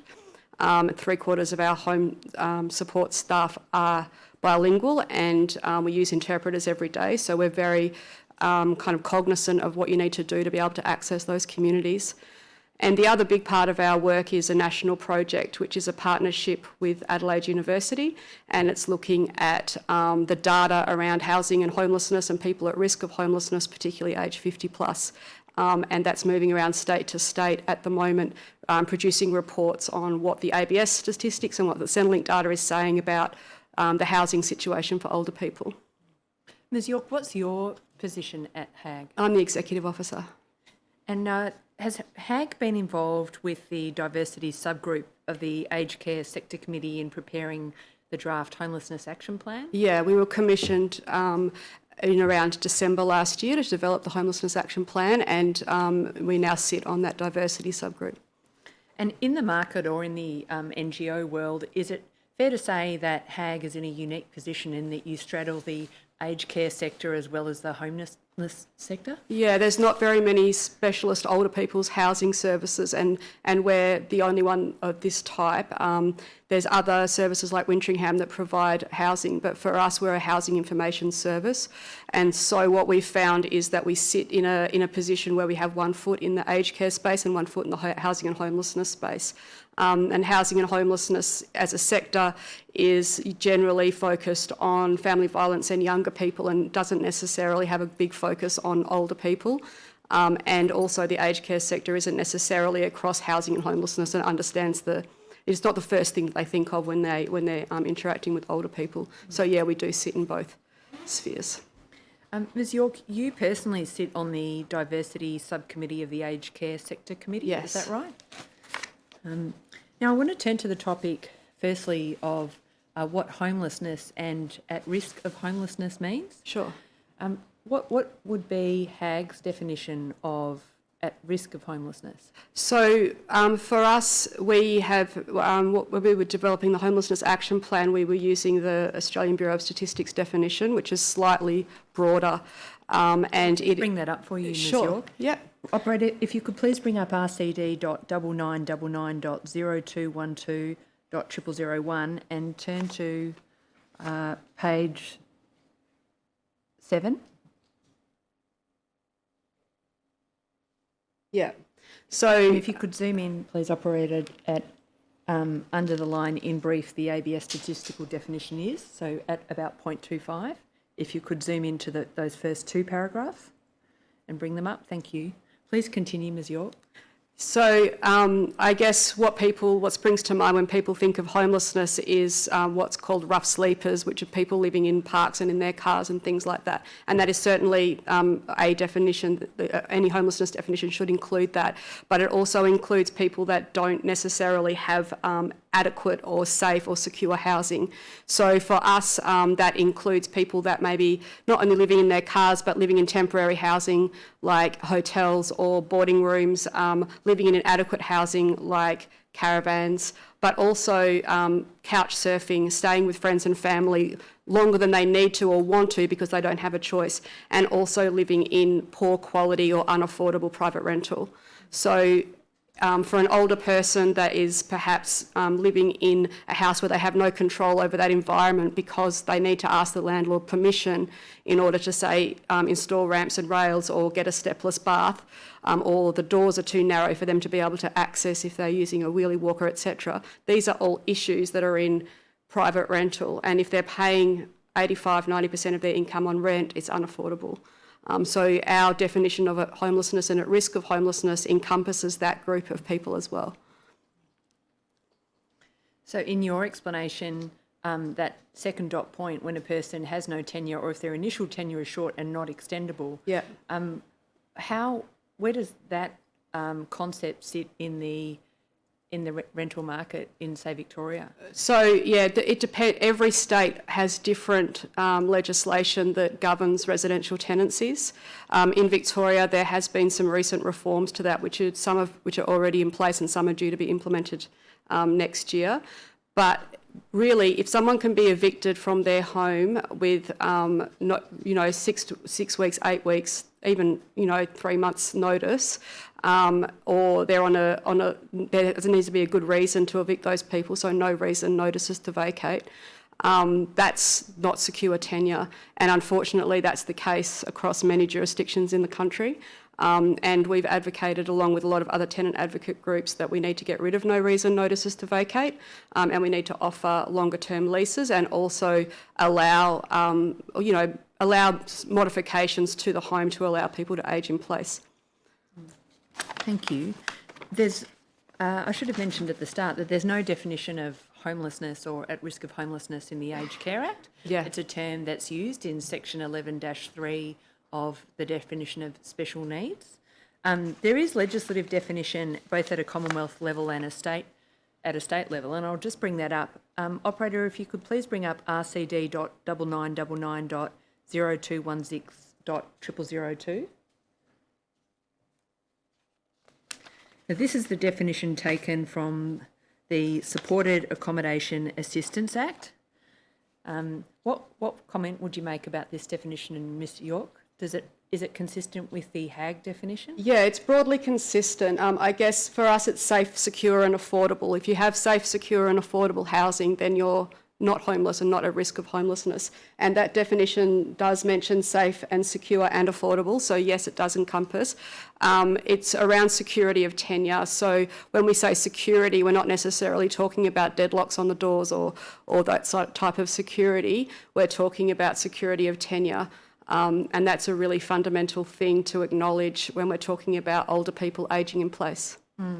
So in paragraph D, for example, a person is taken to have inadequate access to safe and secure housing and therefore meet the definition cross-reference from paragraph 1. If the only housing to which the person has access places the person in circumstances which threaten or adversely affect the adequacy, safety, security and affordability of that housing. So in the Commonwealth definition, security of tenure is only one element of 4, if you like. Yeah. All of which must be met for a person to be classed as homeless. Yes. Is it your position that that is too broad or not sufficiently broad? Do you what? I think it needs to be all of those things. It needs to be affordable, safe and secure. So if any of those elements don't exist, then the person is potentially at risk of homelessness, if not homeless. I see. So you'd say if the person is in circumstances where the adequacy or safety or security or affordability of their housing is threatened, then they're at risk of homelessness. Correct. Is that right? So you'd advocate for a broader definition? Yes. Thank you, Ms York. Now, why is the definition of homelessness and risk of homelessness important? I think it's around perception of what is homeless, and it's partly driven through, I guess, popular media depictions of what homelessness is. And I think that and a lot of our clientele are older women, in particular, who have worked their whole lives in low-paid jobs and are finding themselves struggling to pay the rent when they're in their late 50s, early 60s, even 70s. And those women would probably not recognise themselves as at risk of homelessness, and the service providers wouldn't either.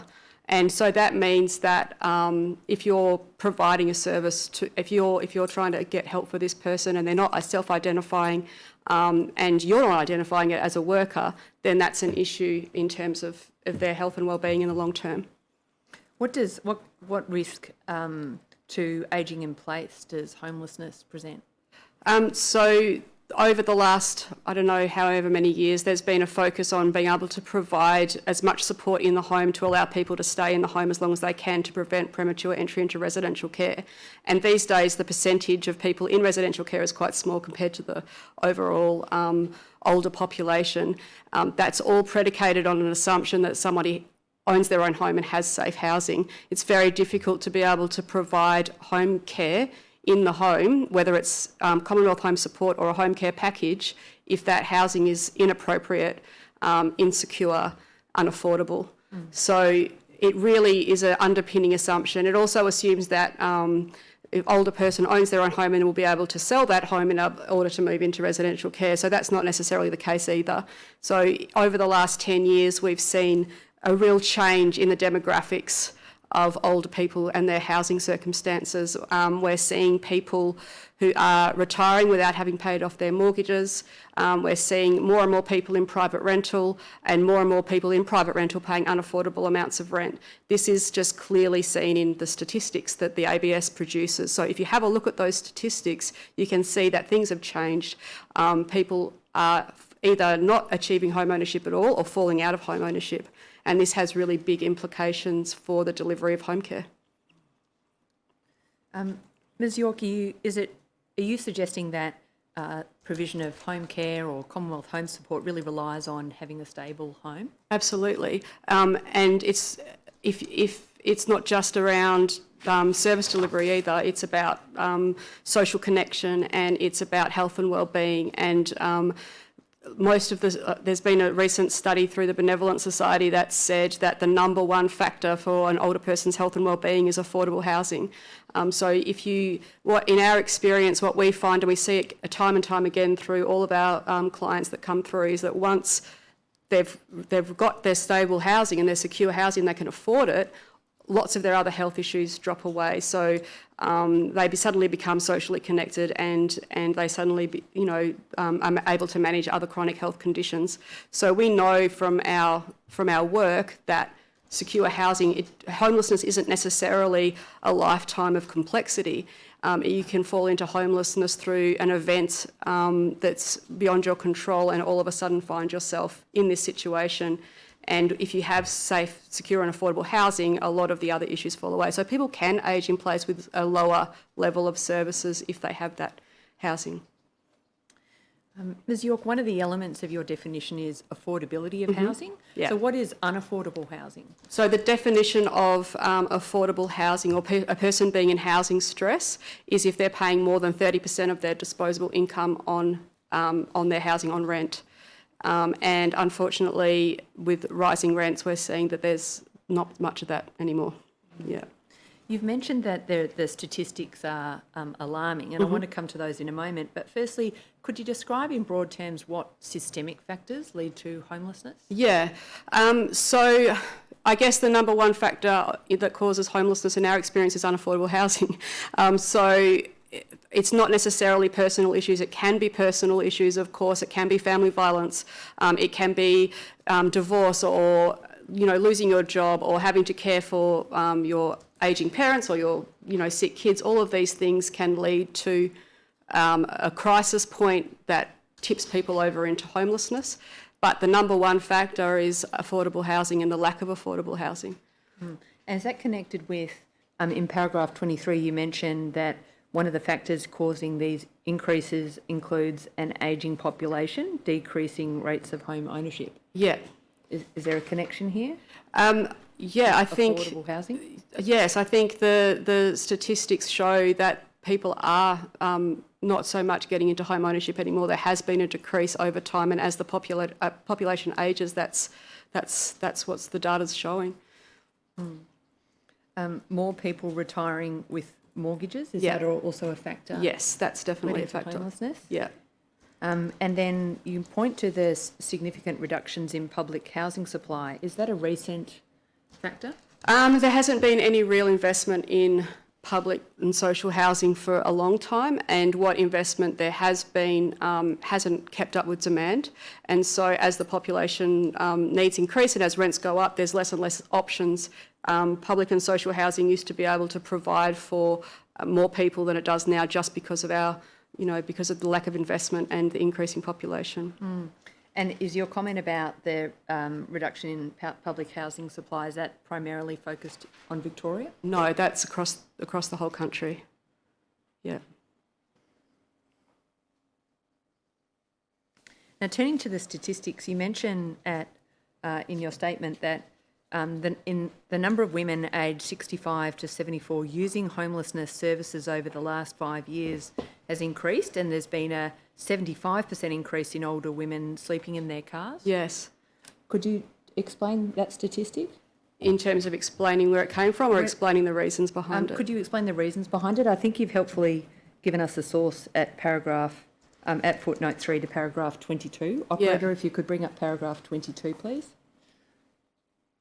Yeah, so in terms of what we've been seeing through our client work, and I think the data is demonstrating this as well, is that older women use all of their resources before going for help. They may not identify as being at risk, and then once they've run out of other options, so that they can't afford the rent anymore, they've stayed with friends and family as long as they can. We also have people that have been house sitting for a long time, or moving from place to place.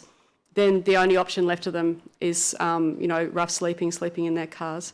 So yes, we're definitely seeing those people as well come through, and that's why it's so important to have early intervention. Why is this specifically an issue for women?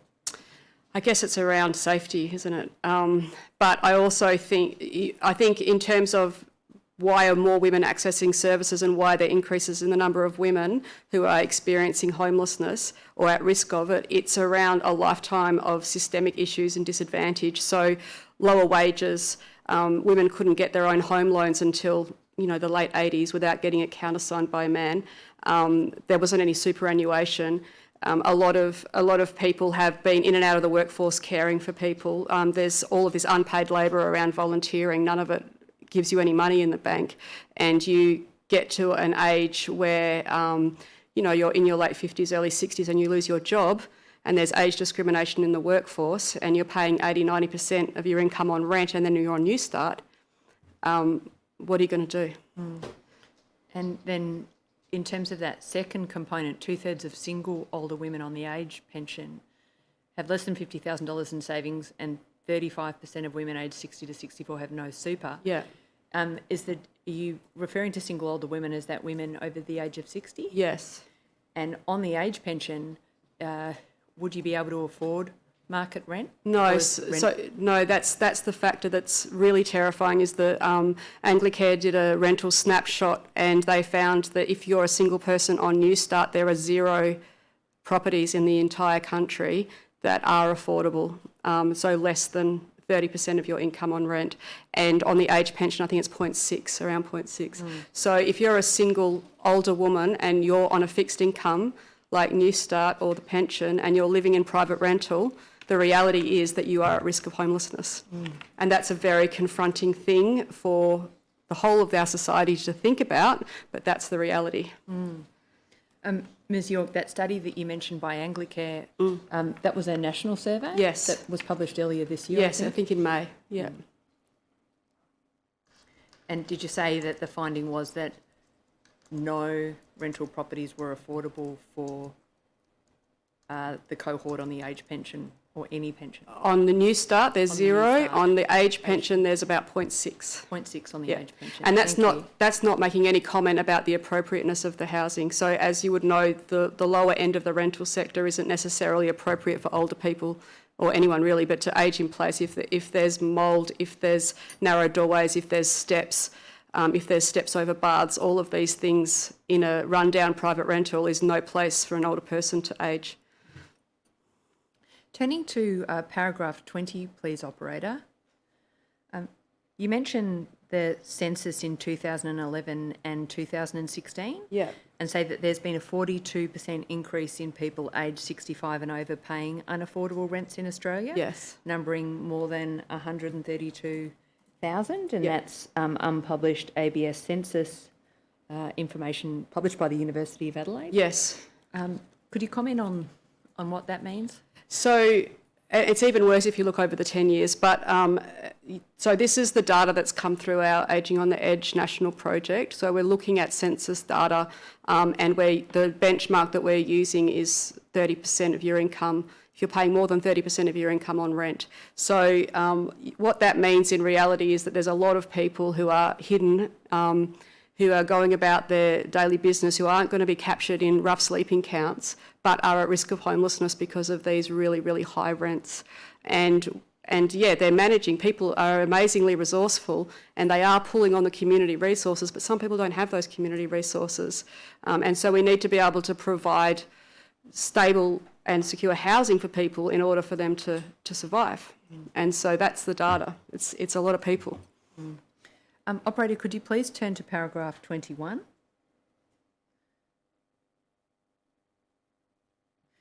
Homelessness has increased by 48% for people aged 55 and over between the 2006 and 2016.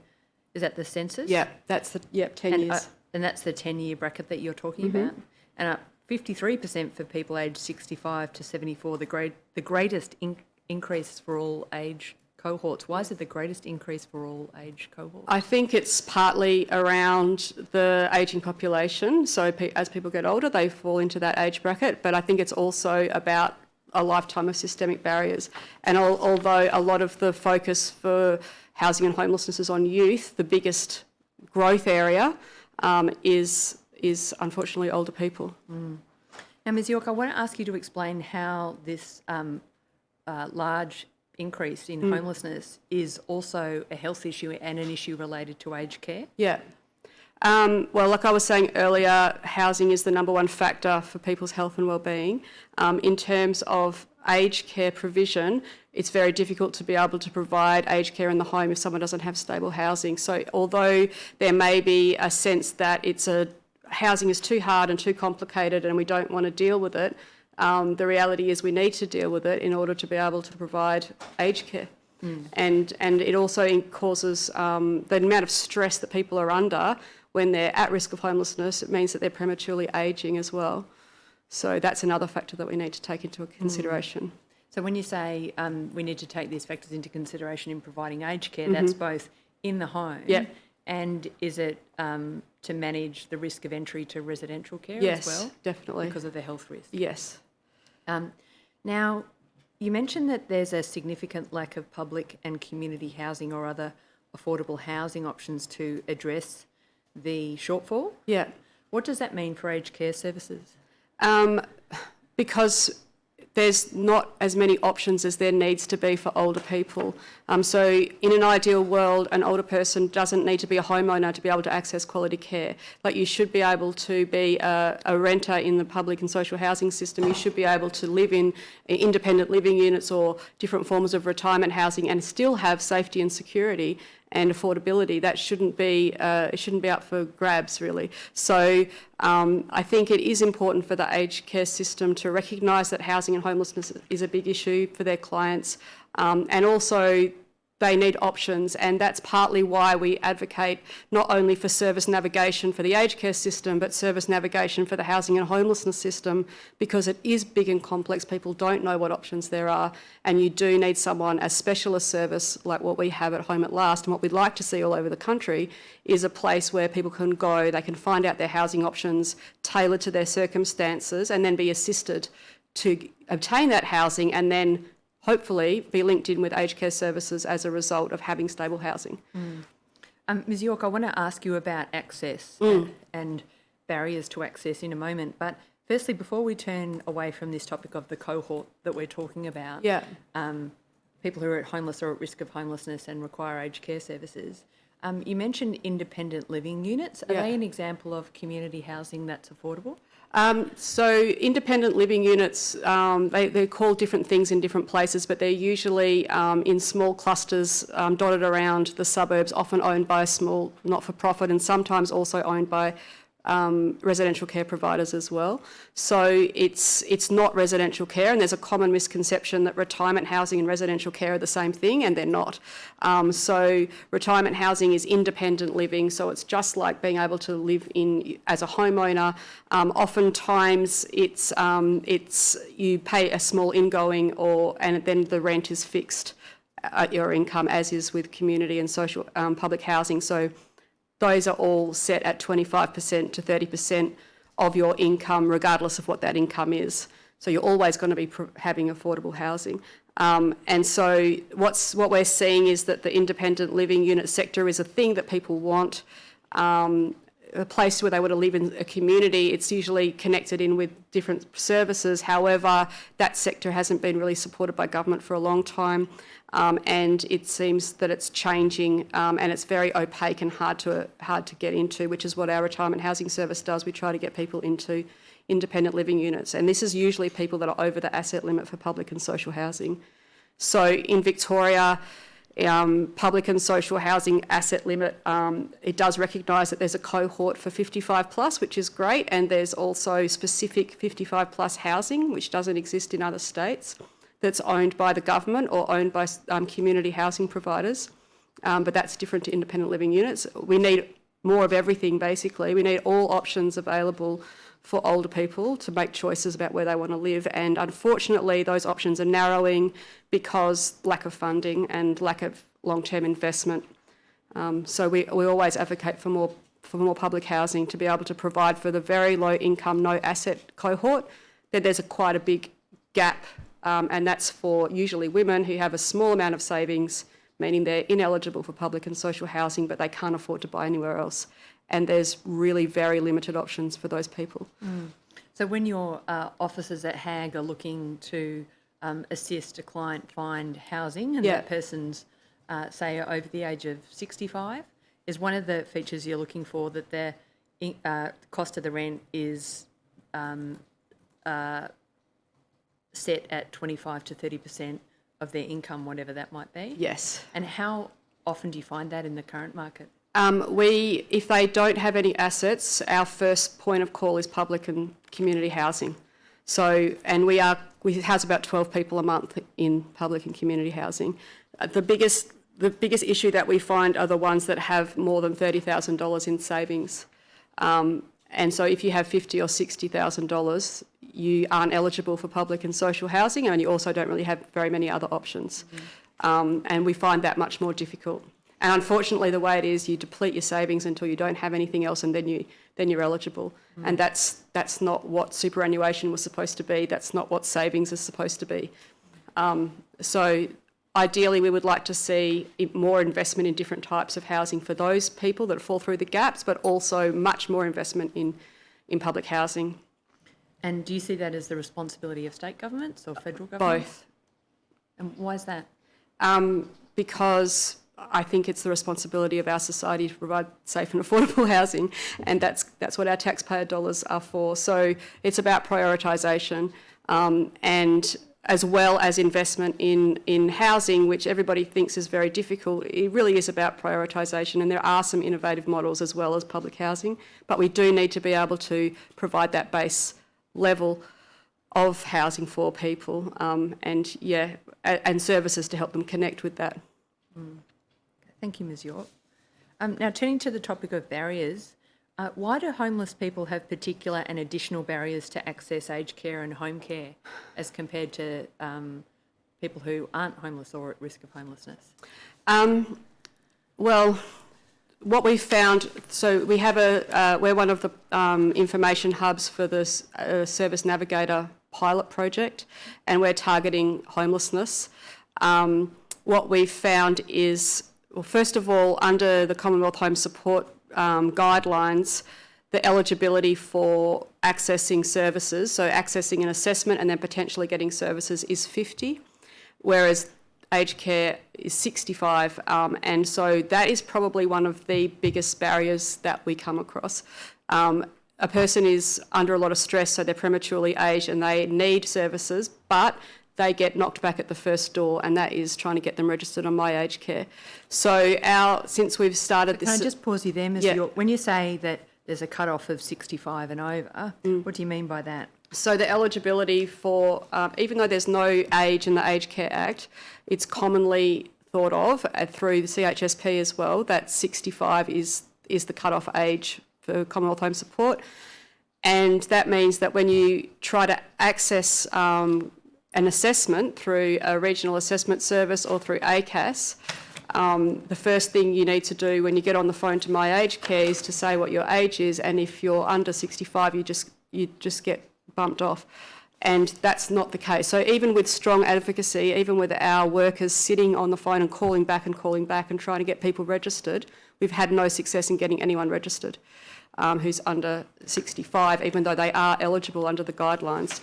And there's been communiques go out from government. We've been told that there's going to be training, but first cab off the rank, you can't get through that door. Then if by some miracle you do get through that door, then you need to go through an assessment, and often the assessors aren't aware of the eligibility. They have really inconsistent information around what they tell each other, what they tell their clients. And so that's another barrier. And then if they do actually get assessed, then there's what happens if you move, where do the letters go to, do you have 100 points of ID? All of those things are quite difficult for people who are transient, who are couch surfing, who are moving from place to place, relying on friends and family. The letter with the number goes missing, or they're confused about what the letter even means.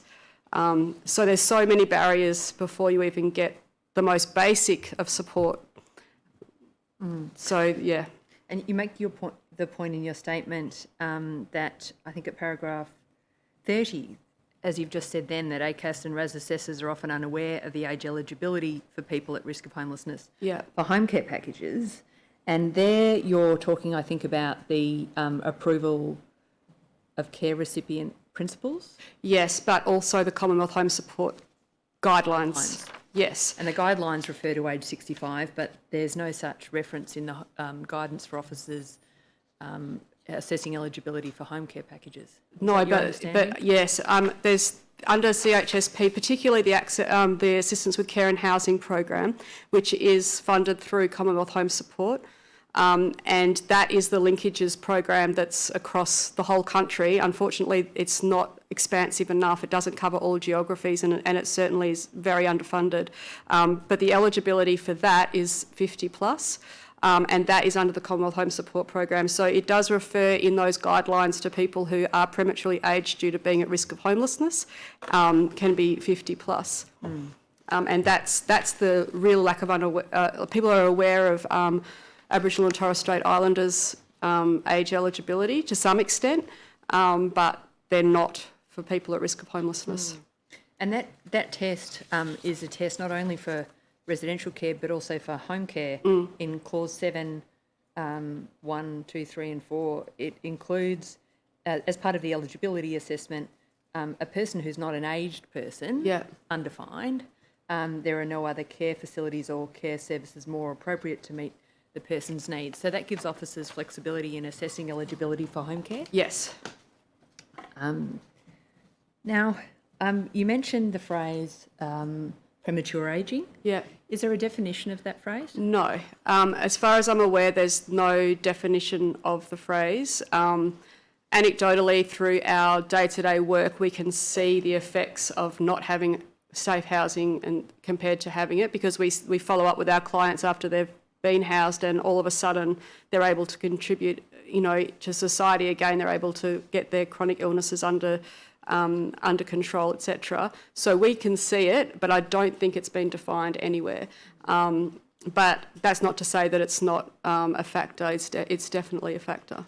Okay, thank you, Ms York. So you're saying then that in terms of people who may be at risk of homelessness, so for example, falling into that category of having insecure tenure, they are missing out if they're under the age of 65, and you say there are no other facilities or care services more appropriate than, for example, home care. Home care package, they're missing out. Yes, they're definitely missing out, and we would like to see a lot more kind of consistency around the training and the guidelines for both the people at the My Aged Care portal end on the phones, but also the assessors.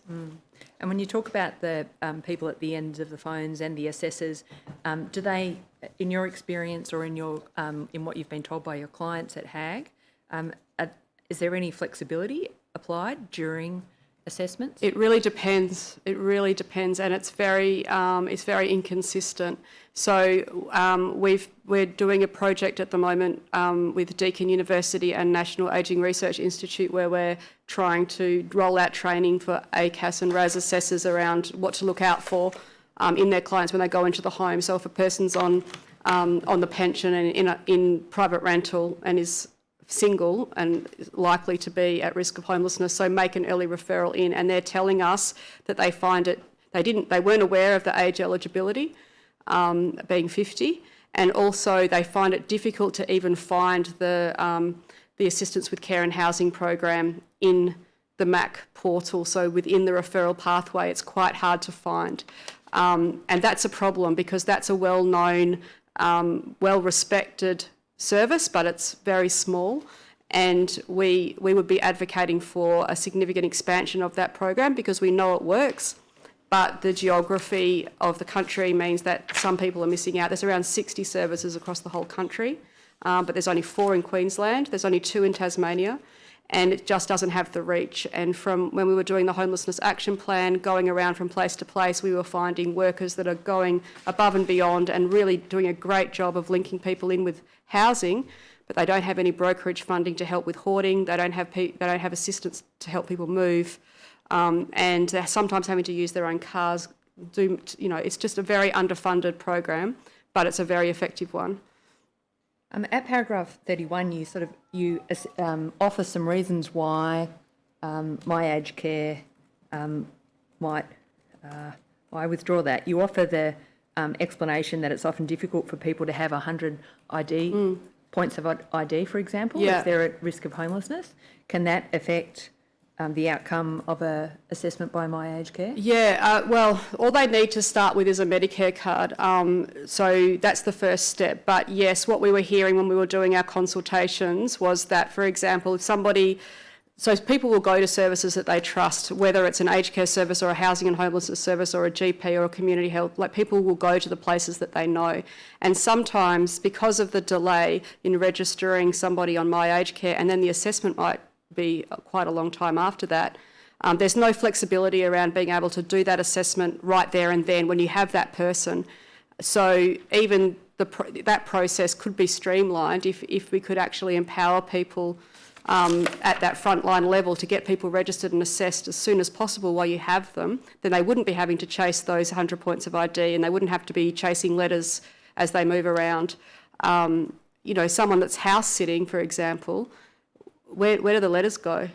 So this is a barrier, and yeah, we would like to see more flexibility around that very initial assessment. Ms York, you say at paragraph 39 that Commonwealth Home Support and home care package services may be denied or withdrawn where the service provider determines the environment to be inadequate or unsafe as a workplace for their staff. Yeah. And is that, for example, with reference to what you said earlier in your evidence about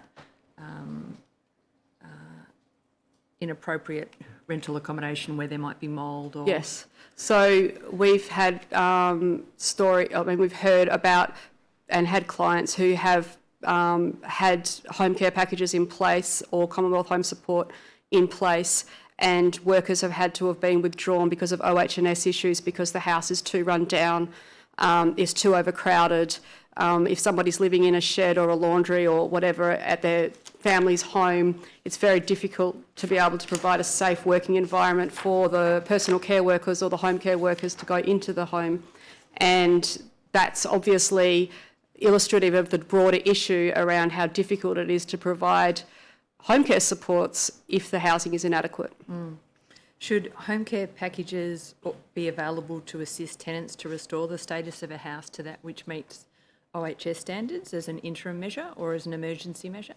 I mean, my first thoughts on that is that it's the landlord's responsibility to provide a house that has minimum standards, and it should be the landlord's responsibility. I guess in an emergency they could use their package, but that seems to me to be, a bit of a band-aid solution. I think the packages should go to assisting people's needs rather than fixing up somebody else's house where they still have no security of tenure and it still might not be affordable. Sure. And what most commonly would those needs look like? In terms of? Needs that would be appropriate to be served through a home care package or a Commonwealth Home Support? Around housing? Yeah. Look, I think it's the same supports as everybody needs. They need, but if they have need shopping assistance or home care or personal care or whatever, it shouldn't matter where you're living. You should be able to get that. But unfortunately, because of the state of the lower end of the private rental market, the cheaper end, it's difficult for that to actually happen. Yeah. Now, you note in your statement, I think at paragraph 34, that for those who are homeless and prematurely aged, noting that that's a term that's used a bit loosely at the moment and perhaps may be defined in the future, appropriate residential aged care facilities are often the most suitable form of accommodation. Yeah. What do you mean by that? So I guess we're not as connected with the residential aged care sector as, say, some of the other providers who get the homelessness supplement. So Wintringham, obviously, in Victoria, but there's others in New South Wales and South Australia and other places that provide less of an institution and more of a home for people that have experienced chronic homelessness.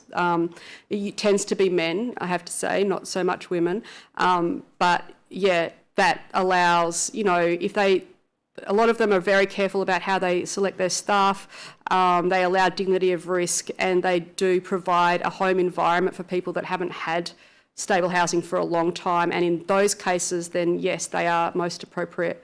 For our cohort, though, we tend to get the more hidden homeless, the people who are struggling in private rental or couch surfing or living with friends and family, and their care needs are lower. All they really need is stable housing and potentially some home care, and they'll be fine.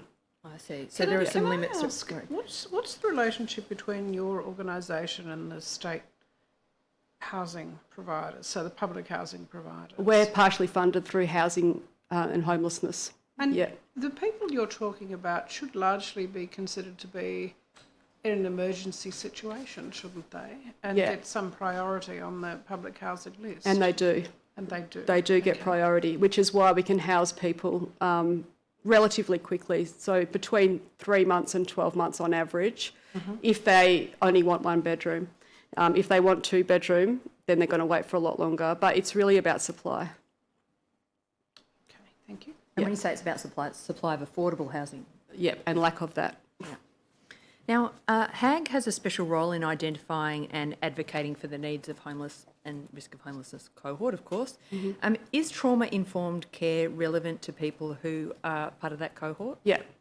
And what does that look like? I think trauma-informed care is probably better established in the housing and homelessness sector. It's much more kind of embedded than in the aged care sectors, from my experience.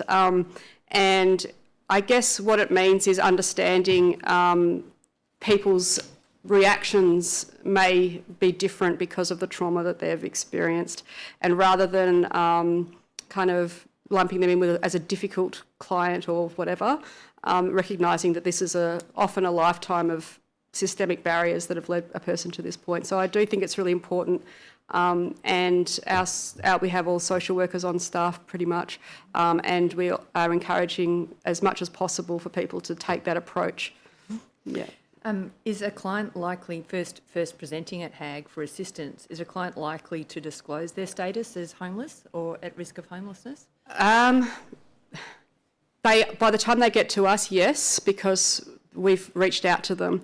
So what we tend to find when we're doing that early intervention, community education, particularly in culturally diverse communities, we're talking about stories that illustrate when someone's at risk of homelessness. So we're talking about couch surfing, we're talking about house sitting, we're talking about all of those overcrowding, all of those sorts of pressures on an older person. And then we would say, this places you at risk. If you need assistance, come to us. And we really want to get people before they're sleeping in their cars, so we can have that lag time between, as I was saying, it's about 12 months to get someone housed. So we want to get them early before that happens, and to encourage people as much as possible to put a plan in place about what happens for their housing. Consider housing as they get older. Yeah. And is that a message you give to younger people seeking assistance? Now, do you need a break, Ms York? I'm fine. Okay. I just want to turn finally to the topic of the draft homelessness action plan proposed under the diversity framework. How was it developed? We were commissioned in around December last year to develop the homelessness action plan. So it was the fourth action plan after the LGBTI, the culturally diverse and the ATSI ones that came out. And we engaged Dr. Sandra South, who we got seconded her from the Australian Association of Gerontology, and herself and our national project development worker conducted the consultations. We had a survey that went out for older people who are at risk of homelessness or had experienced homelessness, and then a survey for service providers. We had around 480 odd service providers complete the first survey, and around 120 older people, so we got a really good spread.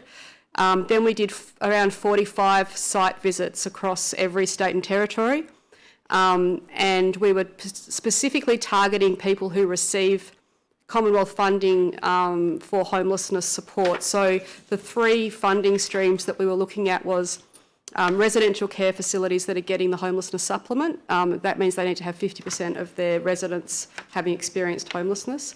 And the Assistance with Care and Housing program, which is that one I mentioned earlier.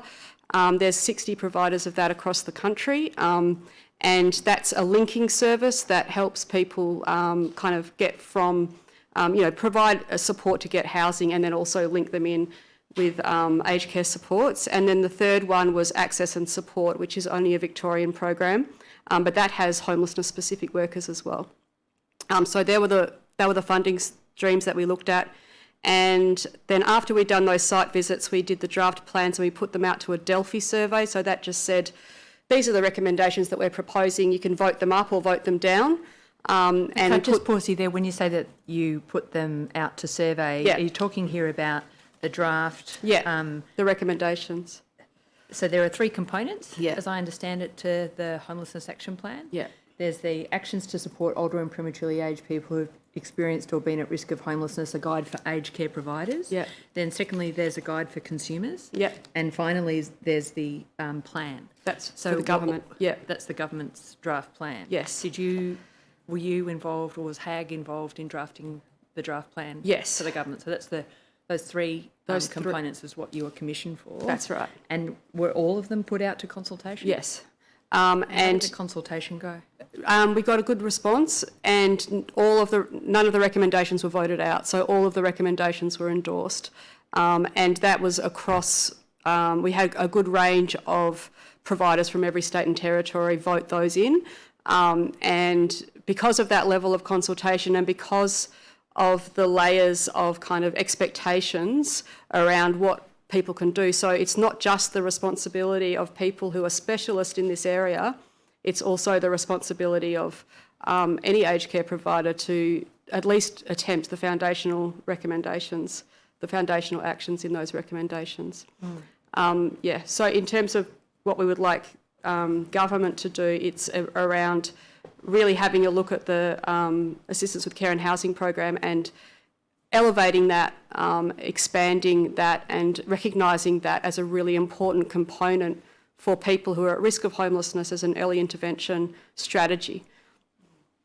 I asked you a moment ago, I should mention, Commissioner, that all three of those documents have been included in the general tender bundle, and at Appendix 3 of CTH.001.1001.2031, operator, if you could please turn to native page 20, which is at .2050.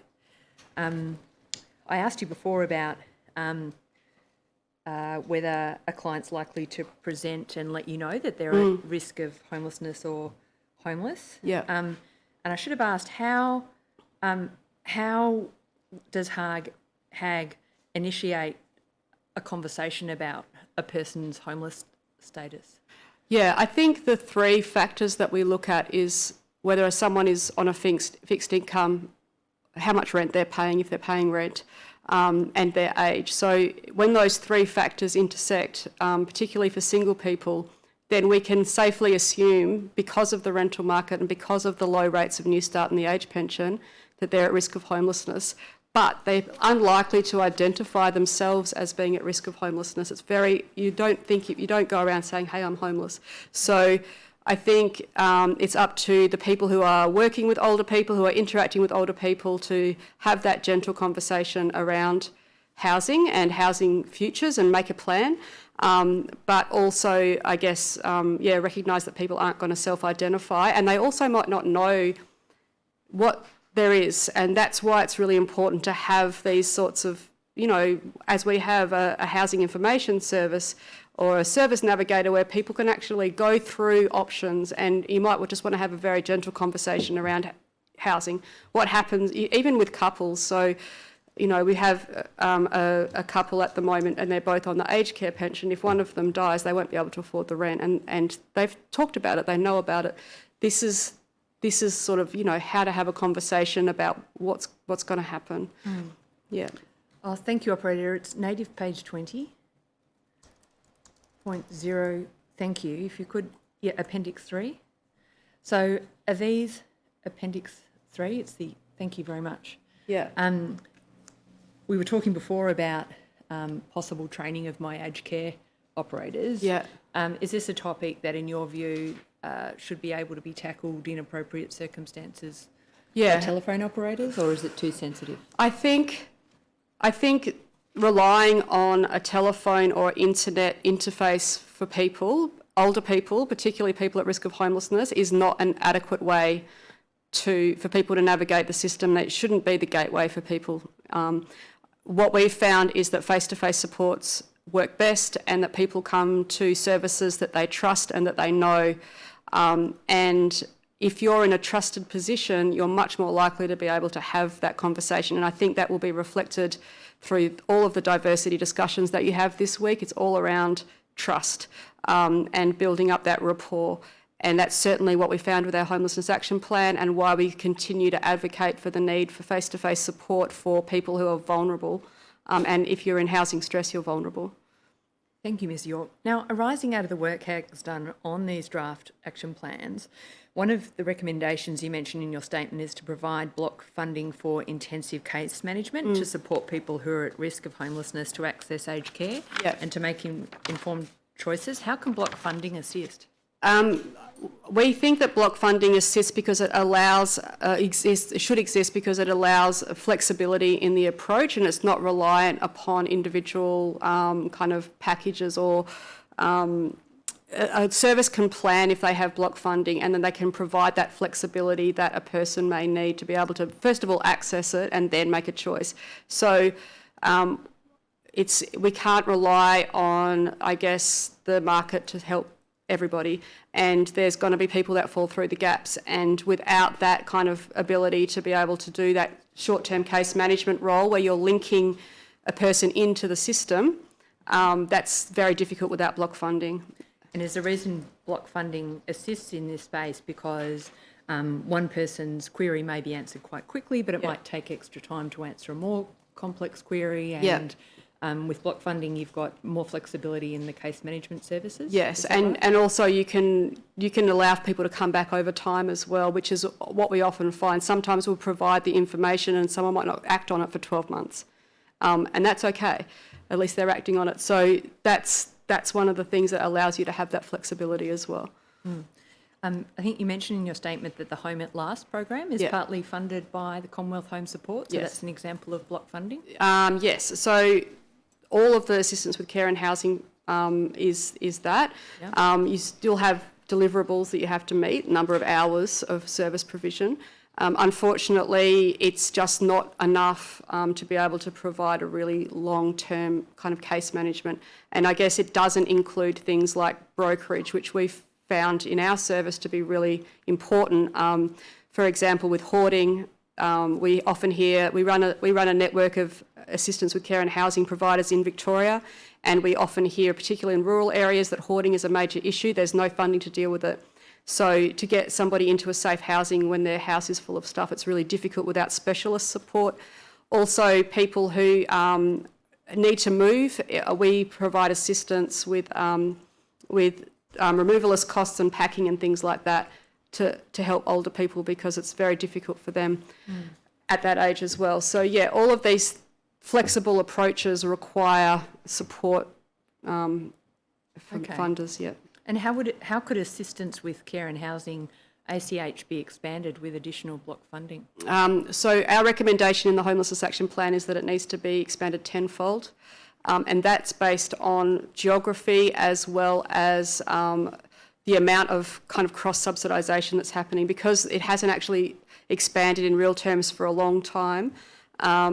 What it means is that the amount of money is so small it gets absorbed into other services often. So even if they do have ACH funding, it'll be subsumed under all of the other funding, and it's difficult to make referrals. So what we would like to see is that the program's much better recognised, much better funded, and is able to provide that linking between someone that's about to fall into homelessness and the sector, the aged care sector. Now, what's the current status of the draft Homelessness Action Plan? It's gone through the diversity subgroup and it's been presented to government. We did that in, I think it was around end of May, I believe. So, yeah. Have you had any formal feedback? No. HAG consider that there are a number of changes required to the government's assistance with care and housing sub-program to make it more effective. And you mentioned linkage services, and you've mentioned a few times that service navigation and navigating the aged care system is important. What does HAG consider would make... I withdraw that. What is your view of the current Navigator trial? It's early days. We're finding that it has been really difficult for our clients, our cohort, to be registered on My Aged Care, and it has been really difficult to, even if they have been registered, it's not... The idea of the Service Navigator was to get people who are pre any aged care at all, so they've not received an assessment. So what we're finding is that even if we do get them registered, that's not the last time we see them. They'll be coming back to us with questions about what's happening next, what's happening with the assessment, what does the letter mean, when's the service provision going to happen. And I think that's just testament to what's actually needed, which is a trusted person that can walk you through the process. It's not just up to that first point of call. We've had... Most of our clients are over 80 years old. Lots of them are from refugee backgrounds. They may be experiencing elder abuse. They are in overcrowded, unsuitable housing. They don't want to sit on the phone. It's too much for them. And 40 minutes minimum with an interpreter to go through some basic questions before you can even get registered is too much. And then we don't just leave them then. If they come back, we're going to help them. And that, I think that's the reality of any service that's working with vulnerable people. Will find that people keep coming back, and why we always advocate for face-to-face ongoing support for people. That's why we want to have the idea of having these housing information services across the country where people can actually not just navigate aged care, but navigate housing. Finally, Ms York, is person-centred care an appropriate part of the solution for this cohort? Yeah, I mean, it definitely is, but what does that actually mean in reality? And I think that's the question. So you can be person-centred in the way you speak to people and talk about their goals and make a care plan. But if there's no services available, if they can't even access the service, it's not really a meaningful concept. Ideally, yes, person-centred care, of course, but what does that mean when you can't even access anything? So it's less about choice and more about access. Thank you very much, Ms York. Commissioner, that concludes my examination. Thanks, Ms Burton. I'm wondering, is there any scope to deliver Commonwealth home support programs in day centres or community centres to support these people? Yeah, probably, yeah. Okay, and are you aware of it happening or not? No, I'm not. I think maybe residential care providers or the providers of actual housing would have more to say about that. Yeah. And are the groups of women, largely women that you're talking about, is this primarily a city phenomenon, or are you seeing this right across the country? Right across the country. Yeah. And the thing that we've also seen is people moving to the rural areas thinking that they're going to have cheaper rent, finding themselves very car dependent, very socially isolated, and the rents aren't that much cheaper. And then really finding themselves in a lot of trouble. Right. This issue in the last 2 to 3 years has had a lot of public attention. Have the state and territory housing departments begun to get on top of it, or what's happening? I think people recognise that it's a problem, and there has been a lot of publicity for older women, and there's been some innovation around different models, which is good to see. But there's also a lot of, to be frank, buck passing, who's responsible for it. And I think, as I was saying, it's everybody's responsibility from all levels of government to be able to provide housing for its citizens. So at the moment, there has been a little bit done in various state jurisdictions, and there's been some new models come out, but there hasn't really been the level of investment that's needed, and it's not been prioritised. Right, and the structure of the income or assets testing for public housing, you mentioned $30,000. Yeah.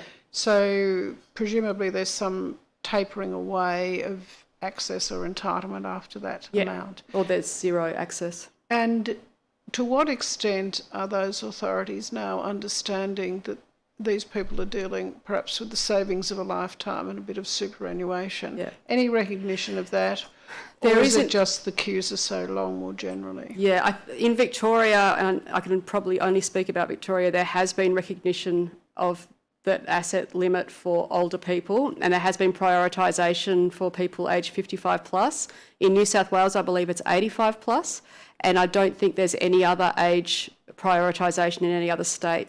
And part of our work in the national project is to engage with government to, first of all, let them know about the demographics and what's coming and what's existing now, but also come up with solutions. And one of them is investment in housing, and the other is investment in services to access what housing does exist, because a lot of it is very spread across a lot of different jurisdictions, and there's no real central place where you can go and find out what your housing options are. Why does that not surprise me? Okay, certainly you wouldn't be looking at my aged care for that. Ms. Jewel, thank you very much. I found this very, very interesting and in many ways quite disturbing. Yeah. I will think some more about this, or we will think some more about this and what might be done to at least elevate the issue. That'd be great. Get some attention to it. So thank you very much, and you're excused from giving further evidence. Thank you very much. May it please the Commission, if the Commission could be adjourned for the day? I think, Ms Bergen, we may well be able to adjourn the Commission for the day. And I think we're going to resume at 9:15 tomorrow morning. So thank you all very much. All stand. The Royal Commission